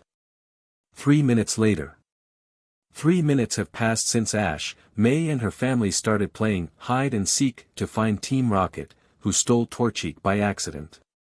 Currently Ash, Pikachu and Zorua were searching around the forest, having split up from May and her family, with Ash recalling Latios to his Master Ball. Right now, they weren't making progress.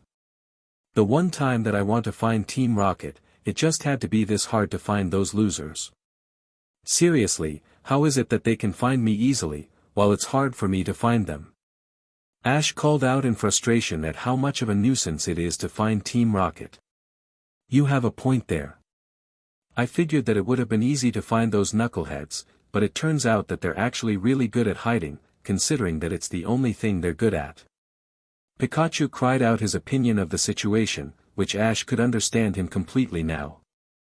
N. Zorua called out in agreement. Her bond with Ash is strong but isn't strong enough for him to completely understand her yet. Well, let's hope that Marshadao or the others are having better luck than us right now. Ash said, hoping that the others were doing better than him at the moment. Excuse me. A young boy's voice said, getting Ash, Pikachu and Zorua's attention as they looked to see a young boy hiding behind a tree next to them. The voice belonged to a young, slightly small for his age, skinny and frail boy with messy green hair that sticks up, pale skin, and bluish-gray eyes. The young boy was wearing a white shirt with a big collar under a pastel blue jacket with large buttons, gray slim-fit trousers with turn-ups on the ankles, and slip-on shoes that are white with pastel blue soles. He also wears a brown shoulder bag. Oh, hi there. Ash greeted the young boy with a smile. Pika Pi. N. Pikachu and Zorua greeted the young boy with smiles as well. The young boy walked out from behind the tree and stood in front of Ash. Hello there, I'm Wally. The young boy called Wally introduced himself to Ash with a small smile on his face. Nice to meet you, Wally, the name's Ash. These two are my partners, Pikachu and Zorua. Ash introduced himself, Zorua and Pikachu to Wally with a smile. It's nice to meet you too. Do you know where I can catch a Ralts around here? Wally asked Ash, getting the rainbow hero interested. Oh, looking to catch a Ralts, huh? Ash said in interest. Yes, I'm starting my journey today and I want to start off with a Ralts. Wally replied to Ash, explaining that he's starting his journey today. Ash grew a smile on his face at hearing that Wally was starting his journey. That's great to hear, Wally. I'll help out. Ash said to Wally, deciding to help him out quickly. Wally's face light up in joy at hearing Ash's words. Thank you, Mr. Ash. Wally thanked Ash, bowing his head in gratitude. No sweat, and just call me Ash. It makes me feel weird being called Mr. Ash replied to Wally with a smile. Wally lifted his head up and nodded to Ash. The rainbow hero turned to look at the forest, before closing his eyes. Ash focused on the energy surrounding the forest with his eyes closed, which a blue aura surrounds him that only Pikachu and Zorua could see. Ash saw the forest with his eyes closed, only everything he saw was blue. He continued to focus, before he finally saw a Ralts, eating an orange berry. Smirking, Ash opened his eyes and looked at Wally. There's a Ralts close by. I'll lead you to it. Ash told Wally, making Wally blink in confusion at how Ash seemed to know where a Ralts was without searching. I see. Thank you, Ash. Wally thanked Ash for his help, making the rainbow hero smile. Ash then started leading Wally to where he sensed Ralts, with Pikachu and Zorua following the two humans. Soon Ash, Wally, Pikachu and Zorua found a Ralts, who was sitting down and leaning against a tree as it ate an orange berry. There's one, Wally. Want me to catch it for you? Ash asked Wally, looking at the younger boy with a smile. Wally looked at Ash with a nervous, but gentle smile. Thanks for offering to catch Ralts for me, but I want to be the one that catches Ralts. Wally replied to Ash, thanking him for the officer to catch Ralts himself. Ash nodded to Wally in understanding. I understand, but at least let me help out in a way. Zorua, mind helping Wally out? Ash asked Zorua to help Wally, which the dark type nodded to her trainer with a snicker. You'll also need this. Ash continued to speak as he gave Wally a Pokeball, which Wally took with a smile. Let's do this, Zorua. Wally said with a smile as both he and Zorua ran out of the bushes, getting the Ralts' attention as Wally and Zorua stood in front of it. Ralts is a fairy type, which Zorua is weak against, but that doesn't mean that you can't win. You need to believe in your partner if you want to win and achieve your dream, Wally. Ash explained one of the many things that a trainer needs to have a strong bond with their Pokémon, which Wally nodded in understanding before he looked back at Ralts.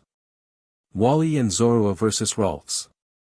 Ralts raises its hands above its head, then brings them forward and releases multiple glowing light green leaves from its hands at Zorua. That's Magical Leaf, a grass-type move. Counter it with Hyper Voice. Ash called out to Wally, telling him what move to counter against Magical Leaf. Alright. Zorua, use Hyper Voice. Wally called out, holding his right open hand out. Zorua gave out a smirk, before she screams, creating a blue wave of energy that blows away the Magical Leaf, causing Ralts to let out a cry of surprise. Way to go, Wally. Now tell Zorua to use Shadow Ball. Ash called out to Wally, telling him move to call out next. Okay, Zorua use Shadow Ball. Wally called out, telling Zorua what move to use next. N. Zorua called out as she started gathering energy to form a Shadow Ball, before unleashing it at Ralts, landing a direct hit. It hit. Wally called out in joy at seeing Shadow Ball land a hit on Ralts. And it was super effective since Ralts is part Psychic type, and Ghost type moves are very effective against Psychic types. Ash stated with a smile as he crossed his arms, glad to see Wally doing well. The wild Ralts landed on its feet, twitching a little from the super effective hit, but stayed strong. Ralts then opens its mouth and releases a beam of purple hearts in a loud shrieking voice, hitting Zorua, who kept her ground so that she won't get pushed away, but had her eyes closed in pain. That's the fairy type move, Disarming Voice, which is super effective against a dark type like Zorua. Ash called out to Wally, explaining to him that Disarming Voice is super effective against Zorua. Wally's eyes widened in panic, starting to lose his confidence. Oh no, what do I do? Wally called out in panic, having no idea what to do now. Stay calm, if you panic during a battle, that'll just make things worse. Keep your act together and don't lose focus. Tell Zorua to counter with Night Days. Ash exclaimed, telling Wally to not lose focus and what move to use next. Wally took deep breaths as he calmed down, before he opened his eyes that showed confidence in them. Zorua, stay strong and use Night Days. Wally called out, holding his right hand out. N. Zorua called out with a smirk as her eyes glow light blue as she raises her front two paws into the air. Her body then becomes surrounded in a crimson aura. Zorua then brings her paws down to the ground and a pink and crimson force field of energy appears around Zorua's body and expands outwards throughout the whole battlefield. Zorua's Night Days easily overpowered Ralts' Disarming Voice and landed a direct hit on Ralts, sending the little fairy and psychic type to the ground with swirls in its eyes. Now's your chance, throw the Pokeball. Ash called out to Wally, telling him to throw the Pokeball. Alright. Wally called out as he brought out the Pokeball and threw it at Ralts, hitting it of the head. The Pokeball then absorbed Ralts inside, before falling on the ground, shaking. Soon the Pokeball stopped shaking with 3 stars appearing over it before disappearing, showing that Wally caught Ralts. A smile of happiness formed on Wally's face at seeing the capture completed. I don't believe it. I did it. Wally called out in joy as he ran to the Pokeball, picking it up. Believe it, you caught a Ralts. Ash told Wally with a proud smile on his face, proud of him for his first catch. Victor, Wally and Zorua. NN. Zorua called out as she jumped into Ash's arms, which he smiled at his dark type, stroking her fur. Well done Zorua. Because of you, Wally has caught his first Pokémon. You deserve a special reward later on, but take a nice rest for now. Ash praised his Zorua with a smile as he brought out his Ultra Ball and returned Zorua. Ash put the Ultra Ball away in his pocket as he walked towards Wally, stopping in front of the younger boy, who looked at Ash with a happy smile on his face. From this day forward, that Ralts is your partner and first Pokémon. Take good care of it with love and care. Ash told Wally with a smile, placing his right hand on the 10-year-old's shoulder. I will, thank you Ash. Wally thanked the Rainbow Hero. No problem. Ash replied to Wally with a smile as Pikachu climbed onto his left shoulder. Pika Pika. Pikachu said in happiness for Wally as well, glad that he has his partner and first Pokémon with him. Ash. Ash heard Marshadow's voice, getting him to look over his shoulder to see Marshadow behind him. Marshadow, did you find them? Ash asked the Gloom Dweller Pokémon if he found Team Rocket, turning to face the ghost and fighting type, getting Wally's attention as he looked at Marshadow in awe. I found them all right. Those imbeciles found out they took the wrong Pokémon. Now they're using the little chick as bait to lure us out. But that can work for us since now they won't be leaving and we'll be able to rescue Torchic. Marshadow told Ash, giving his report of the situation to the young Rainbow Hero. I see. Which way are they? Ash asked Marshadow on which direction that leads to Team Rocket. Marshadow pointed behind himself, straight at the forest, getting Ash to look at the direction the ghost and fighting type was pointing at. Ash closed his eyes as he focuses as the blue aura surrounds him again, which only Pikachu and Marshadow only see. Impressive, his skills with the aura are improving at an incredible rate. Soon he'll have full control over aura just like Sir Aaron. Marshadow thought to himself in amazement at how Ash seems to be using the power of aura by himself. Soon Ash reopened his eyes and smirked at finding Team Rocket. I found them. Ash said with a smirk on his face, before turning to look at Marshadow. Go find May and the others and lead them to where Team Rocket is. Ash told Marshadow. You got it. Marshadow said with a smirk as he sank back into the shadows, before disappearing. Ash then turned to look at Wally, who looked surprised to see Marshadow disappear. Wally, it was nice to meet and help you, but I've gotta go now. Ash told Wally, who looked back at the Rainbow Hero. Wally nodded to Ash in understanding. I understand Ash. Thank you again for helping me catch Ralts. Wally said, thanking the Rainbow Hero for his help once more. Ash gave Wally a thumbs up, before he and Pikachu started running back into the forest to find Team Rocket, with Wally watching them with a smile. While running, Pikachu jumped onto Ash's shoulders since he doesn't know the way. Those guys. I can handle them trying to steal one of my Pokémon, but they crossed the line when they took May's Torchic and now it's time to pay the piper. Ash exclaimed with narrowed eyes, promising to give Team Rocket a blast-off that they won't forget. Ash kept running through the forest, passing by May and her family, who were being led by Marshadow.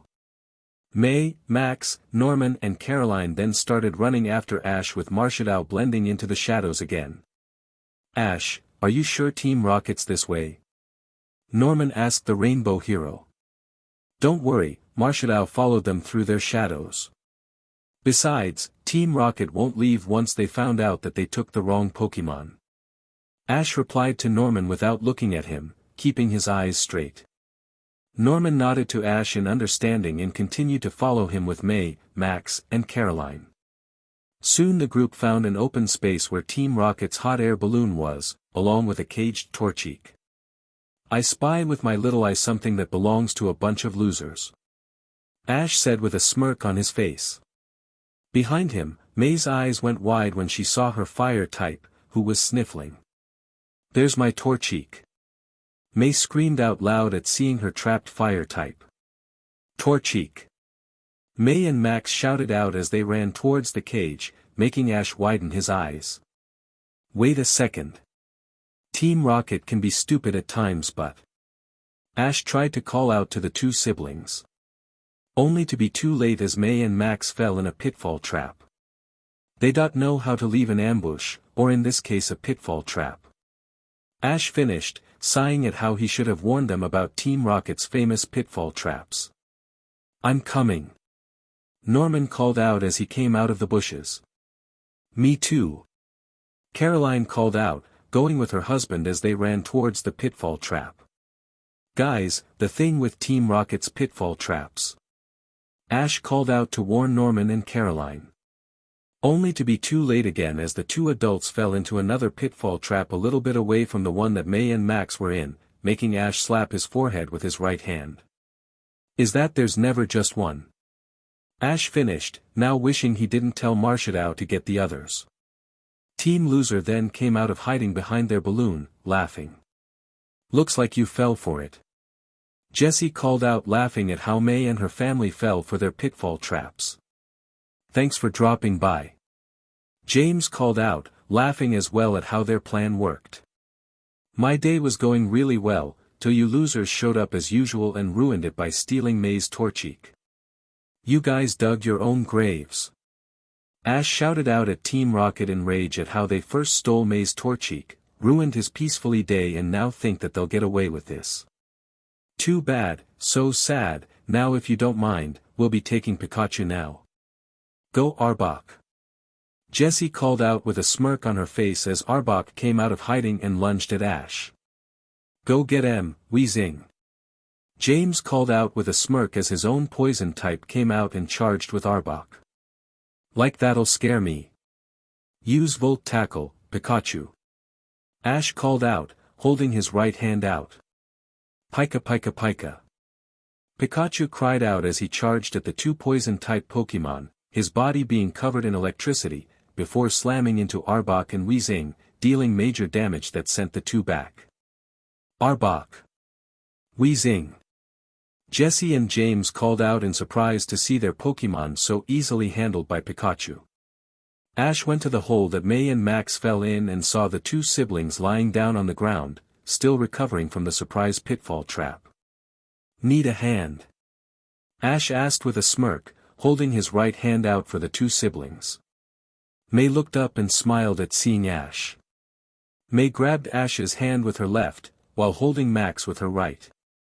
Ash then pulled the two siblings out of the hole. "Thanks, Ash." May thanked the rainbow hero with a smile on her face, along with her checks being a little red. "No problem, only how much longer are you gonna hold my hand?" Ash questioned, looking down at his right hand that May was still holding, making her look down before she blushed and let go, breaking eye contact with Ash as she poked her fingers against each other, nervously. Ash looked over at the hole that Norman and Caroline fell in. "Norman, Caroline, you guys okay?" Ash called out to the two adults. "Yeah, we're all right," Norman replied to Ash as he and Caroline climbed out of the hole. Norman then stood up and glared at Team Rocket. "How dare you crooks steal someone else's Pokémon, much less stealing my little girl's first Pokémon?" Norman called out with a glare, angry at Team Rocket for stealing his daughter's first Pokémon. "Ha, it'll take more than some big, bad dad to scare us," Jessie taunted with a smirk on her face, along with the rest of her team. "We've seen much worse than you," Meowth taunted with a smirk on his face as well, not intimidated by Norman either. "If I don't scare you, this guy will do the trick," Norman called out as he brought out a Pokeball with his right hand. "Vigoroth, let him have it," Norman called out as he threw the Pokeball, releasing the normal type. "Vigoroth!" Vigoroth roared as he head-butted Arbok, sending the poison-type snake back. "Nice shot, keep those losers distracted," Ash told Norman, before running towards the hot air balloon where Torchic was in her cage. "Oh no, you don't, twerp. Have a taste of my fury swipes," Meowth cried out as he brought his claws out and leaped at Ash. "Marshadow, Ice Punch go!" Ash called out with narrowed eyes as he kept running. From Ash's shadow, Marshadow appears, leaping and landing an icy-covered fist against Meowth's face, landing a direct hit and sending the normal type back. "That's cold!" Meowth cried out in pain, while Marshadao returned to Ash's shadow. Ash stopped in front of the cage holding Torchic, picking the cage up before he ran back to the others.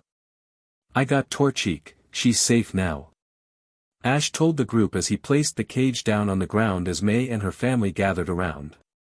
"Thanks Ash, you're the best." May thanked the rainbow hero, before she worked on the cage and took Torchic out, holding the little fire type in her hands.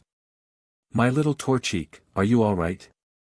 May asked her starter if she was unharmed, which Torchic let out a happy cry as she started crying tears of joy. "Hey, you don't need to cry anymore. I'm here," May said to her starter, making Ash smile at seeing May and Torchic. Ash then turned around to look at the battle, seeing Pikachu and Vigoroth land a direct hit on Arbok and Weezing, sending them flying to Jessie, James and Meowth, sending them all to the hot air balloon. "Norman, we'll handle the rest," Ash said to the normal-type gym leader, getting Norman to frown in confusion. Ash then took a few steps forward, before stopping. "I'll show you losers something as amazing as Mega Evolution," Ash called out as he brought his left hand up in a fist, showing his black Z-ring that Marshadao gave him. In his Z-ring, he has the exclusive Marshadium Z crystal in it. Norman, Caroline, May, and Max watched Ash in confusion, having no idea what's about to happen. "Let's do this, Marshadao," Ash called out. He activates the Z-ring, and held his arms in an X position, before he did the Z-move stance, right as his shadow grew out, before Marshado's eyes appeared in the shadows. Ash then moved his arms in the Ghost-type Z stance as a bright aura surrounded him. Marshadao then rose up from the shadows as the aura from Ash transferred over to him. "I am going to enjoy this," Marshadao said with a smile as he transformed into his Zenith form, surrounded by light yellow aura. "Go, Marshadao. Soul-stealing 7-star strike," Ash called out as Marshadao rapidly punches the air in front of him, firing 7 light blue orbs of energy from its fists at Team Rocket that took the shape of a Z. Marshadao then jumped towards Team Rocket and kicked them with one of his legs, landing behind Team Rocket. Marshadao then stood up, before Team Rocket exploded in a purple explosion, which sent them blasting off faster than ever before. "Now that was fun," Ash said with a smile at seeing Team Rocket gone. Ash then kneeled down and gave Marshadao a high five, which Marshadao returned happily. Behind them, May, Norman, Caroline and Max were staring at Ash and Marshadao in shock, awe and amazement at what they just witnessed, while Pikachu chuckled at their expressions. Later in the afternoon. Sometime later in the afternoon back at Norman and Caroline's house, Ash and May stood outside the house facing Norman and Caroline. After they finished Team Rocket off, they all headed back to the house, which was a little racked, which couldn't let Ash and Norman continue their battle. "Well, I guess it's time you two got going. Do you have everything, May?" Caroline asked her daughter, who nodded to her mother. "Don't worry Mum, I've got everything," May replied to her mother with a smile on her face. Max then came up next to Ash and May. "Since you don't know anything about Pokémon May, I'm going with you," Max declared, making May widen her eyes in surprise, while Ash just raised an eyebrow. Norman nodded, agreeing with his son's decision. "Your brother does know a lot about Pokémon, so he might be a big help to you," Norman said to his daughter, thinking that Max's knowledge could help May with her journey. "And, with a lot less worry from me," Caroline said, giggling to herself. "Ash, would it be alright if Max joined you on your journey?" Norman requested if his son could join Ash on his adventure. "I don't mind.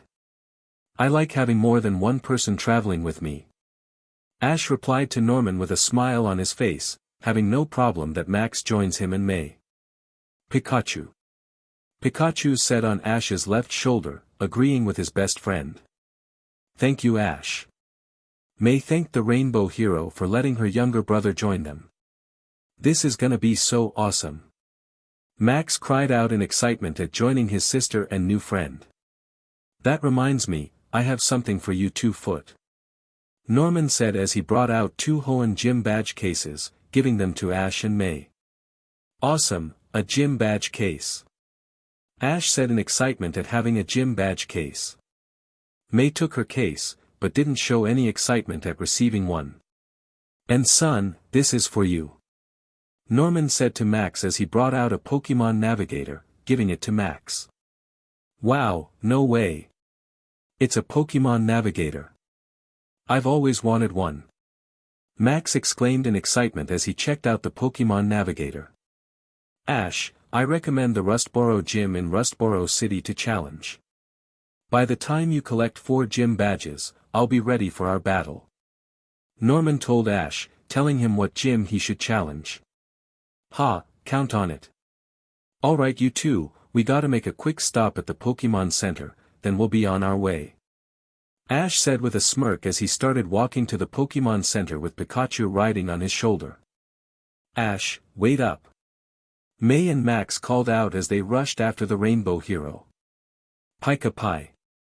Pikachu called out, waving at Norman and Caroline in goodbye. The next day. The next day was bright and sunny, and we find our 3 heroes traveling through Petalburg Woods towards Rustboro City.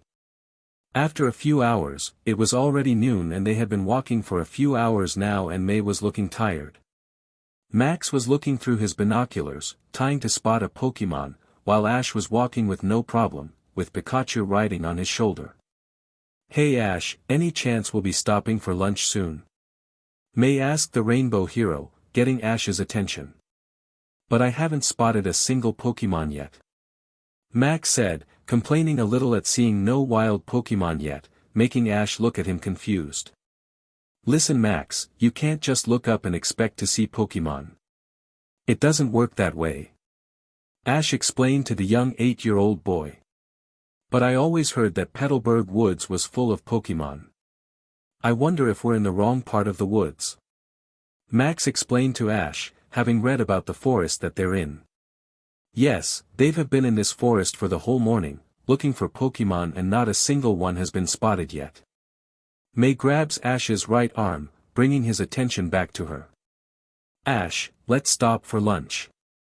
May said to Ash, wanting to have lunch right now. Max then grabs Ash's left arm, bringing his attention to him. No, let's go a different way for Pokémon. Max said, wanting to see some wild Pokémon. May tugged on Ash's arm. No lunch first. May argued, refusing to keep walking. Max tugs on Ash's arm again. No, find Pokémon first. Max said, wanting to see a wild Pokémon. May and Max continued arguing, whether to have lunch or keep looking for Pokémon back and forth. Ash could feel his shoulders about to be popped out of place. Stop arguing you two. Pika Pi.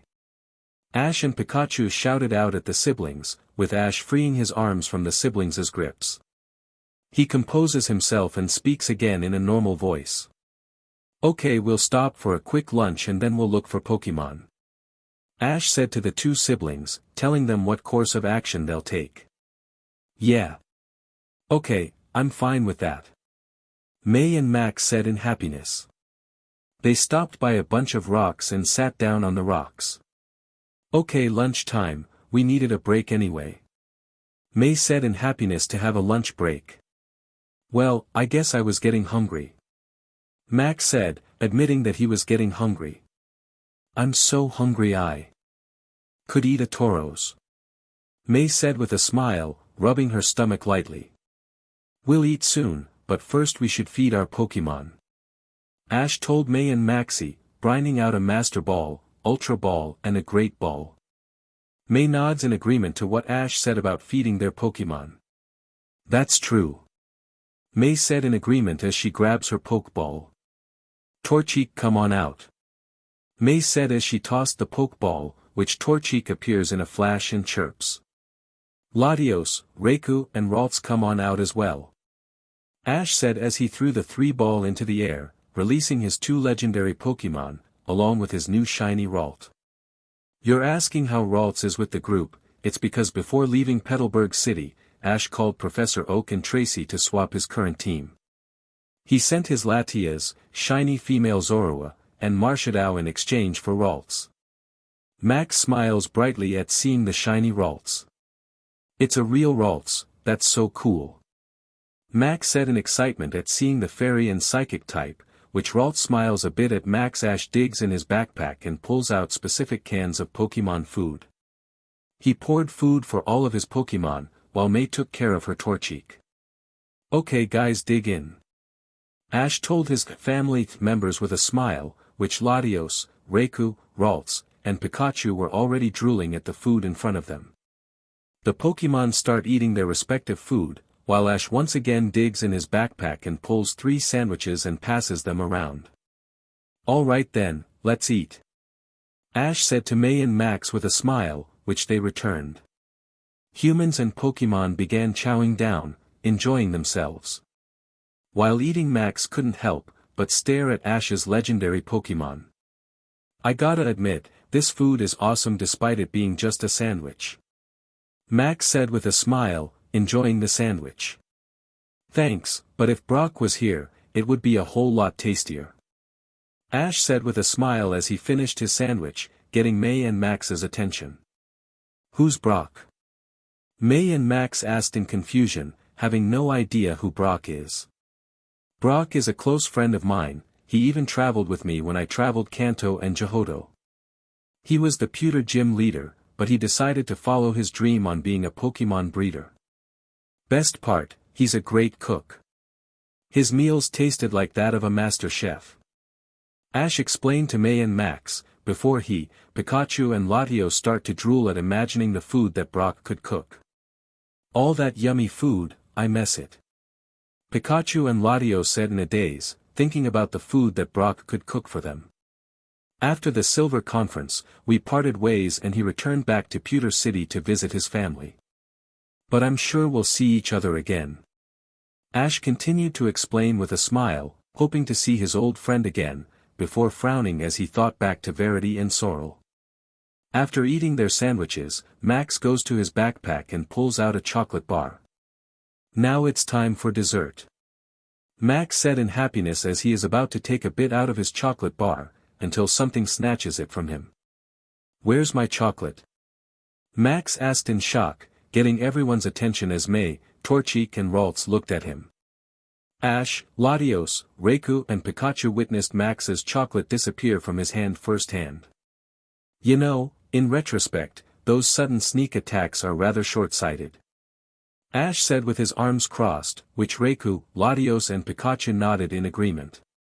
Just then, our heroes looked at a tree to see a flying Pokemon with the chocolate bar it took from Max in its talons. It has my chocolate.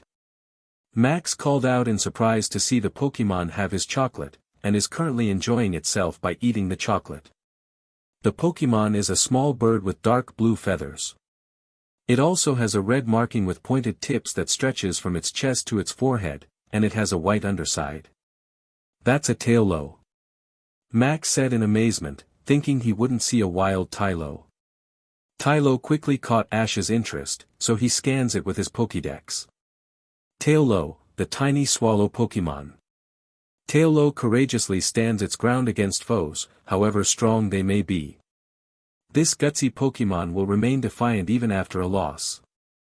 On the other hand, it cries loudly if it becomes loudly. The Pokédex explained, telling Ash about Taillow, making him smirk. This Pokemon has a strong fighting spirit. He'll make a good addition to the team. Ash said with a smirk on his face as he put his Pokédex away. The wild Taillow then finishes eating the chocolate bar, before glancing at the group of trainers and Pokemon. I'm not letting this one get away. Pikachu, Iron Tail go.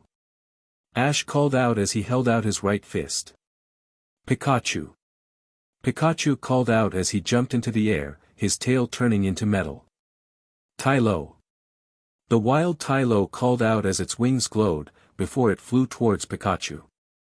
The two attacks slammed into each other, before Pikachu soon overpowered Taillow, sending the flying and normal type to the ground.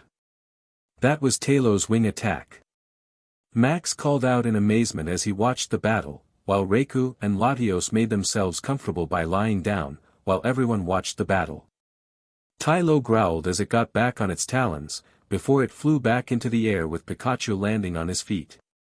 Tylo cries out, before it then dives down and tackles Pikachu at fast speed. While flying, white trails were created at the end of its wings. Nice quick attack, but let's see how you handle this. Volt Tackle. Ash called out as he pointed at Tylo with his right hand's index finger. Pika Pi. Pikachu called out as he went on all 4 feet and was about to start running, until many cries were heard, getting everyone's attention as they looked and saw lots more Tylo came out of the forest, forming into a huge army that surrounded the group of trainers and Pokémon. Well, that's just great. Ash groaned to himself at the situation that they're in, as Raikou and Latios got back up. Or floating in Latios' case. I think we were close to these Talos' territory. They must be angry because we attacked one of their friends. Max cried out. Max has a point, they're all accusing us for trespassing and attacking their leader. Latios said in telepathy for everyone to understand, getting May and Max to look around in confusion, having no idea who said that. It's incredible how childish some Pokémon make matters seem to be when it's caused by an accident or something else. They should know that we didn't came to trespass and allow this battle to continue. Raikou said as he growled at the army of flying types. Alright then. If they're too thick-headed to listen to reason, maybe a little shocking will get them to listen to us. Ash exclaimed with narrowed eyes as he tightened his gloves. All the Tylos cried out as they all charged at the group, which everyone braced themselves. Fortress, explosion. A familiar voice called out as a fast ball went past the group, making everyone widen their eyes in surprise. The fast ball released a fortress, which glowed white before it exploded. The explosion sent the wild Tylo away from the group, while everyone kept themselves from being blown away.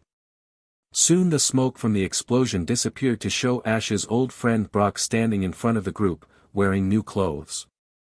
His Hoenn outfit. Brock. Ash whispered in shock to see his old friend, with Pikachu and Latios doing the same. That's Brock. May and Max asked in wonder at seeing Ash's old friend, who turned around and smiled at the group with his teeth sparkling. A few minutes later. After Brock and Fortress' surprise entrance, the group returned their Pokémon to their Pokeball and followed Brock to somewhere safe from the Tylo. The group were walking around a lake near Petalburg Woods with Brock leading the way. We'll be safe around this side of the forest. Brock said with a smile as he turned around to look at the rest of the group. Thanks, Brock. We were lucky you came by. Ash said, thanking his old friend for the quick rescue. Brock shakes his head in response to the Rainbow Hero's words. Well, you should really thank Fortress. The young breeder replied to the Rainbow Hero, before he knelt down to greet Pikachu as well. It's good to see you again, Pikachu. Brock greeted Pikachu with a smile. Pika Pika. Pikachu cried out in happiness to see Brock again as well. Brock, what are you doing out here? I thought you were going home. Ash asked his old friend on why he's here in Hoenn. I did go home and everything is fine, so I decided to come back out. After all, I promised I'd travel with you around Hoenn. Then Professor Birch told me that you were headed to Rustboro City, so I decided to come out here and see if I can find you. Brock explained to Ash about the promise he made about traveling with him around Hoenn.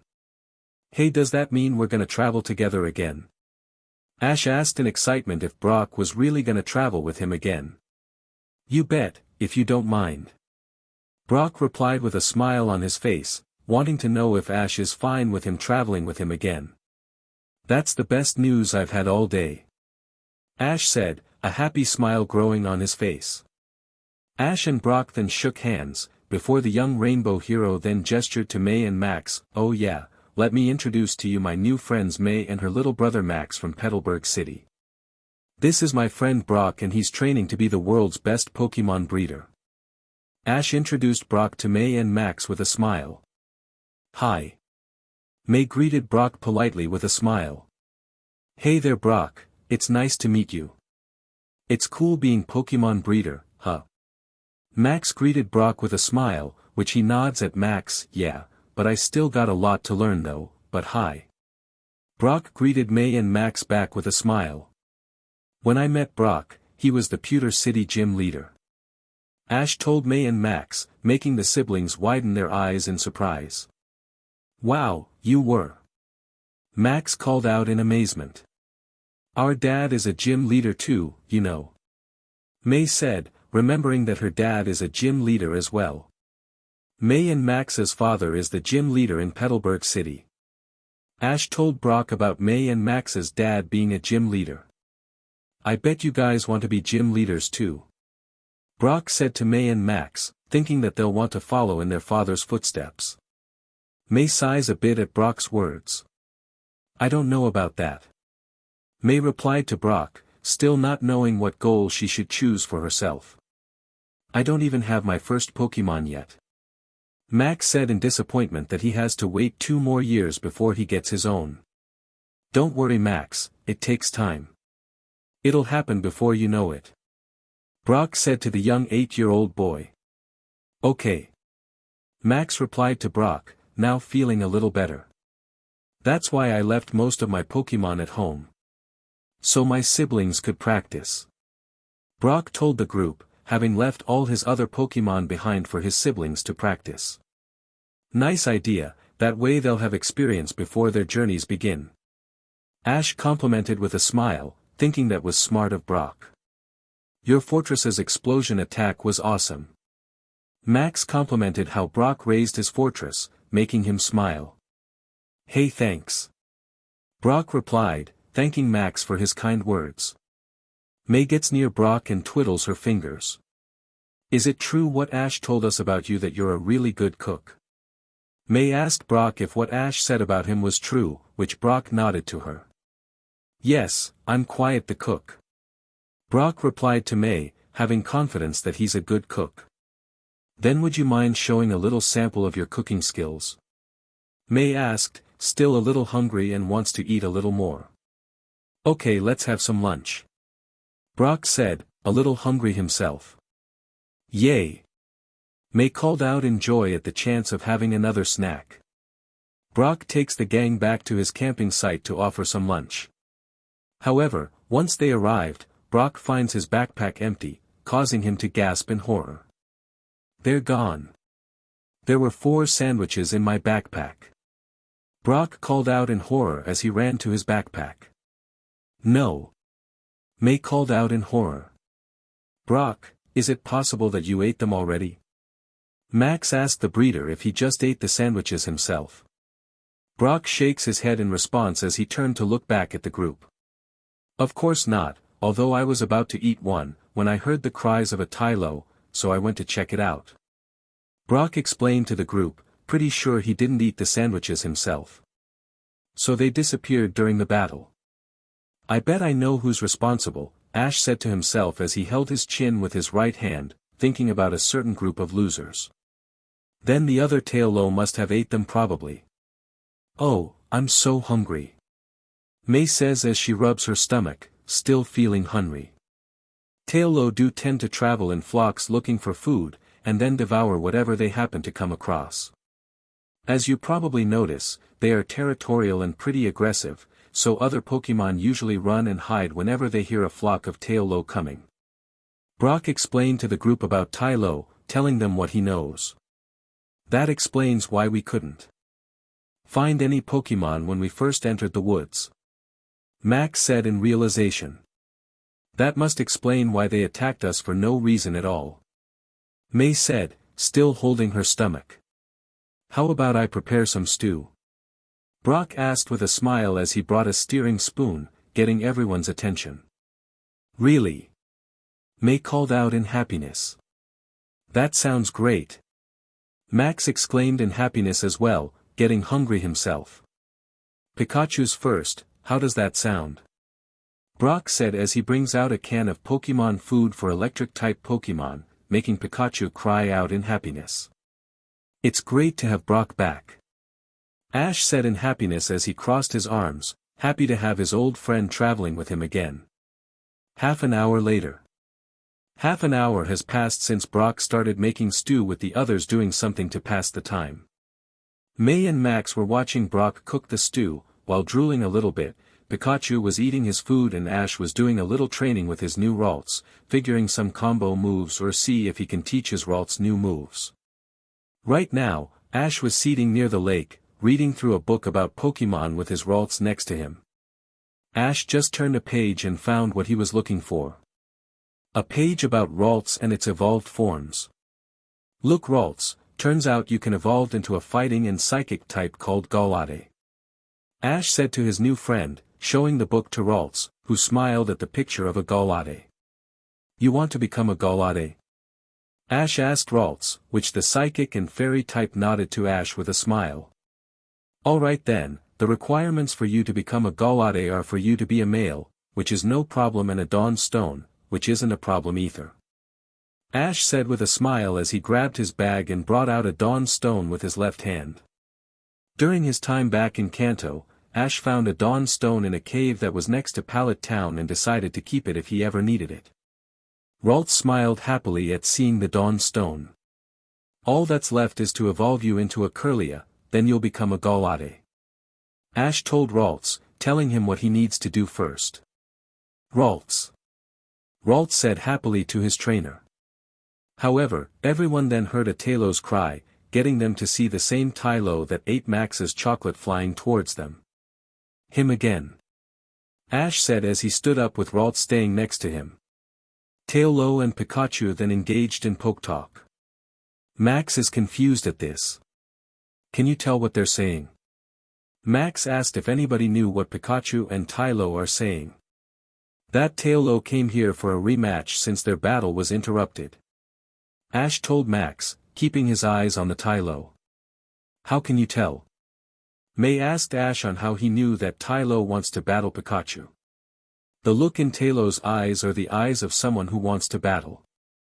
Okay, we accept your challenge. Ash said with a smirk as he took a few steps forward. What? I don't get it. What's the point? May and Max asked in confusion, not understanding why Ash is accepting Tailo's challenge. I think that Tailo wants to prove which Pokemon is the best. A strong opponent always makes Tailo win a battle.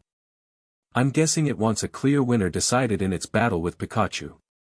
Brock told May and Max. Tailo takes the skies, ready for its final battle. Okay, ready Pikachu?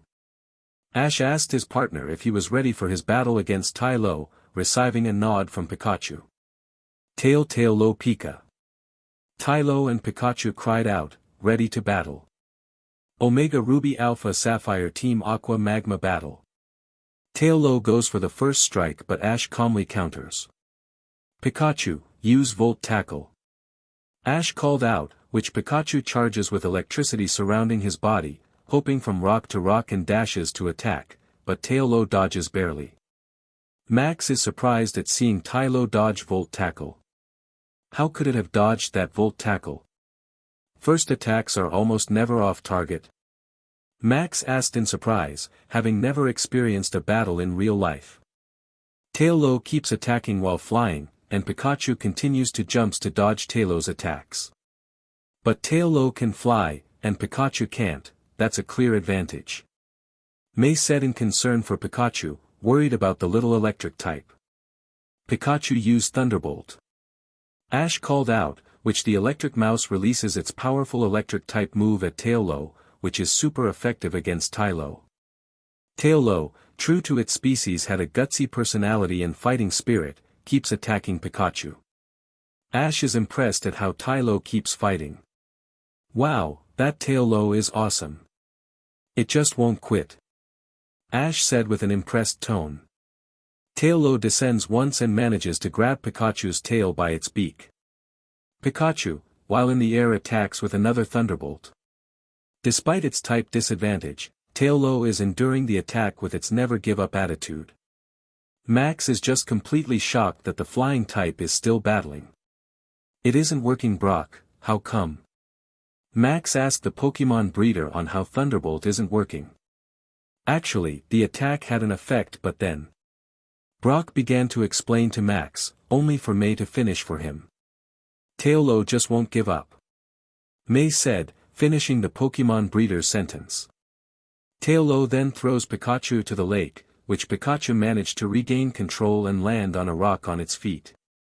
"We're not giving up either," Ash said with a smirk on his face, before he looks at his Z-Power ring with the Electrium Z crystal in it. "Pikachu, I think it's time to reveal our new secret weapon," Ash called out to his best friend, which Pikachu gave Ash the thumbs up. The Z-Power ring starts glowing as Ash does the Z-ring stance. May, Max, Brock and Ralts watched with excitement on their faces. Ash is doing that thing he did against Team Rocket. Max called out in excitement at seeing Ash do another Z move. "What he is doing is called a Z move," Brock told Max, telling him what Ash is doing.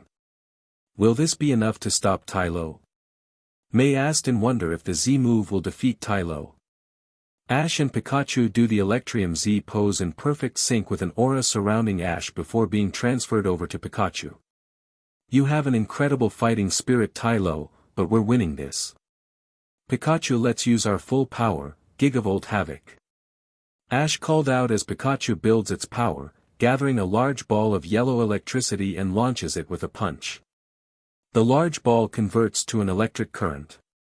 Taillow tries to counter with a wing attack. The attacks clashed with one another, causing an explosion and rising a bit of the lake's water.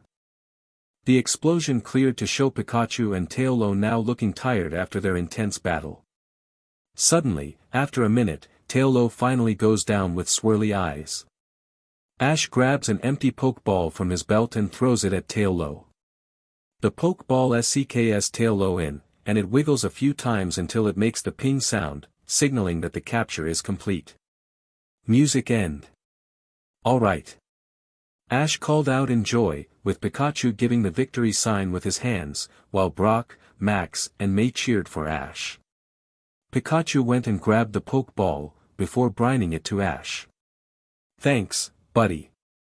Ash thanked Pikachu as he took the Pokeball. Ash lets out his newly captured Taillow of his Pokeball.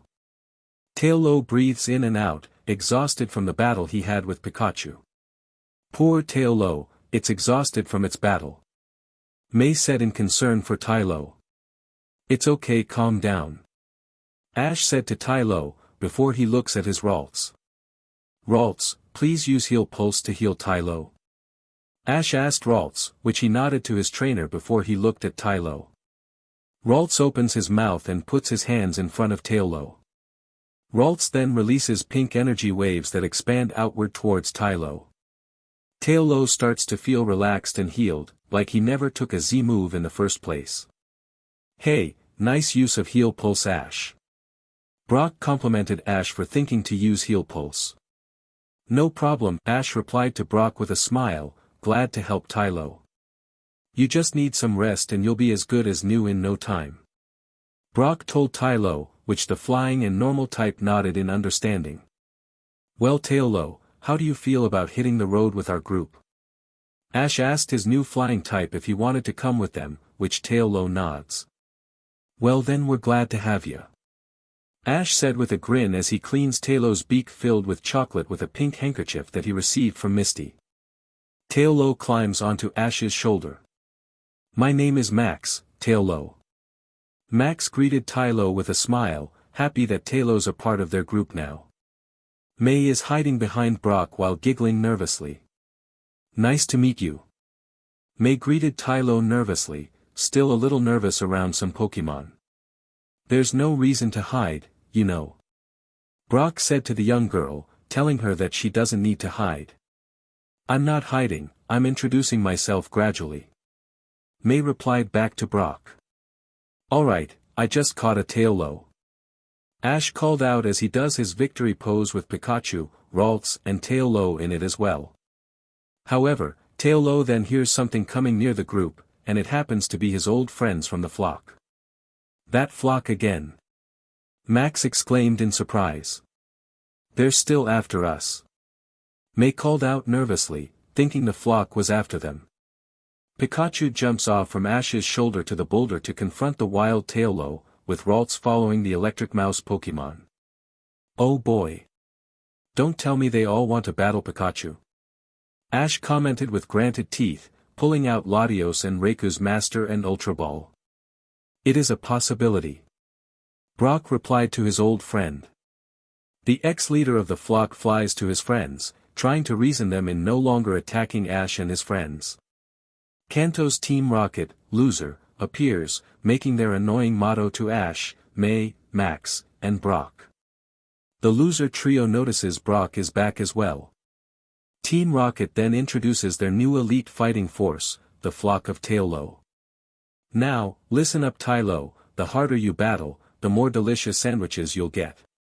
Jesse said to the flock of Tailo, getting Brock's attention. Hold on, you mean sandwiches like the 4 that were in my backpack an hour ago? Brock questioned Team Rocket, pointing at his backpack with his right hand. Well, look who it is. The biggest toop has made a comeback. Meowth said to Jesse and James, looking at Brock. Hey, you're right, welcome back. Jesse said, waving at Brock. Well, if you came for lunch, I'm afraid you're a little late. James said, frowning at Brock. Yes, I know that. They were my sandwiches. Brock snapped at Team Rocket, making them flinch a bit. So what you're trying to say is that they were yours? James questioned, smirking a bit. They were a tad salty. Jesse said, thinking that Brock's sandwiches were salty. I knew it was you. Brock snapped at Team Rocket again, making them flinch again. We're starving here, give them back. May shouted out at Team Rocket in rage. Oh please, if you wanted them so bad you should have wrote your name on your lunch bag. Jesse snapped back at May and Brock. Yeah, besides they're already gone. Tailo, take care of Pikachu. Meowth called out, wanting to cut to the chase. Pikachu prepares to battle the flock, with Tailo and Ralts backing him up. Oh no you don't. Go Torchic. May called out as she threw her Pokeball, releasing her fire type.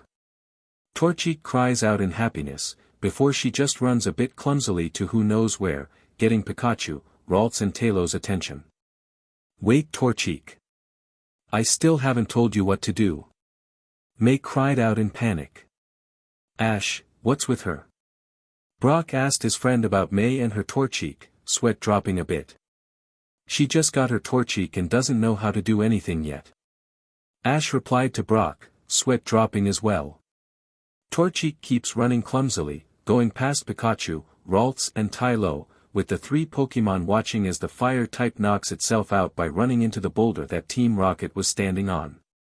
May has tears in her eyes as she recalls her fallen Torchic. Return. I've never been so humiliated. May cried out, crying anime tears since she felt humiliated.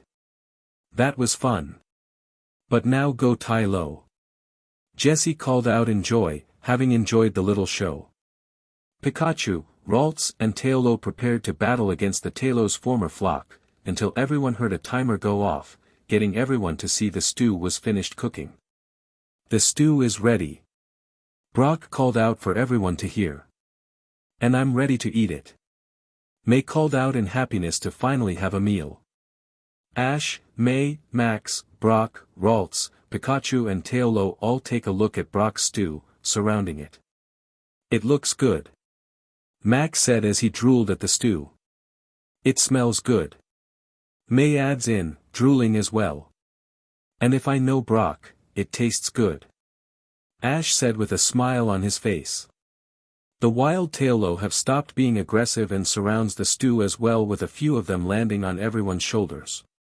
Hey everybody, would you like to join us for some lunch? Brock asked, which the Tailo nodded with happy smiles. Team Rocket are devastated.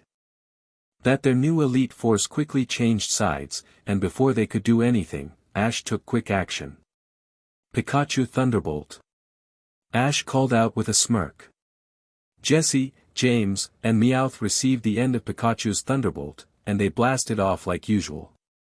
Next time don't take food that doesn't belong to you, or you're gonna get another Z move. Ash called out to Team Rocket with Pikachu landing on his shoulder. Pika Pie. Pikachu called out with a smile. That's nice. Meowth said with a sigh. Everyone's eaten but us. Jessie said in hunger, feeling very hungry. Except the taste of our own medicine. James replied sadly, crying tears of sadness. Looks like we're blasting off again. Wobbuffet. Team Rocket and Wobbuffet called out as they disappeared from sight. Ash, May, Max, Brock and the Pokémon started eating Brock's stew and were enjoying it. Ash wasn't kidding, you're an awesome cook. May said, feeling satisfied from the meal. I told you he's a good guy to have around. Ash said to May, also satisfied from Brock's stew. It's true. Max called out, also satisfied. I got to say that the two of you have an appetite that's almost as big as Ash's, which makes cooking even more fun. Brock said to two siblings, seeing that they have an appetite as big as Ash's.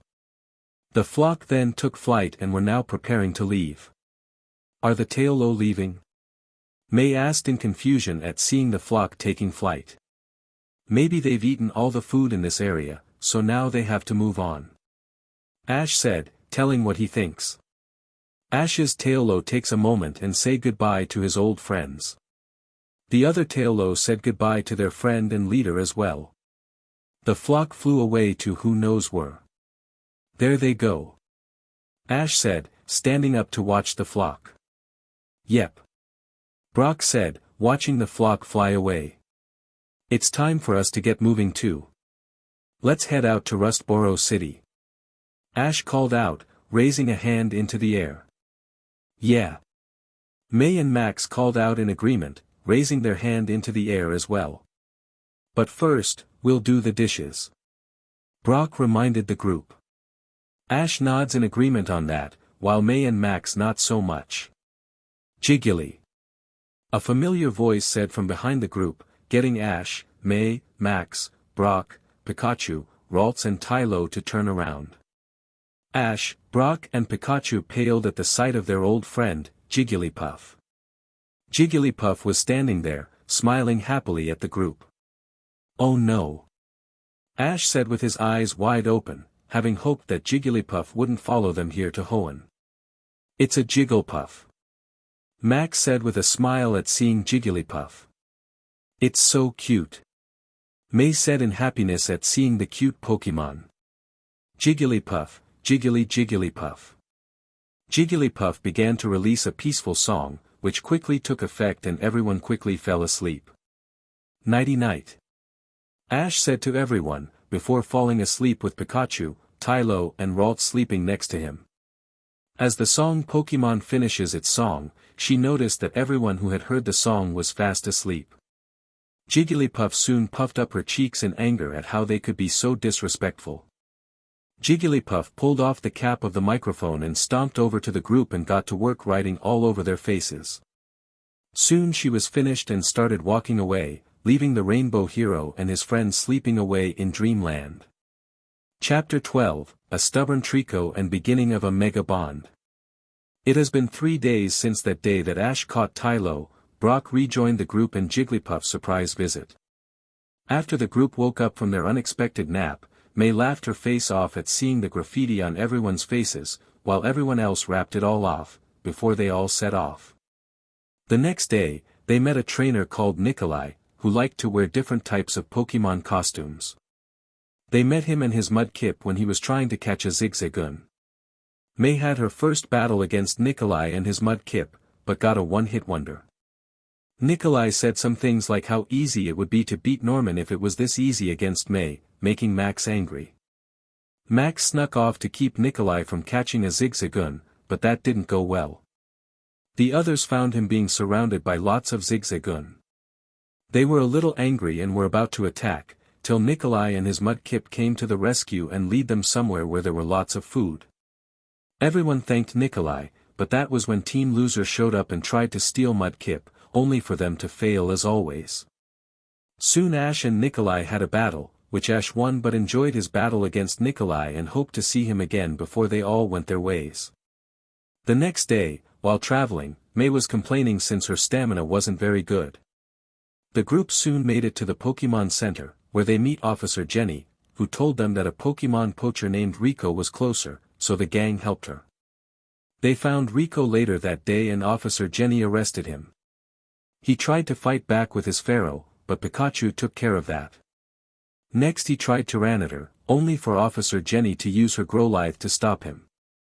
Officer Jenny demanded that he release all the Pokémon that he captured, only for everyone to be surprised to hear that they all escaped thanks to someone else. Soon the gang was on its way again to Rustboro City. During those 2 days, Ash hasn't caught anything since he didn't find any other Pokémon that interested him. He did keep his training going with the current Pokémon he had on him, training them slowly, but hard so that Ralts and Tylo will get the hang of training with Latios and Raikou. Tylo and Ralts have made incredible progress with Tylo learning Sky Attack, Roost and Steel Wing, replacing Quick Attack and Peck. Ralts hasn't learned any new moves yet, but is training hard to achieve his dream of evolving into a Golade one day. Brock found a Pokémon that he hasn't seen before during around the time that they met Nikolai called a Chatot, which could speak like a human. Brock caught it since Chatot interested him. May hasn't caught anything yet since she is still having trouble with Torchic and Max couldn't even try to catch a wild one since is still too young. Today however, we found our heroes in a forest, but have gotten lost, as usual. Great, we're lost. And if the blame belongs to anyone it's you. Max snapped at his sister, blaming her for getting the group lost. Why is it my fault? May snapped back at her younger brother, wanting to know why he's blaming her. I said that we should have taken the right at that fork on the road, but you insisted on going the other way and now we're lost. Max explained to his older sister, telling her that she's the one that made them go this way. This path looked prettier, and it had all those awesome flowers, May replied to her brother, before she calms down a bit. There's nothing dreamier than strolling through lovely flowers. May continued to speak, before once again went back to arguing with Max. Anyway, who is in charge of the Pokenav? You should have done a better job as our navigator. May told her brother, thinking that he should have done a better job. This Pokenav is out of range. Don't blame me. Max replied to his sister, showing his Pokenav. Oh, how convenient. May said, frowning at her little brother. Brock intervened in May and Max's sibling spat. Come on, break it up, no one's to blame. Ash and I get lost all the time, but we don't fight about it. Brock said, pushing the two siblings away with his hands on their mouths. Brock's right. When we were traveling around with Misty, we probably set the record for getting lost, but we always wind up on getting to where we wanted in the end. Ash said to May and May, before looking at his best friend. Pika Pika. Pikachu said in agreement to what Ash said. May and Max still were mad at each other, refusing to look at each other. Ash could only laugh nervously. This is completely her fault. Max said to himself, still blaming his sister. However, Ash then sees a shadow in the trees going really fast. What the? Ash called out in surprise, getting Brock's attention. What is it, Ash? Brock asked the rainbow hero about what he say. I just saw something. Ash replied to his old friend, getting May, Max, and Brock turn around to see more of the mysterious Pokémon on the tree. One of them is revealed and looks to be a small green bipedal gecko, who was looking at them. Hey, that's a Trico. Max called out in excitement at seeing the grass type. So this is where they live? Ash said with a smirk as he scans Trico with his Pokédex. Trico, the wood gecko Pokémon. Trico is cool, calm and collected, it never panics under any situation. If a bigger foe were to glare at this Pokémon, it would glare right back without conceding an inch of ground. Since Trico build their nests in large trees, it is said that those trees will live a very long life. The Pokédex explained to Ash about Trico, while more Trico started showing up, surrounding the group. They're cute, look at all of them. May said with a smile, forgetting her first reaction at seeing a Trico. This must be their territory. Max said, thinking that they have entered Trico territory. Nice. I've really been wanted to catch a Trico ever since I saw one at Professor Birch's lab. Ash said with a smirk on his face as he put away his Pokédex. The Trico senses Ash's intentions, so they all start to escape. Now the Trico are getting away. Brock called out in surprise to see the Trico leave. "Wait for me, Trico." Ash called out as he chases after the wild grass types. "Hey Ash, wait up. Hurry up, let's go." Max called out to Ash, before it May and Brock to follow after the rainbow her. However, May runs ahead of Max, before she taunts at her brother. "I've seen Slugma move faster than you." May taunted her brother, before she ends by sticking her tongue at him. Max gets steamed at his sister's statement. "You look like a Slugma." Max snapped, before he follows after May. Brock smiles at seeing this. It's heartwarming to see them get along so well. Brock stated, before he also follows his friends on the search for the Trico. Ash runs along through the forest with his trusty Pikachu. "Alright, where are you hiding, Trico?" Ash exclaimed with narrowed eyes, before he takes a look at a tree that is far larger than any of the others in the forest. "That tree, it looks like it's about to die." Ash thought to himself, looking at the tree. Ash suddenly trips on a large branch, making him widen his eyes. He starts sliding down a hill, before he regained control and slide down on his feet, before he leaps off and lands on his feet. "Well, that was fun," Ash said to himself as he dusted off some dust on his clothes, before he sees the same tree, and it is indeed so huge, it could almost touch the sky. "Pikachu, look. It's so big and looks almost magical. But, it looks like it's dying," Ash said to his trusted partner. The last part he says sadly and in concern for the tree, while Pikachu lands next to him. The tree was huge, but it was also almost without leaves. The leaves are dry. Just then, a sharp twig is thrown at the ground, almost close to Ash. "What's that?" Ash called out in surprise, before he looks up and sees on that tree a Trico, but with more attitude than the last ones. The Trico had another twig on its mouth and was smirking at the Rainbow Hero and Pikachu. This Trico, however, was not alone. There was another Pokémon at this Trico's side. This Pokémon looked like a child spirit possessing a rotten tree stump. It has bluish, oval eyes, a white tree stump-like face, with 2 red leaves on each side of its face. Currently the mysterious Pokémon was chuckling at Ash and Pikachu, thinking that Ash's trip was funny. "Who's that Pokémon?" Ash says in wonder at the Pokémon next to Trico, before he scans the new Pokémon with his Pokédex. Phantump, the stump Pokémon. These Pokémon are created when spirits possess rotten tree stumps. They prefer to live in abandoned forests. The Pokédex explained to Ash, telling him the Pokémon's name. A Phantump, huh? Due to the alternate coloring, it must be a shiny. Ash said as he looks at the Phantump next to Trico, before looking back at the Pokédex. The Phantump in the Pokédex had its regular coloring with green leaves instead of the red the shiny one has. Ash looks at both the Trico and the shiny Phantump, with the 2 Pokémon watching him and Pikachu. "Hey you two, I want to challenge both of you to a battle. What do you say?" Ash called out to the 2 grass types, which both Trico and the shiny Phantump nods and accept his challenge.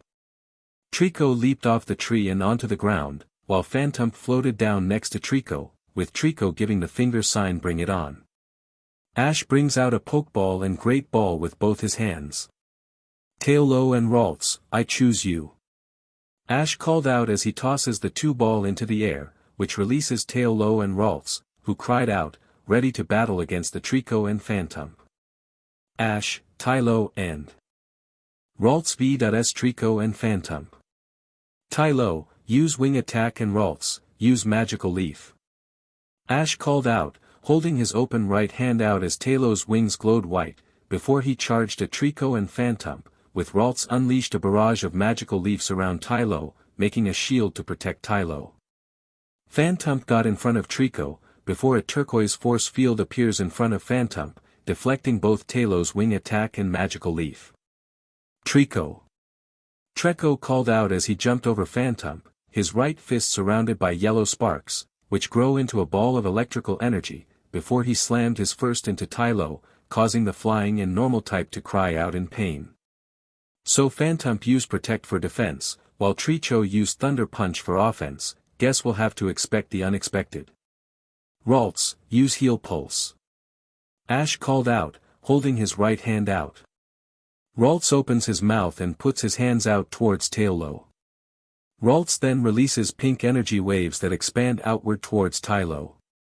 Tailo starts to feel relaxed and healed, like he never took Thunder Punch in the first place. Treyek and Phantom cried out in surprise at seeing Tylo healed. Let's try this again. Tylo, Sky Attack on Trico and Ralts, use Ice Punch on Phantom. Ash called out, telling Tylo and Ralts what moves to use. Tylo cried out as his body becomes surrounded in an orange and gold sparkling aura, before he flies into the Trico, striking a direct hit. Ralts on the other hand, pulls back one of its arm and then a blue icy aura surrounds the hand on that arm, before Ralts charged and landed a hit on Phantom. The two grass types cried out in pain as they landed on the backs. Trico and Phantom were down, but not out as they got back up. Phantom creates a thin purple portal beneath itself and sinks into it. What the? Pikachu, Ash and Pikachu called out in surprise, before another portal appears behind Ralts, and Phantom comes out of it, before attacking Ralts, making the Psychic and Fairy type cry out in pain.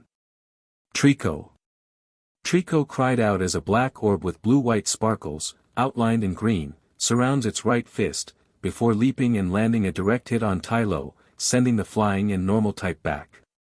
However, green, sparkling energy appears where Tylo was hit, which flies back towards Trico in an orb, bathing it in a sparkling green glow that heals it. That was Phantom Force and Drain Punch. These two are tough cookies. But not tough enough. Ralts, Tylo, switch opponents and use Steel Wing and Zen Headbutt. Ash called out with a smirk on his face. Both Pokémon cried out their names as they switched opponents. Tailow's wings glow white, before he hits Phantom with them. Ralts lowers his head and purple energy begins to form in front of his forehead. Ralts then raises its head and the purple energy grows larger and forms into a ball of shining light blue energy. Ralts then lowers his head and charges right into Trico, landing a direct hit. Both Trico and Phantom were sent to the ground again, but just like last time they got back up, glaring at their opponents, with Tailo and Ralts returning the favor.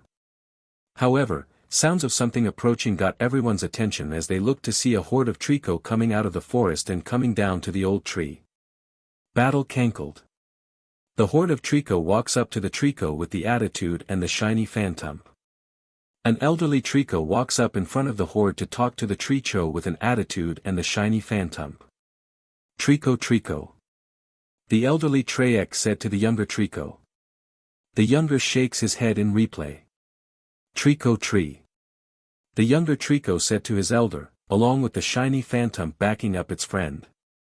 The elder Trico tries to keep reasoning with them, until the younger Trico just lost its cool and angrily shoves the elderly to the ground.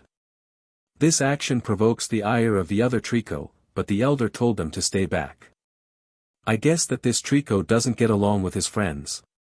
Ash exclaimed, taking notice of the hostility that the attitude Trico has with its kind.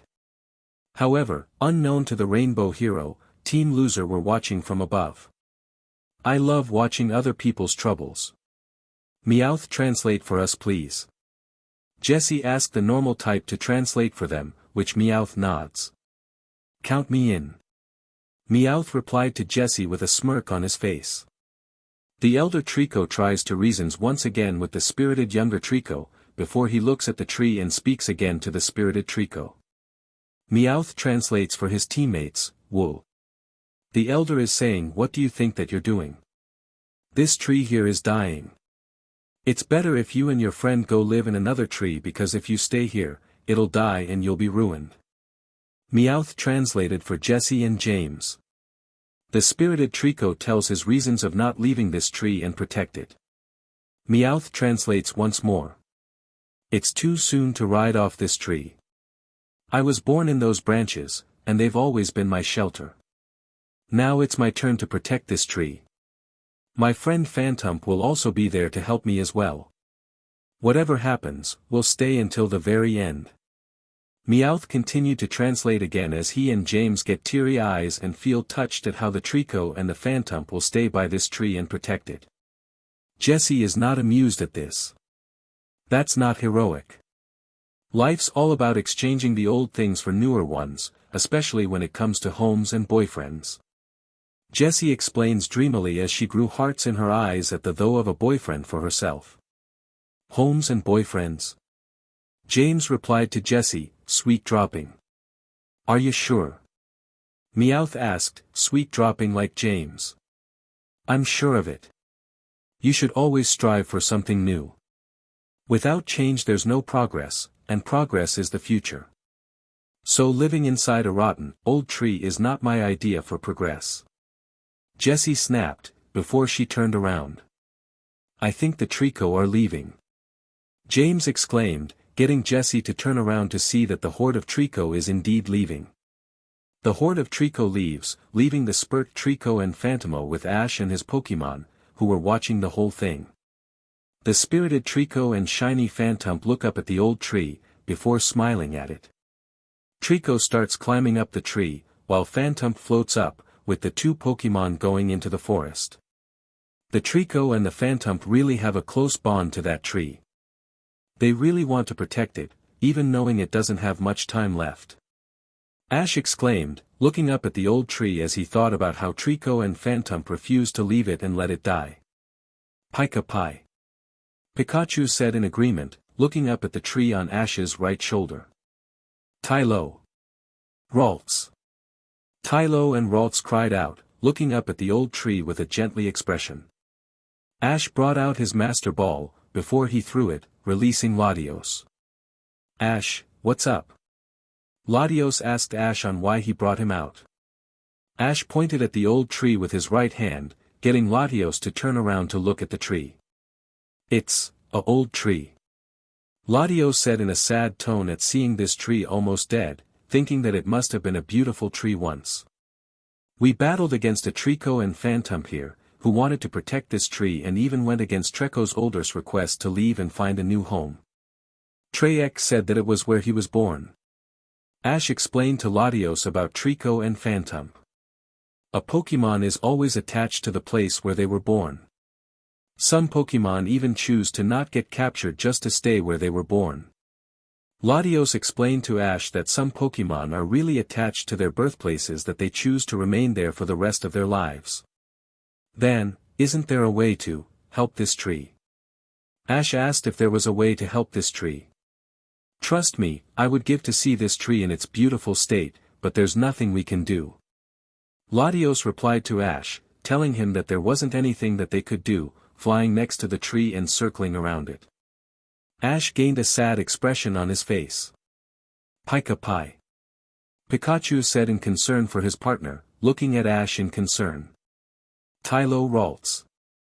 Tylo and Ralts said in concern for their trainer, with Tylo sighting on Ash's shoulder and Ralts putting his right hand on Ash's left leg. I'm alright guys, thanks for worrying about me. Ash told his Pokémon with a gentle smile, glad that they were worried about him. Pikachu, Ralts and Tylo smiled at Ash, while Latios floated down next to the group, before he transformed into his human form. What should we do now? Go find the others. Latios asked Ash on what they should do next. I want to stay see what Trico and Phantom are gonna do next. Ash replied to Latios with a smile, wanting to see what the two grass types plan to do next, getting a nod of understanding from Latios. Sometime later that day, during sunset, Ash and his Pokémon were seating on the branches of the old tree, watching as the sun starts going down for the day. I wonder how Brock and the others are doing.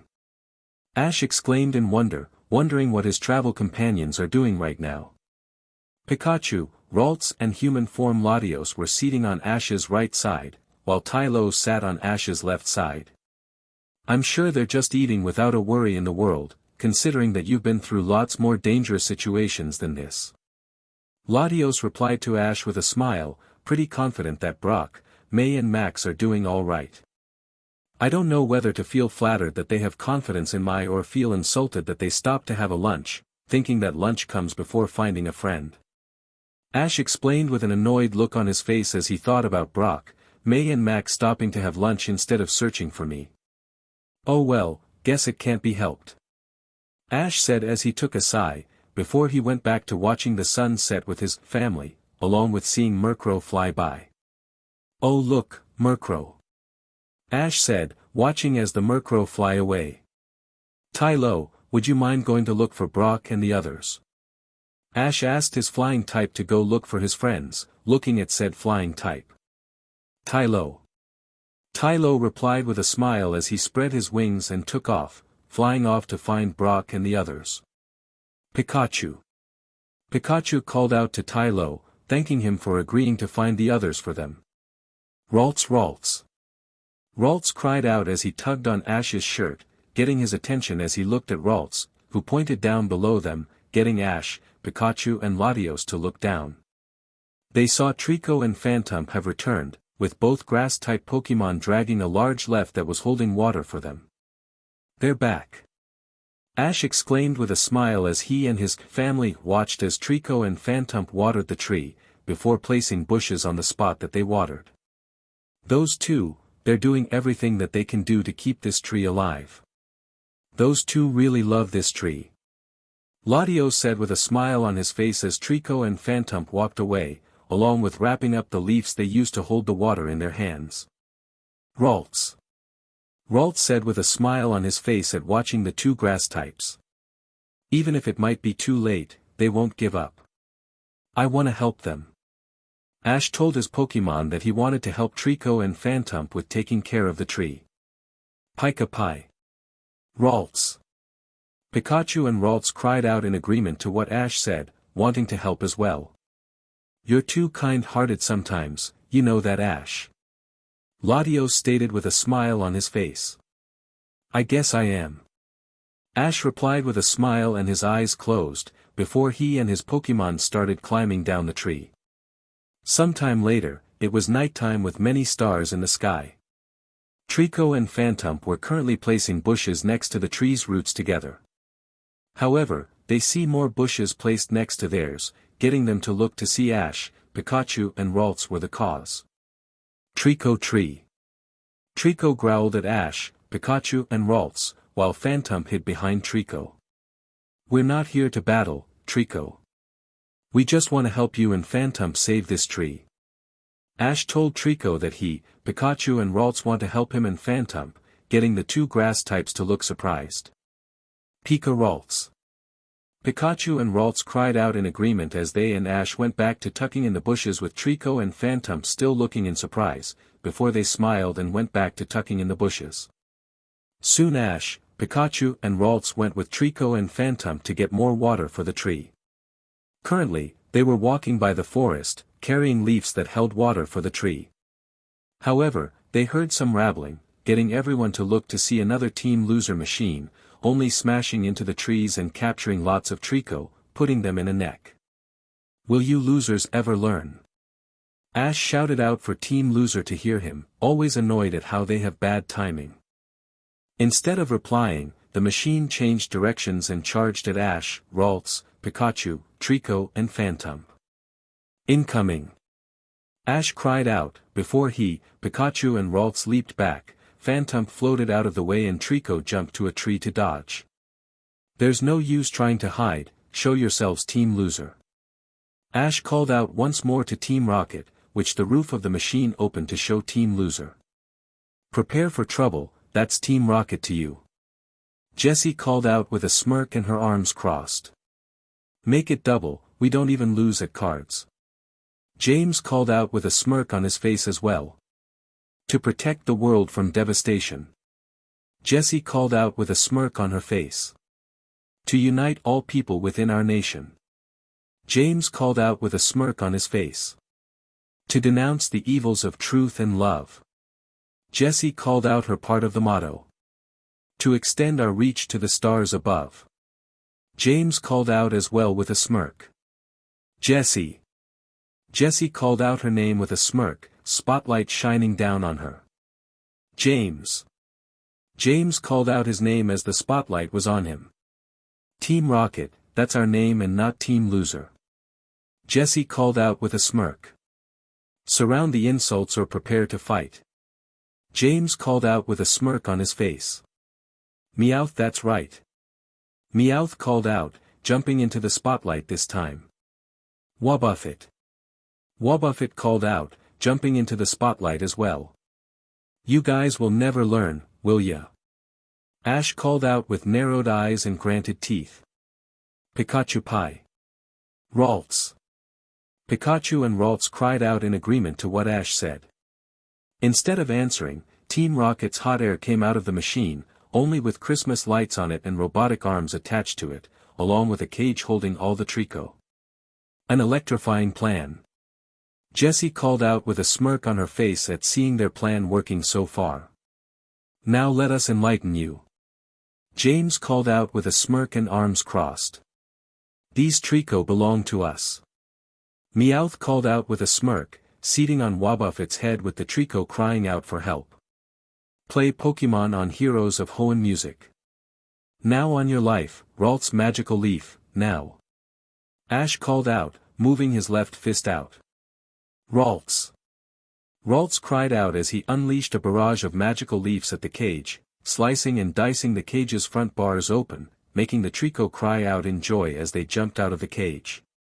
Oh no, the boss squad of Trico. Meowth cried out in horror as the Trico were escaping. James, do something. Jessie snapped at James to do something to stop the Trico from escaping. Yes mama, go Cacnea. James called out as he threw a pokeball, unleashing a Cacnea. Cacnea. Cacnea called out, before he gave James a loving hug, which was loving for him and painful for James since Cacnea's arms had spikes that make contact with his neck when Cacnea hugs him. Oh the pain. James cried out in pain from the loving hug. Trico Tree. Trico called out as he opens its mouth and forms a light green energy ball in front of his mouth. He then fires the energy ball from its mouth at Team Rocket's hot air balloon, causing it to shake and Team Rocket to panic, while James was still in pain to care. Nice energy ball, Trico. Pikachu, let's end this. Ash called out with a smirk as he crossed his arms in an X position with his Zeering glowing with the Electrum Z crystal on it. Ash and Pikachu do the Electrium Z pose in perfect sync with an aura surrounding Ash, which was transferred to Pikachu.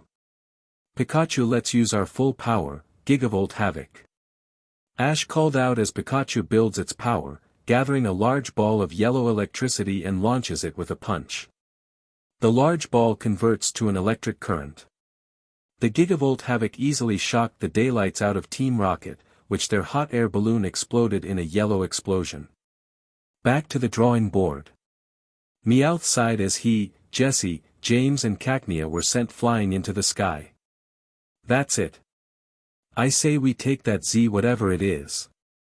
Jessie snapped in rage, now wanting to steal Ash's Z-ring. Let go, please.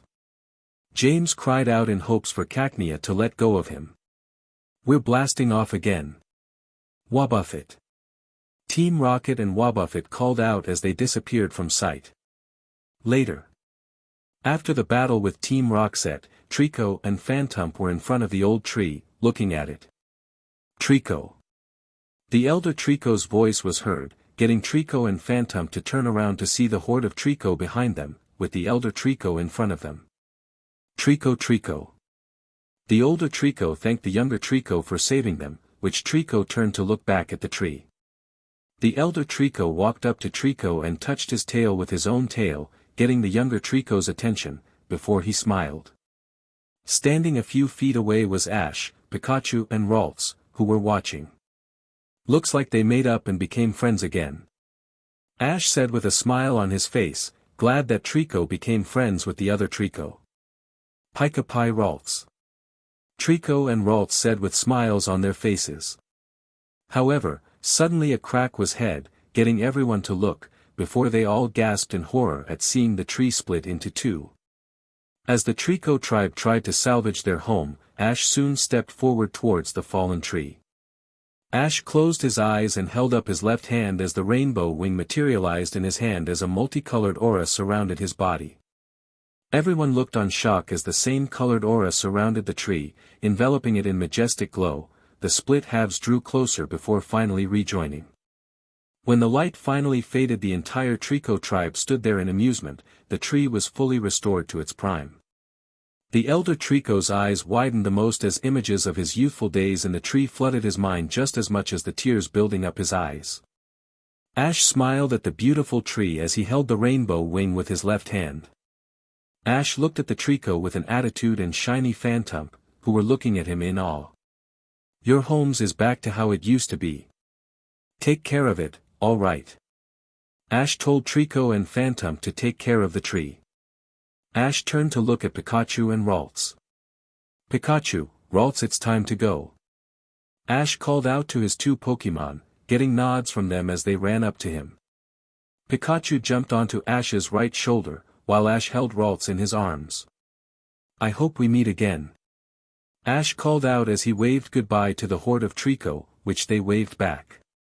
The Trico with an attitude and Phantom stared as Ash walked away, before they both looked at each other and nodded to each other. 5 minutes later. Ash, Pikachu and Ralts were walking through the forest to meet up with the rest of the gang. I don't know about you two, but I'm gonna have a chat with those guys when I see them again. Ash told his two partners that he was gonna have a chat to Brock, May, and Max when they find them. However, Ash then sensed familiar presences behind them, getting he to turn around to see the rebel Trico and Phantom standing behind them. Hey you two, what's up, is something wrong? Ash asked Trico and Phantom on why they followed them, with Ralts and Pikachu waving at the two grass types. Trico was the first one to step forward and speak. However, what came out of Trico's move surprised Ash. We want to come with you guys. Trico told his reason, making Ash widen his eyes in surprise. Meeting you guys showed me that the world outside this forest has a lot to offer and more ways for me to grow stronger, something I've always wanted. Trico continued to tell his reasons on why he wanted to go with Ash. I can't stop thinking about the amazing adventures I'll have if I go with you guys. Phantom said excitedly, with Ash understanding what he's saying. Ash smiled seeing both of these Pokémon were so much like him, wanting to test their limits and go on adventures. Ash knelt down in front of them and opened his arms up to them. Well then, welcome to the family, guys. Ash accepted their requests, making both Trico and Phantom smile, before they ran into Ash's arms, which the Rainbow Hero hugged the two new members of his family back, which Pikachu and Ralts joined in, making it a family hug. Chapter 13, Back in School and First Gym Battle. A few days has passed since Trico and Phantom joined Ash's team, with Ash catching Trico with a Pokeball and Phantom with a Great Ball. Ash found May, Max, Tylo, and Brock later that day, who were glad to see Ash unharmed, with May giving the Rainbow Hero a hug in relief to see him safe. The next day, when they were traveling through the forest, the group decided to take a break for lunch, with Ash introducing Trico and Phantom to the group. Phantom got along well with the others, while Trico just climbed up a tree to be alone. Later, May's Torchic was attacked by a Seviper, which Trico rushed to the rescue, but got hurt in the process. The group hurried to take Trico to a nearby Pokemon Center to heal the grass type. However, Trico made a surprisingly quick recover and left to go train. Ash was the only one who saw Trico leave and followed him. The two trained together, with Trico improving in strength and friendship with Ash, who was happy to train with Trico. Later, Team Loser showed up again and tried to catch Pikachu with the same Seviper from before that Jessie caught, but to no luck as Trico and Latios sent those losers blasting off as always. They later returned to the Pokemon Center and set out with their friends. The next day, they came across a town with the group deciding to split up. Ash and Max went to grab a bite to eat, while May and Brock went to get medicine. After their lunch, Ash and Max found a Shroomish, who was shy. It took some yummy food that Brock cooked for Shroomish to trust them. They later found an abandoned mansion that was said to be haunted, but Shroomish surprisingly rushed into the mansion. Ash and Max rushed after it and found May and Brock there. They met a man who owned the place that used to belong to his grandfather who passed away. At first, he didn't believe that there was a Shroomish, but went inside to check with the others. Inside they found Shroomish and even more, before Team Loser showed up, which caused a stampede of Shroomish to come out of hiding.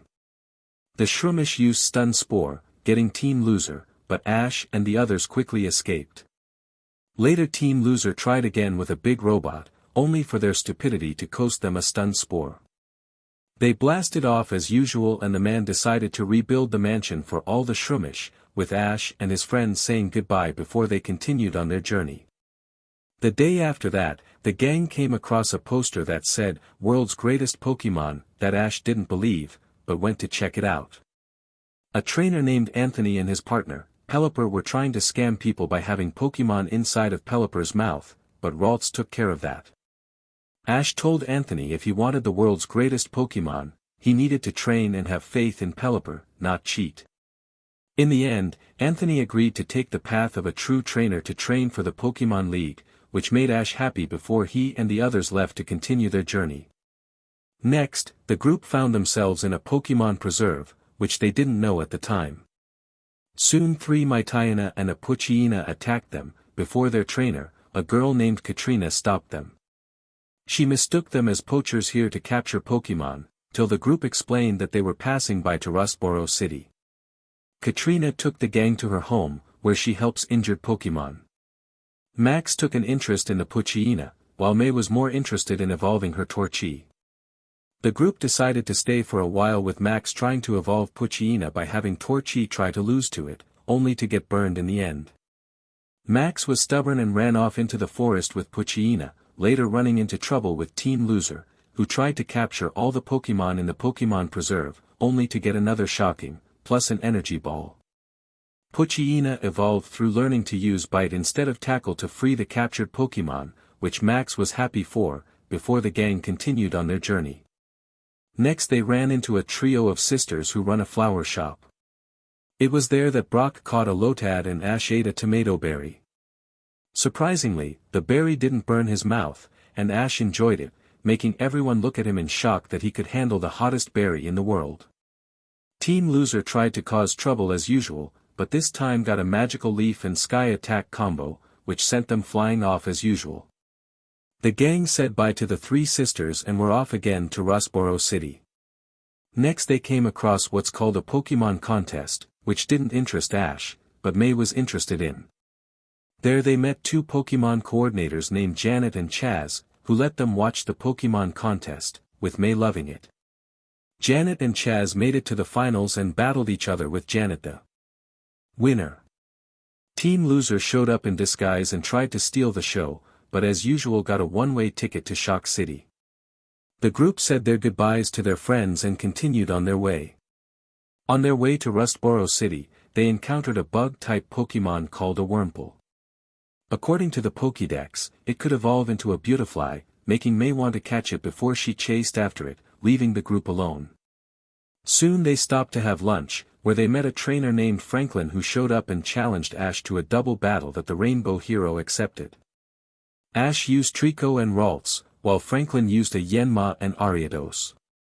It was an impressive battle with Ash having the disadvantage, but a combo attack of Thunder Punch and Ice Punch won them the match.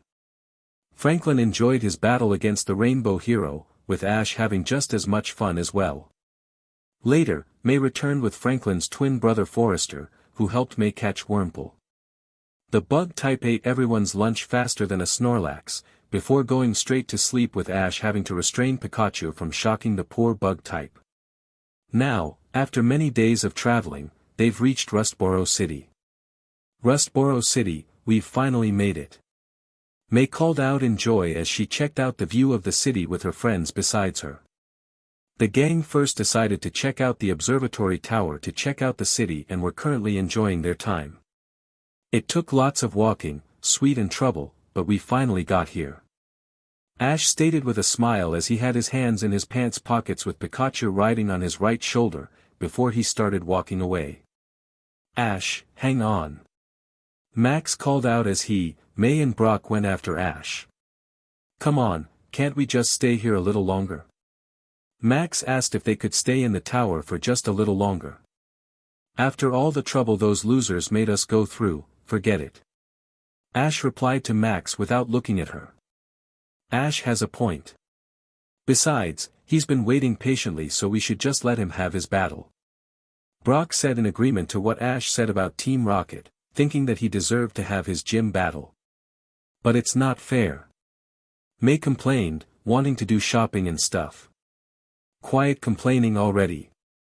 Ash told May to quiet complaining already, his patience wavering at having to wait to have his gym battle. Poliwag. Poliwag. A small blue Pokémon let out a cry of fear, getting the gang's attention as they looked to see a Poliwag hiding under a bench. A Poliwag? Ash said in surprise as Pikachu jumped off his shoulder towards the water type. Pika. Pikachu greeted the water type, who let a scared cry as it turned around in fear. If there's something wrong, maybe we can help. Max said to Poliwag, trying to help calm it down for it to trust them. Poliwag slowly turned around and walked out of the bench to see Max, Pikachu, and the others. Hi there, Poliwag.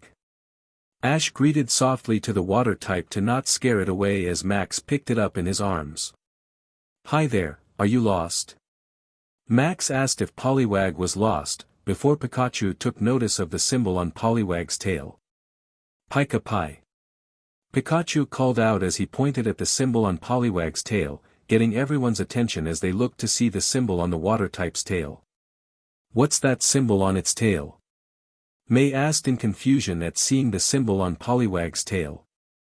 Before anyone could make a guess on what the symbol is, someone called out to the water type. Poliwag. Oh good. I've been looking all over for you.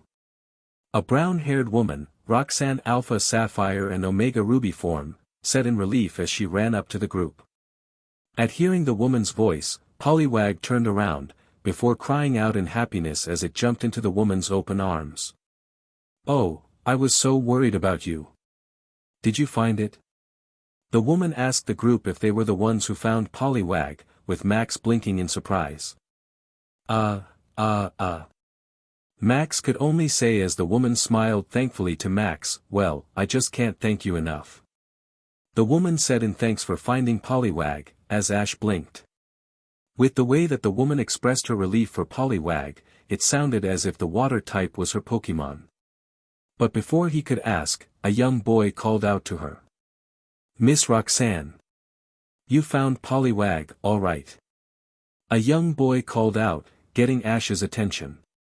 He looked to see 4 children behind the woman known as Roxanne, with 2 girls holding a Pidgey and Rattata, 2 boys with a Magby next to one of them with the other boy looking nervous. That's so great. The girl holding Pidgey said in happiness, before turning towards the nervous boy. See, everything's okay. The girl told the nervous boy with a happy smile. Except our class trip is ruined and poor Poliwag is scared completely out of its mind. The boy with the Magby snapped at the nervous boy, making him flinch. I'm sorry. The nervous boy tried to apologize. Do you have to be so mean? The girl snapped at the boy with the Magby, defending the nervous boy. Why you care? The boy with the Magby snapped back at the girl for what she said. You know Kenny's afraid of touching Pokémon. So leave him alone. The girl snapped back at the boy, making Ash slightly widen his eyes in shock at what he heard about the boy being afraid of Pokémon. Alright. That's enough you two. Roxanne told her 2 students firmly, getting them to look at her, before looking back at each other, before looking away. Fine. The 2 children said at the same time, making Ash chuckle. Roxanne turned her attention to the nervous boy called Kenny. Now Kenny, I hope you learned something from all of this. Roxanne told her student, causing Kenny to look up, before he looked back down sadly. At seeing him like this, Roxanne rubbed his head in comfort as she tried to reassure Kenny that it was all fine. There's no need to be afraid. And don't be upset either, because you tried your hardest. Roxanne said reassuringly to Kenny that it was all right. As she was finished comforting the boy, she turned to the rest of her students with a reminder on what they need to do now. Alright class. It's time for us to head back to the training academy. Roxanne told her class, making the kids smile at her. Okay.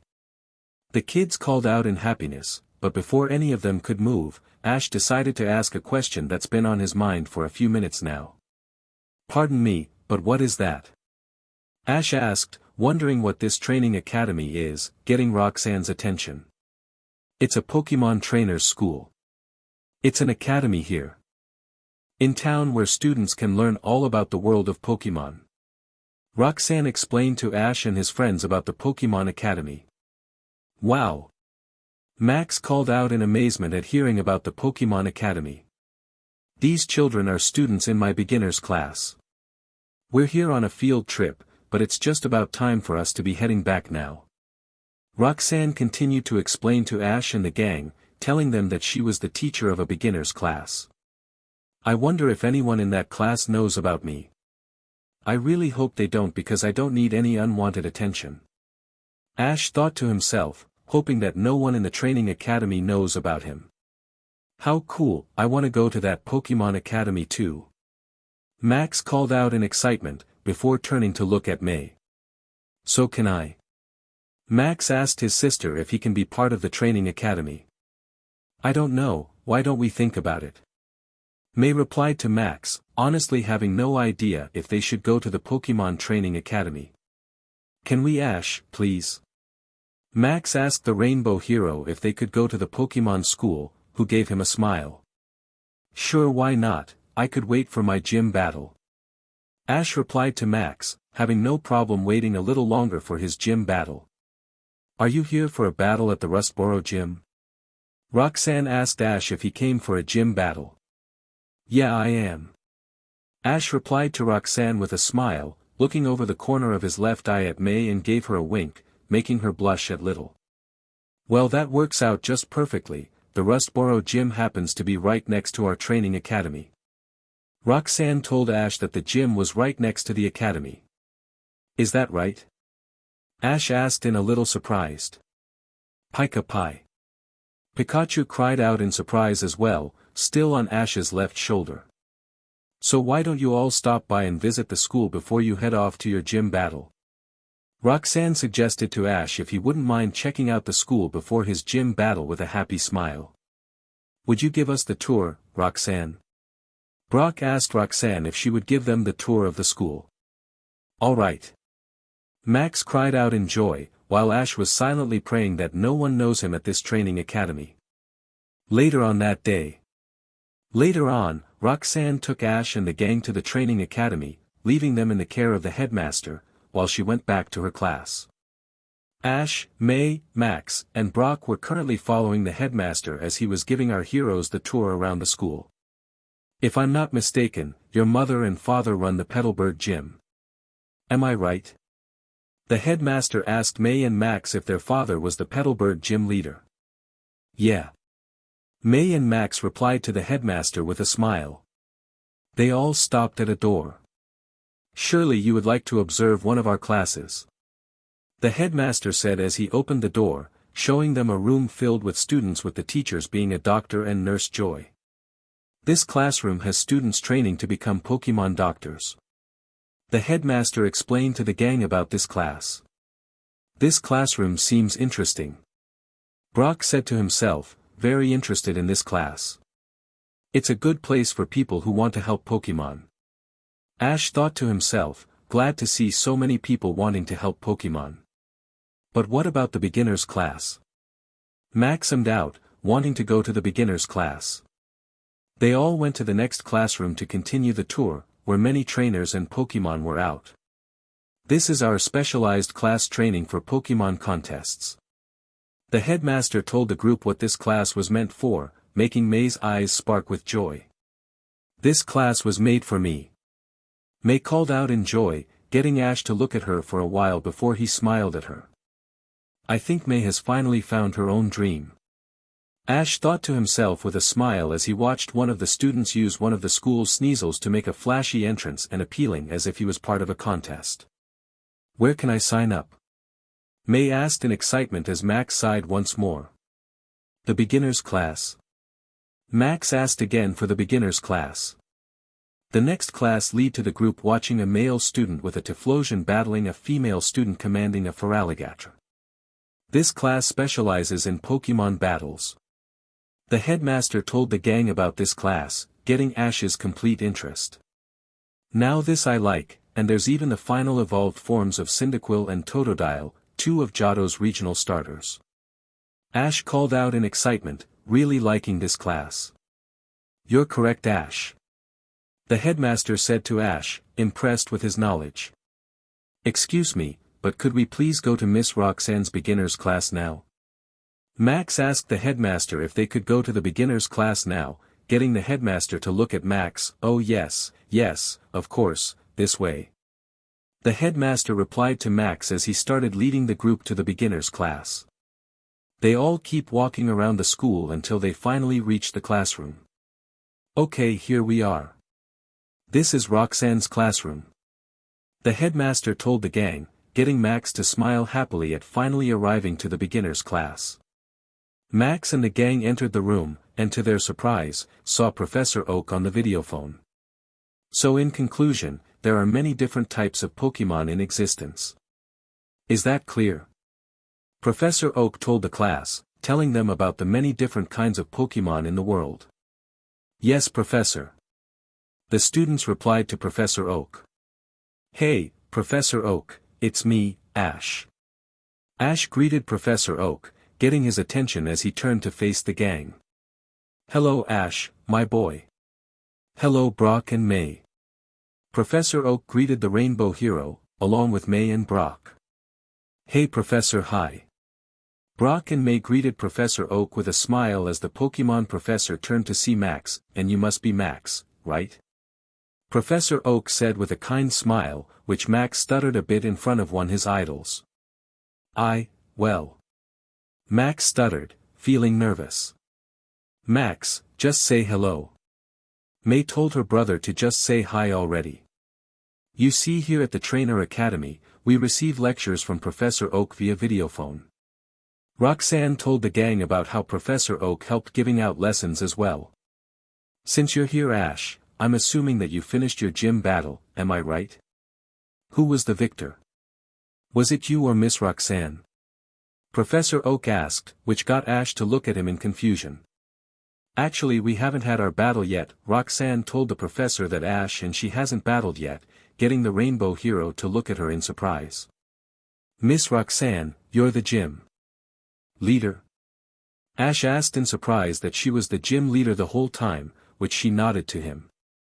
That's right. Roxanne replied to Ash with a smile. Roxanne is one of our most accomplished students to ever graduate from this academy. Her battles were always flawless, and she was quickly promoted to gym leader. The headmaster told Ash about Roxanne's progress that made her gym leader. Wow, that's pretty cool. Ash said in an impressed tone at how skilled Roxanne sounds like. Pikachu called out in agreement. Roxanne smiled at his compliment. Thank you very much, Ash. But I'll be teaching this class until tomorrow night. So would you mind if you put off our battle until the day after? Roxanne asked Ash if they could have their battle the day after tomorrow. Sure, no problem. Ash replied to Roxanne, having no problem waiting.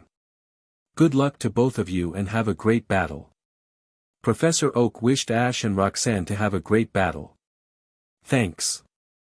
Ash and Roxanne thanked Professor Oak for his kind words. Miss Roxanne, if you need a guest speaker, you can have Ash and Brock. Ash has recently won the Silver Conference in Johto. Your students could learn a lot from him. Kids, keep catching those Pokémon. Goodbye for now. Professor Oak called out, waving goodbye. Before he could leave, Max finally managed to speak to Professor Oak on how he has read his books, watched him on TV, and listened to his radio shows. Professor Oak replied that he's glad for Max and said goodbye to him before the videophone turned off. Most of the students in the class suddenly all gathered around Ash, surrounding him after hearing he won the last Silver Conference tournament. They all asked him questions from teaching his battling style, how to raise a Pokémon, and even for his autograph. Exactly what I needed, unwanted attention. Thanks, Professor. Ash thought to himself with a sweat drop, making plans to get payback on Professor Oak. The next day after Ash finished answering the kids' questions, signing autographs and giving them some tips on how to raise Pokémon, Ash and the gang went to the Pokémon Center, with the Rainbow Hero taking the chance to train for his gym battle against Roxanne. The next day at the training academy, Ash was outside, leaning against the wall in deep thought while the others were watching Max study. Even Pikachu was watching with May and Brock, while he decided to wait here since he didn't like attention on him, unless it was for a battle. I hate unwanted attention, but those kids really looked up to me. Ash thought to himself as he looked up at the sky, thinking about the kids from yesterday that surrounded him. Kids are honest, I'll admit. When they see someone that's done something amazing, they'll support that person, wanting to see more. Ha, kids really are innocent. Ash thought to himself as he grew a smile on his face, thinking that he wouldn't mind having attention from kids. However, Ash sensed someone close by, making him narrow his eyes as he looked through the corner of his left eye. Come out, there's no use in hiding. Ash called out to whoever was hiding in the hallway. Oh okay, I'm sorry. I wasn't spying, I promise.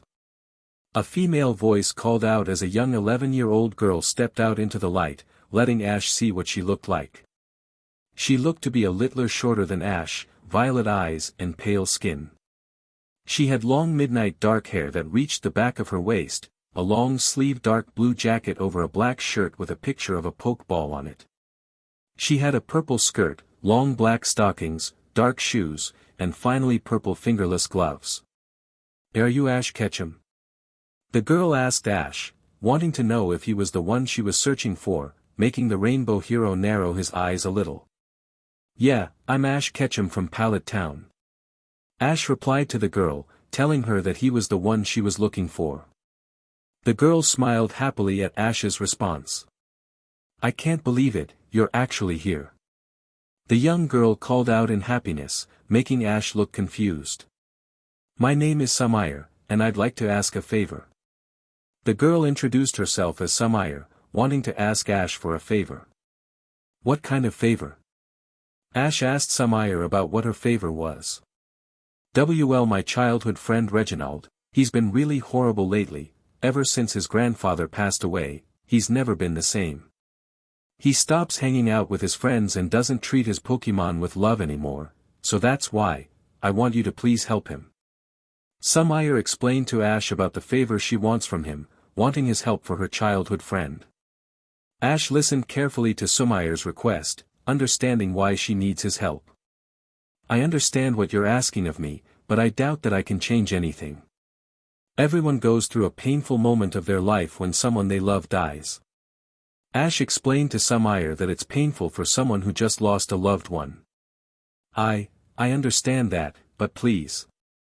Sumire begged as she bowed her head, wanting Ash's help for Reginald to go back to the person that he used to be. Ash looked at how Sumire was begging for his help, before he sighed in defeat. I'll help. Ash told Sumire that he'll help, not having the courage to refuse at how she was begging him, making Sumire look at him happily. Thank you. Please follow me. Sumire thanked Ash for agreeing to help, before leading him down the hall with the Rainbow Hero following behind her. Soon they reached a battlefield, where they saw a 12-year-old boy with spiky dark hair, wearing a blue high-collar jacket over a black shirt, black track pants and white shoes. He was currently lying down on the field, using his hands as a pillow and had his eyes closed. Reginald. Sumire called out to the sleeping boy, getting him to open his gray eyes as he got up from his lying down position. What is it, Sumire? The boy known as Reginald replied to his friend as he stood up on his feet, stretching his arms out. Sumire held out her right hand to gesture to Ash, who was watching with his hands in his pockets. This is Ash Ketchum, the winner of the Johto League Silver Conference, and the trainer rumored to be the legendary Rainbow Hero. Sumire introduced Ash to Reginald, getting both boys to look at her in surprise. Terrific, it seems no matter what region I go to, I'll always have unwanted attention. Ash thought to himself with narrowed eyes, wishing that he wasn't the center of attention. I'll admit that's impressive, but why should I care? Reginald said in an unimpressed tone, clearly showing that he didn't care. Reginald, I think he can help you. Just battle him and I think you'll dash. Sumire tried to convince Reginald to battle Ash, but her friend interrupted her. He can't help, so why should I waste my time battling some kid from Kanto? Reginald told his friend, clearly having no interest in battling Ash, making Sumire look at her friend in concern. Ash walked up next to Sumire, getting Reginald's attention. She's just worried about you, so don't take her friendship for granted. Listen, I understand that you're still recovering from your grandfather's death. Ash said to Reginald with narrowed eyes, getting him to look at Sumire, who looked down with her cheeks blushing. But that doesn't mean that you should push away your friends that are worried about you away. Even your Pokémon are worried about you, so at least don't block them out. Ash continued to speak, getting Reginald to look back at the rainbow hero with narrowed eyes. And why should I care about what a stranger like you say? Reginald asked the rainbow hero why he should take advice from him since he's a stranger, making Ash chuckle. Fair point, this is the first time that we've met. Still, at first I thought that your grief consumed you, but now my view has changed. Ash said to Reginald with a small smile on his face, getting Reginald to narrow his eyes at him. You think just 'cause you're some big shot, I've gotta listen to what you've got to say. Reginald scoffed, earning a glare from Ash. No, you don't, Ash replied as Reginald simply smirked and began walking away. If we're gonna talk, we should do it through a battle. Ash stated, causing Reginald to pause mid-step and turn his head slightly, his eyes making contact with Ash's. When two trainers' eyes meet, that means they must clash. That's the trainer's rule, isn't it? Ash said to Reginald, who fully turned around to face him. Yeah, that is the rule. Reginald replied to Ash with narrowed eyes. The scene around them turned pitch black as a violent red aura surrounded Reginald, while a rainbow aura covered Ash. Both Ash and Reginald leaped away from each other, landing on the trainer parts of the battlefield. However, it was at that moment that Roxanne and her beginners class came out for a lesson with Brock with them. But they stopped when they saw Ash and Reginald already using one of the battlefields. Sumire, what's going on? Roxanne asked Sumire, who was watching from the sidelines. I'm sorry Mrs. Roxanne, but Reginald and Ash are about to have a battle, so could you please wait and let them have their battle? The black-haired girl apologized to teacher, bowing her a little, making Roxanne sigh at Sumire. All right then, besides this'll be a great learning experience. Roxanne replied to Sumire, before she turned to face her class. All right class, plans have changed. For now, we'll be watching our school's top student, Reginald, have a battle against the Johto League Silver Confidence's champion, Ash Ketchum. Roxanne told her students, who looked real excited while Bronk looked at his best friend, noticing the frown on his face. It was at that moment, May showed up to watch the battle. I'll shut that mouth of yours with this. Reginald growled out as he brought out a Pokeball before he threw it, releasing a blue sea lion Pokemon. Samurott. The Pokemon cried out its name as Ash looked at it in interest. Wonder what that is? Ash asked as he brought out his Pokédex with his right hand, holding it out to the blue sea lion Pokemon. Samurott, the formidable Pokemon, and the evolved form of Duat. Protected by armor, Samurott can defeat opponents with one sword swipe. Its glare can silence them as well. Dexter stated as Ash looked at Samurott, who glared at him. Samurott, huh? Ash said as he looked over the water Pokemon and couldn't help but see how it got its name as it resembled a samurai. In that case, come out Trico. Ash called out, throwing the Pokeball and releasing the grass starter Pokemon. Trico. Trico called out with a smirk as he placed his twig in his mouth. Reginald narrowed his eyes as he looked at the Pokemon Ash had sent against him. You're sending out a first-stage Trico against my fully evolved Samurott. Are you mocking me? Reginald questioned angrily, feeling insulted by Ash's choice. Evolution isn't everything when it comes down to a Pokémon battle, anyone who's battled before should understand that basic fact. Ash replied to Reginald as the children watched carefully. Ash and Trico vs Reginald and Samurott. Samurott use Razor Shell.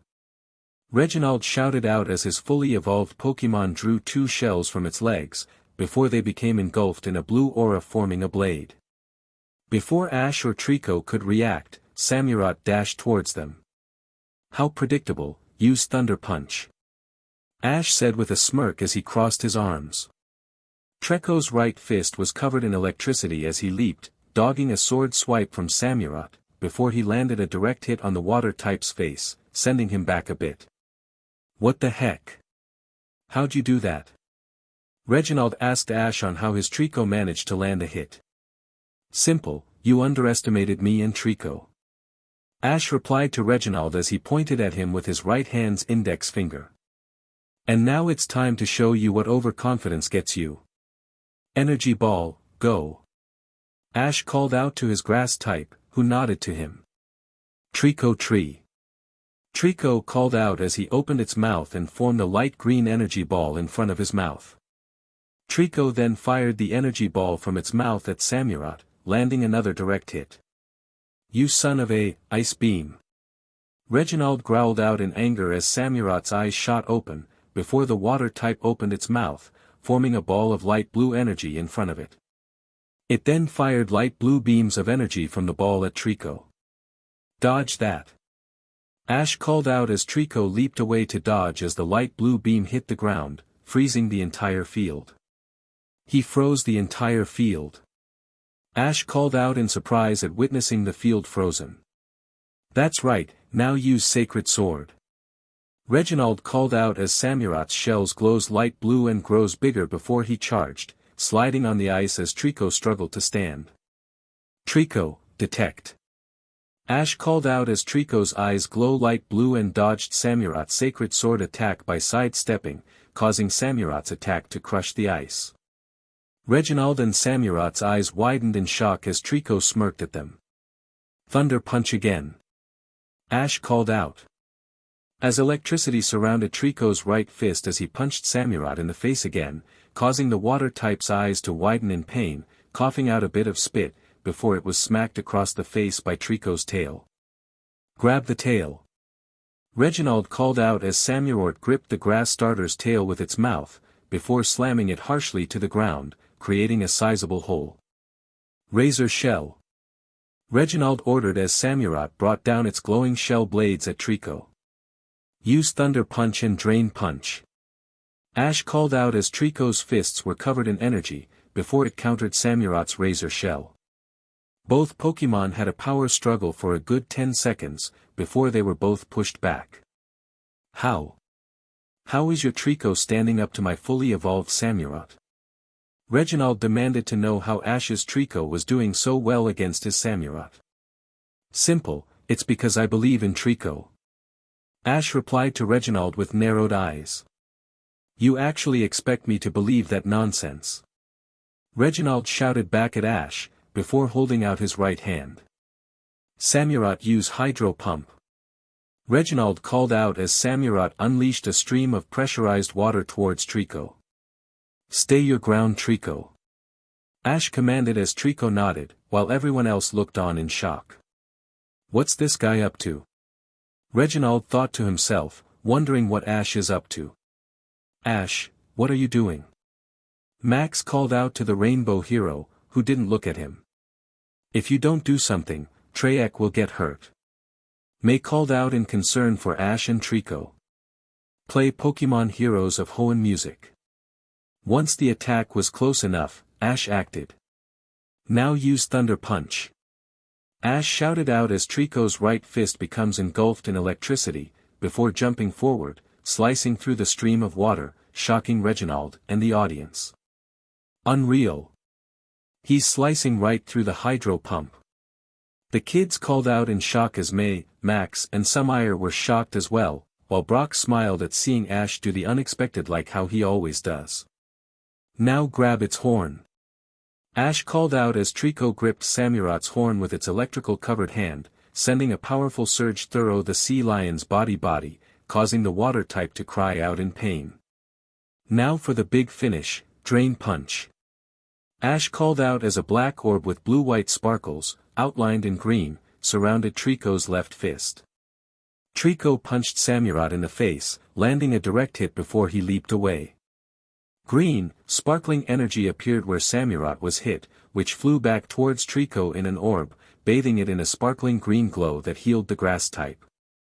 Samurot fell to the ground, kicking up dust with swirls in its eyes, showing he was defeated. Music end. Winner, Ash and Trico. Samurot. Reginald cried out, running over to his starter's side. Are you okay? Reginald asked as the formidable Pokémon's eyes slowly opened as he looked over to his trainer. I'm okay, Reginald. Samurot replied to his trainer, causing Reginald's eyes to widen in shock. Was that your voice I just heard? Reginald asked stunned, still trying to comprehend what just happened. He heard his Samurot talk like he was a human. It's cause of the bond the two of you share. Ash said as he walked up to them, causing the duo to look over at the Rainbow Hero. When a trainer forges a strong unbreakable bond with their Pokémon, they'll be able to truly understand each other. Ash told Reginald and Samurot as Trico jumped onto his right shoulder. Well done Trico. Ash congratulated his grass type, making Trico smile at his trainer. Thank you Ash. Trico thanked the Rainbow Hero with only Ash able to understand him. Ash smiled at Trico, before he looked back at Reginald. You can deny it all you want, but your bond with your Pokémon is still strong. You still care about them and they care about you. Ash told Reginald with a smile. Reginald still looked shocked as he turned to face his starter, who looked at him with a smile. Reginald said in disbelief before he was interrupted as the alarm went off. Something terrible has happened. All of our Pokeball have been stolen. The headmaster cried out as he ran to the group, shocking everyone including Roxanne. What? Roxanne gasped as the headmaster held his head, feeling fear for the Pokémon that have been taken away. They're all gone. The headmaster groaned out, falling to his knees. How could that have happened? Ash exclaimed with wide eyes. But just before anyone could react, everyone heard a familiar group laughing together. They all turned to see a giant machine rolling in, with the design looking like a Wurmple. The door opened to reveal Team Loser. Play Team Rocket Moto music. Prepare for trouble, we're in a class of our own. Make it double, or leave well enough alone. To protect the world from devastation. To unite all people within our nation. To denounce the evils of truth and love. To extend our reach to the stars above. Jesse. James. Team Rocket blasts off at the speed of light. Surrender now, or prepare to fight, fight, fight. That's right. Music end. Team Rocket. Ash, Brock, May and Max called out with narrowed eyes at seeing the annoying losers. Correct. Jesse laughed out with a huge smile. Now answer this. Who has all the Pokeball? James asked tauntingly, as Meowth revealed to where they were by showing a large bag attached to the tail of the Wurmple machine. I'll give you a hint. Meowth said tauntingly as Ash gritted his teeth. And we're getting them back. Pikachu, thunderbolt them. Ash called out as he held out his right hand. Pikachu nodded to his partner before he shot out his electric-type attack towards the machine. But just as he shot the attack, the door closed, causing the thunderbolt to miss Team Loser. Naya Naya Naya Naya Naya. Team Rocket laughed, mocking the electric-type. Annoyed, Pikachu shot again, causing the door to close and allow Team Rocket to mock Pikachu again. With the third attempt, the results were the same. And with the fourth attempt, the mocking continued on. Wait till I get my hands on those idiots. Ash thought to himself in annoyance at Team Loser being idiots. Now to snatch us a Pikachu. Meowth shouted out as a mechanical arm latched out of the Wurmple machine towards Pikachu, only for the electric type to swiftly avoid the arm. However, much to Ash and Pikachu's horror, the arm was now heading straight towards. "Can he move?" Ash shouted to the younger boy, who was frozen with fear as he held up his arms to protect himself. "Samurott, use Razor Shell." Reginald called out as his water type nodded.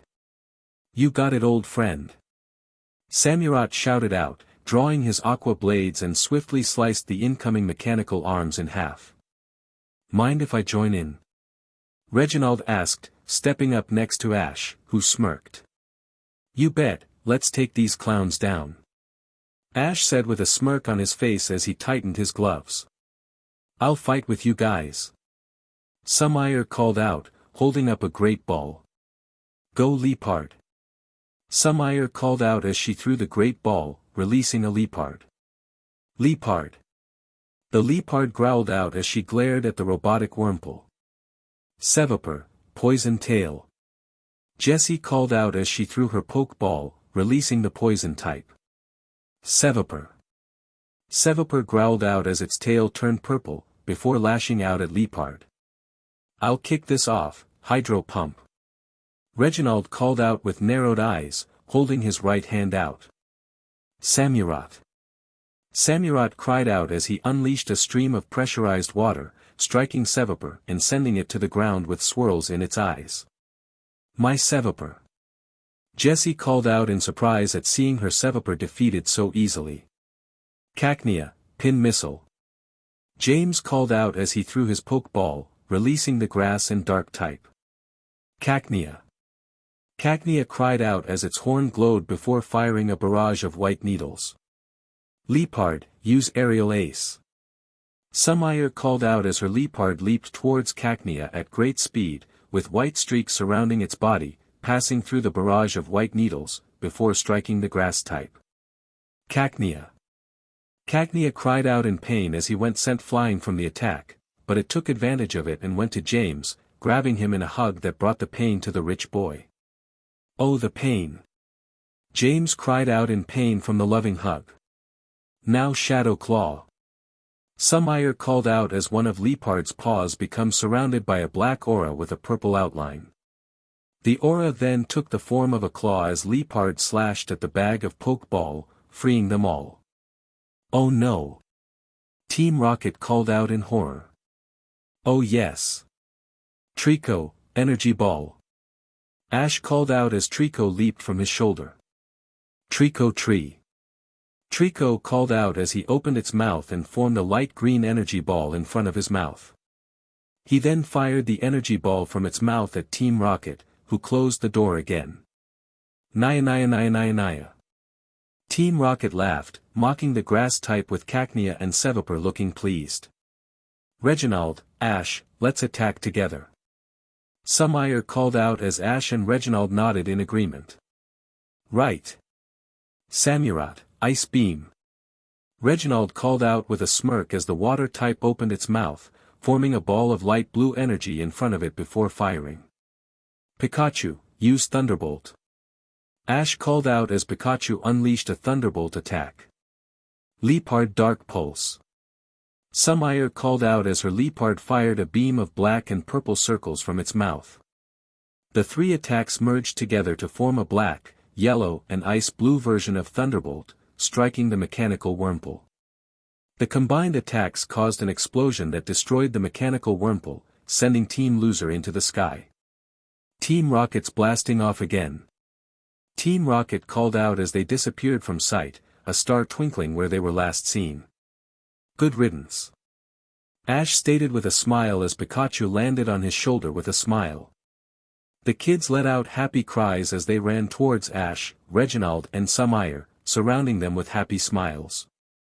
Some of the kids even surrounded Pikachu, Trico, Samurott and Leopard with all of them smiling at the happy kids. "You guys were awesome." A random kid said to Sumire, who smiled as she rubbed the kid's head with a smile. Kenny walked up to Samurott, who noticed the kid as he lowered his head for a pat, smiling at the young boy. Kenny hesitated a little, before he pat the fully evolved Pokémon with a smile, no longer feeling nervousness. Ash and Reginald watched Kenny interact with Samurott with smiles on their faces. "Listen, don't think I'm gonna say thanks for giving me a little push, but just know I'm grateful," Reginald told Ash with his arms crossed, who just smiled at him. "Who said I wanted any thanks? Just seeing you connect with your Pokémon is enough for me," Ash replied to Reginald with a smile, one that he returned with some ire watching the two with a smile. Roxanne, Brock and May were watching the kids surround the heroes of the day with smiles. "Wow, who knew Ash could inspire so many kids?" May said with a smile as her cheeks started to turn red. "Your friend Ash is a very gifted young man. I look forward to my battle with him," Roxanne said to May with a smile on her face, looking forward to her battle with the Rainbow Hero. "Just a little warning, you're gonna need to give it your all if you want to have a chance to beat Ash," Brock told Roxanne with a smile that she returned. "Don't worry, I plan to battle with some special Pokémon of mine," Roxanne replied to Brock with a smile on her face as she watched Sumire help the kids onto her Leopard's back, Reginald trying and failing to smile at the kids looking at him as if he was their hero and Ash letting the kids play with Pikachu and Trico. Tomorrow morning. The next day in the morning, the gang was outside the Pokémon Center having breakfast at a round table, discussing their plans for the day. "I'm so psyched, this'll be my first time watching a real gym battle," Max exclaimed in excitement, drinking his orange juice. "Don't you watch gym battles back home?" Brock asked the young 8-year-old boy, who shook his head. "Dad doesn't really let us watch often, but he let us play with his Pokémon," Max told Brock, who still looked surprised. "Anyway, what's your strategy for Roxanne?" May asked the Rainbow Hero on how he plans to handle the Rustboro gym. "I'm going with Snorlax and Phantom for this gym," Ash replied to May as he took a sip from his glass of water. "But Ash, a normal type like Snorlax is a bad matchup against rock types," Max said to Ash, having read in a book that normal type moves aren't very effective against rock types. "Max, you should know by now from watching Ash, that type advantage doesn't matter when he battles," Brock told his young friend with a smile. "Brock's right, Max. What matters in a battle isn't just type advantage or evolution, it's faith in your Pokémon," Ash said with a smirk as he held up his right fist, not noticing May blushing at him. "Then what about you, May? All you have are Torchic and Wurmple, who are at a big disadvantage against rock types," Max asked his older sister, who looked at him for a second before looking away. "Oh, I think I'll pass," May replied to her brother, much to his and Brock's shock. "You'll pass?" Brock and Max shouted out in shock as Ash and Pikachu continued to enjoy their breakfast. "But why? After coming all this way?" Max asked his older sister in confusion. "It's because of her new dream, to be a Pokémon coordinator," Ash answered for May, getting everyone's attention. At the beginning, May never really had an interest of competing in gym battles. "Isn't that right, May?" Ash started to explain as he looked at the brunette, who was still surprised. "But, how did you know Ash?" May asked in surprise that the Rainbow Hero knew the whole time that she never had an interest in battles. "Huh, you're very bad at keeping a secret, that's why." Ash chuckled as May blushed red in embarrassment, before she sighed. "Ash is right, I do want to be a coordinator. From the start, I never really liked Pokémon. I just became a trainer to travel around, but all that's changed when I met Ash." May started to explain with a smile, as it was Ash's turn to be surprised. "Me?" Ash asked in confusion with Pikachu just as confused as his best friend. Pikachu said in confusion at May's words. "You taught me how wonderful Pokémon are and how amazing going on a journey was. Now I love all kinds of Pokémon. Torchic, Wurmple, Pikachu, and I'm so glad I met you, otherwise I wouldn't have been able to learn how to love Pokémon." May explained to Ash, Max and Brock on what she meant. Ash now looked embarrassed a little at how he impacted May's life. "Wow, I'm really flattered. Ash said with an embarrassed look on his face. But if you really want to be a coordinator, you're gonna have to train hard for it. Brock said with a smile on his face. And if you ever need help, I'll lend a hand in any way I can. Ash added with a smile as May flushed at the Rainbow Hero's words. Thanks, Ash. May thanked the Rainbow Hero, who smiled back at her as he got up from his chair. Now that that's all taken care for, let's get going to the Rustboro gym. Ash said with a smirk on his face. Pika Pie. Pikachu cried out as he jumped onto Ash's shoulder. Alright Ash, let us just finish up. Brock told the Rainbow Hero as they all continued their breakfast. Soon the gang were on their way to the gym, which was next to the school from yesterday. So this is the Rustboro gym. Brock said in interest at the gym's design. This is Roxanne's gym. May said in amazement at the gym. It's nothing like the Petalburg gym, that's for sure. Max pointed out, remembering how his dad's gym was designed. Time to have some fun. Ash said with a smirk on his face. Pika. Pikachu said in agreement to what his partner said. The gang entered the gym and saw people on the battlefield, looking as if they were working on it. The field seemed like a rocky-based battlefield like the one back at the Johto League Silver Conference. Awesome. May said in amazement at the battlefield. Wow, look at that battlefield. Max called out in excitement. Yeah, I can't imagine a better battlefield for rock Pokémon. Brock said in an impressed tone. Good morning folks. You must be Ash from Pallet Town and May from Petalburg City, am I right? A young man greeted the gang with a smile. Right. Ash and May replied to the young man. Teacher, your challengers are here for their battle. The young man called out. Up in the stands is the Rustboro gym leader, Roxanne. Welcome. I have to say I'm so very happy that you both are beginning your Hoenn region experience in my own Rustboro gym. This is really quite an honor for me. Roxanne greeted Ash and May with a smile. Thanks Roxanne. Ash replied to Roxanne with a smile on his face. Except, I'm kinda. May hesitated before she began explaining to Roxanne that she now has her own dream to follow. I see. So you've decided to become a Pokémon coordinator instead, May. Roxanne said in understanding at hearing May's explanation. Yes. May replied to the gym leader. People choose different ways of interacting with Pokémon. Good luck with your choice. Roxanne explained to May with a smile that she returned. Thank you Roxanne. May replied to the gym leader. Ash, are you ready for our battle? Roxanne asked the Rainbow Hero, who nodded with a smirk. Yep, all ready to go. Ash replied with a smirk on his face. Teacher, everything's ready. The young man from before called out as Roxanne nodded in thanks. All right, thanks. Roxanne thanked her students. Wow, they call you teacher. Brock said to Roxanne, who looked at him. Yes. You see they're all students from the trainer's school, Brock. They come here to work at the gym as interns and in the process of assisting me, they also gain valuable experience as trainers. Roxanne explained to Brock and the gang. Wow. Max said in an impressed tone. Say Ash, would you mind if I made a videotape of our battle?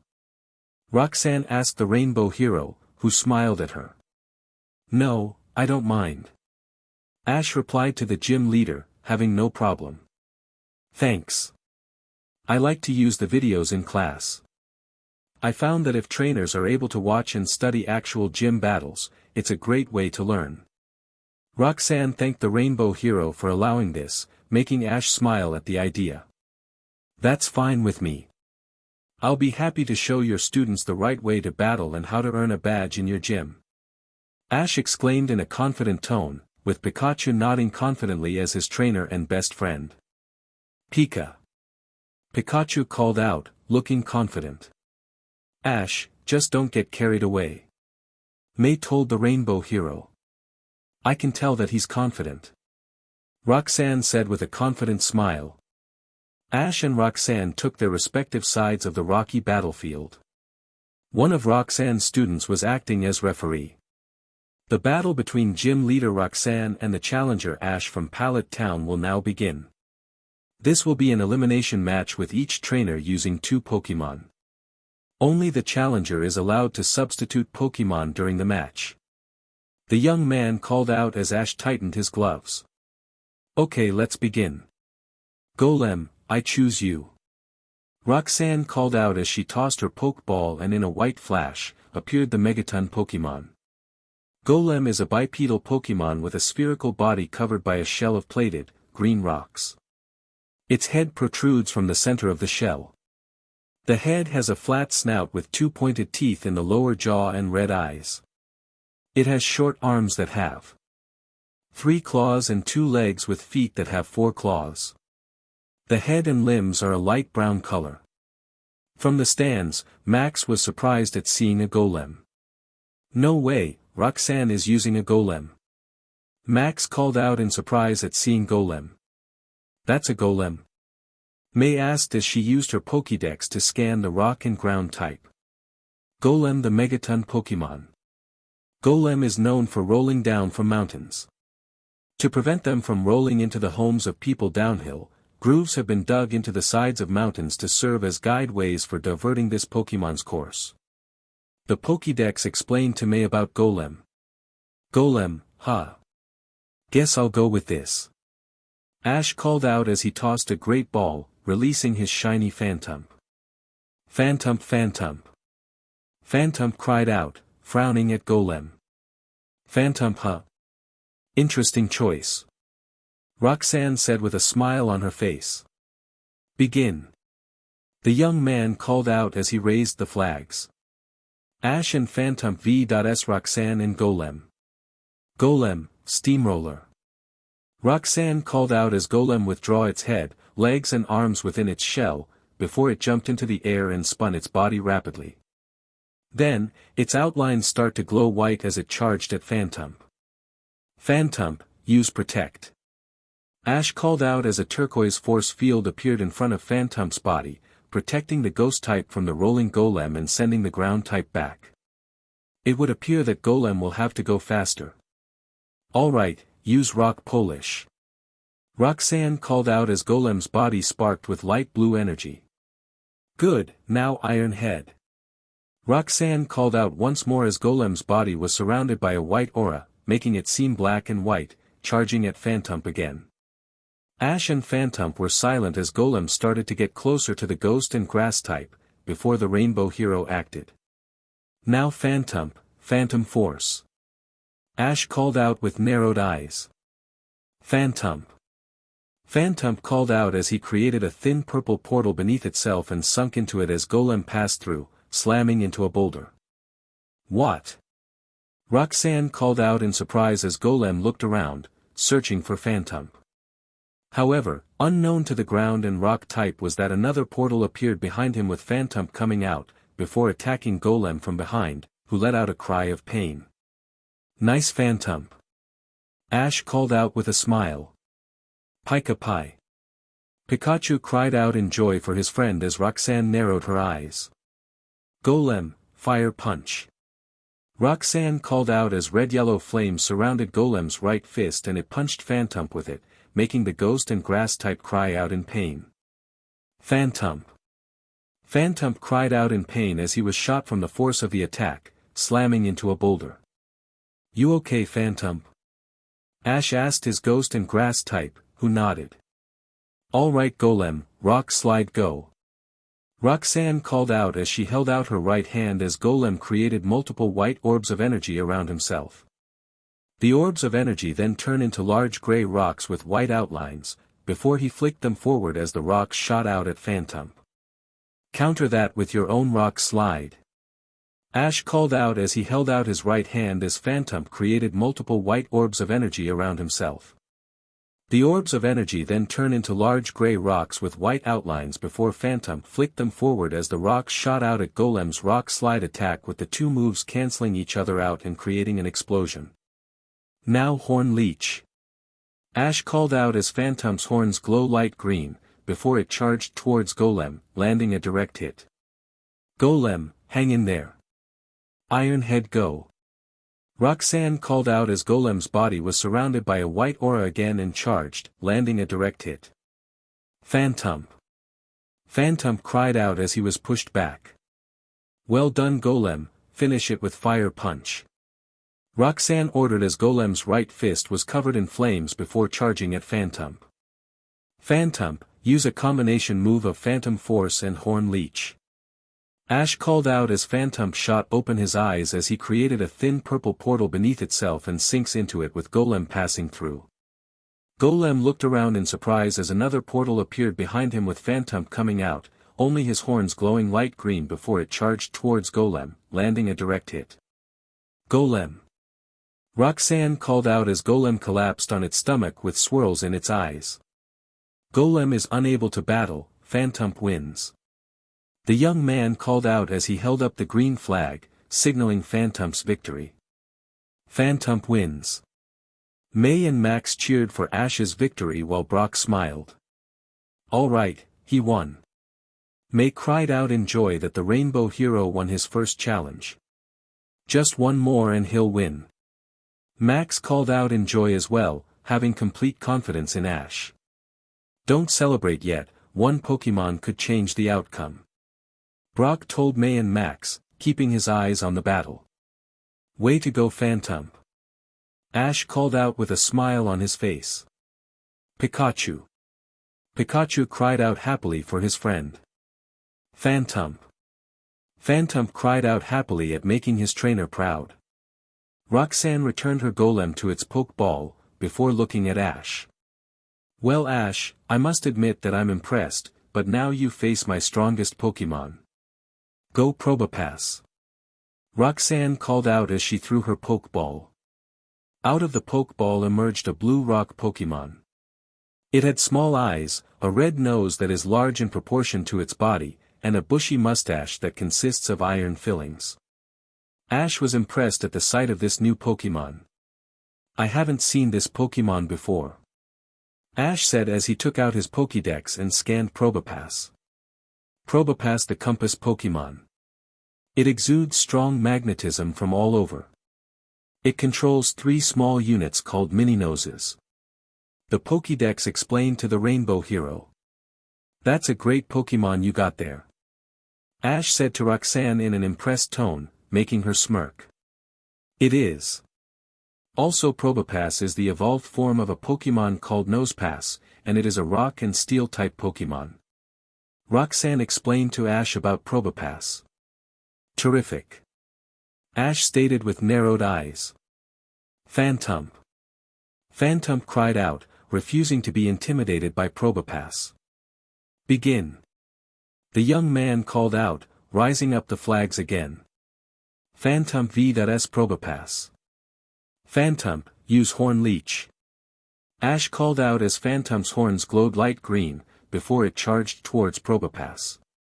Use Sandstorm.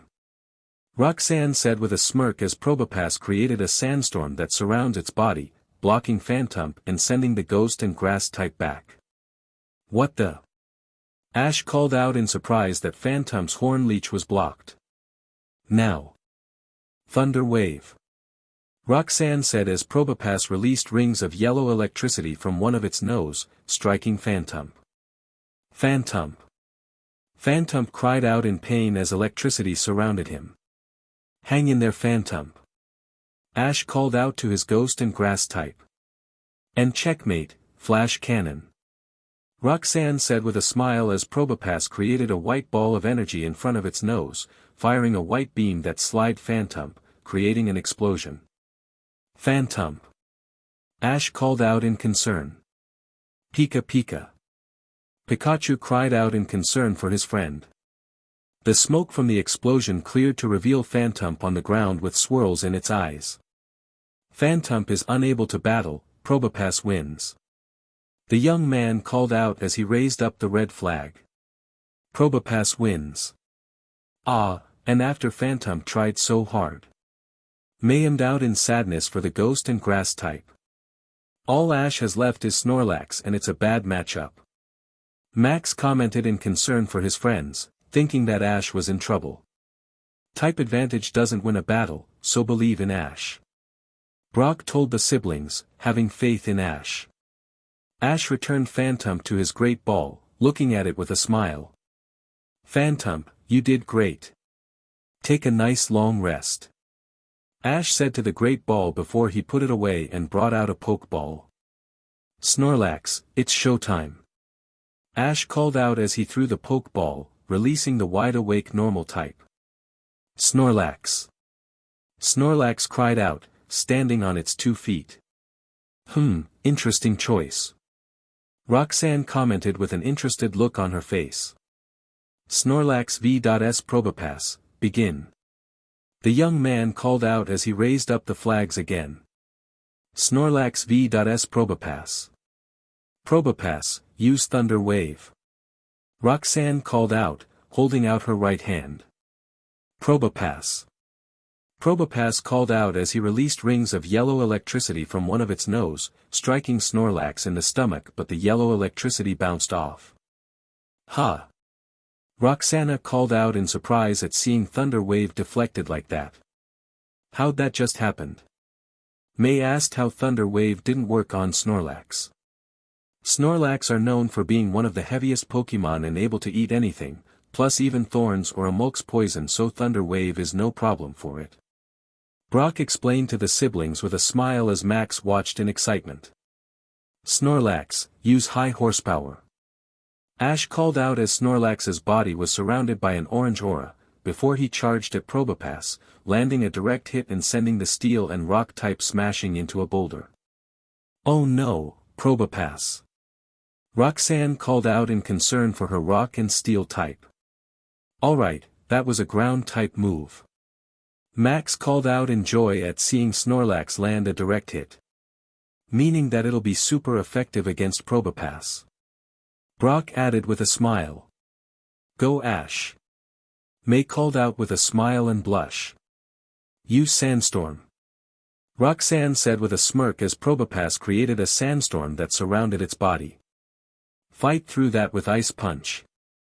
Ash called out as Snorlax's right fist was covered in a light blue glow, before the normal type punched the sandstorm, freezing it up. Impossible. Roxanne called out with wide eyes at seeing Snorlax freeze the sandstorm. There's more where that came from, Zen Headbutt. Ash called out with a smirk as Snorlax's head and eyes glow blue and was surrounded in a light blue reflective shield.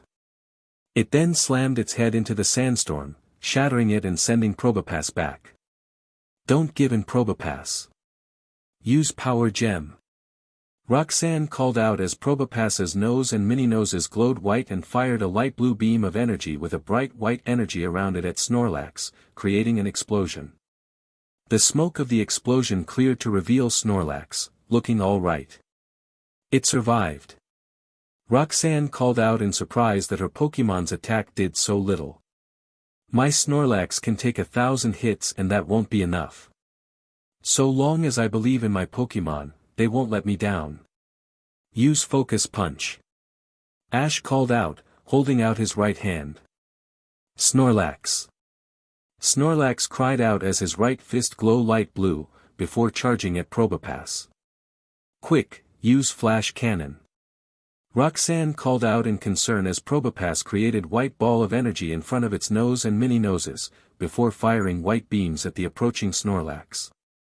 The attacks hit, but didn't stop Snorlax as he kept charging, before landing a direct hit on Probopass, sending the rock and steel type smashing into a boulder. Probopass. Roxanne called out as Probopass had swirls in its eyes. Probopass is unable to battle, Snorlax wins. Victory of this match goes to Ash. The young man called out as he raised up the green flag. Ash and Snorlax wins. Way to go Snorlax. Ash called out happily as he ran up to his normal type, who gave the Rainbow Hero and Pikachu a bear hug. Snorlax. Snorlax said happily as he continued to crush Ash and Pikachu's spines, who ignored the pain. Alright, he won. Max called out in joy for Ash's victory. He's incredible. May commented with a blush on her face. Huh, he's got more surprises in store for you too. Brock laughed out, remembering how Ash hasn't told the two siblings his secret of being the rainbow hero yet. Later outside the gym at the front door, Ash stood with May, Max, and Brock next to him with Pikachu on his shoulder with Roxanne and her student standing in front of him. Well Ash, that's a battle I won't forget anytime soon. I've learned a lot from our battle, so thanks for the great battle. Roxanne thanked the rainbow hero for the battle. Thanks, I've learned from you as well. Ash replied to the rock-type gym leader with a smile. I'm sure that my students learn from your fighting spirit and bond with your Pokémon as well. I present a worthy trainer such as you with this stone badge. Roxanne said as she held out a stone badge to the rainbow hero, who accepted it. Thanks a lot Roxanne. Ash thanked Roxanne as he looked at the badge that he was holding with his left hand. 1 down, 7 more to go. Ash said with a smile on his face, looking at his new badge with a smile as his friends surround him to look at his new badge.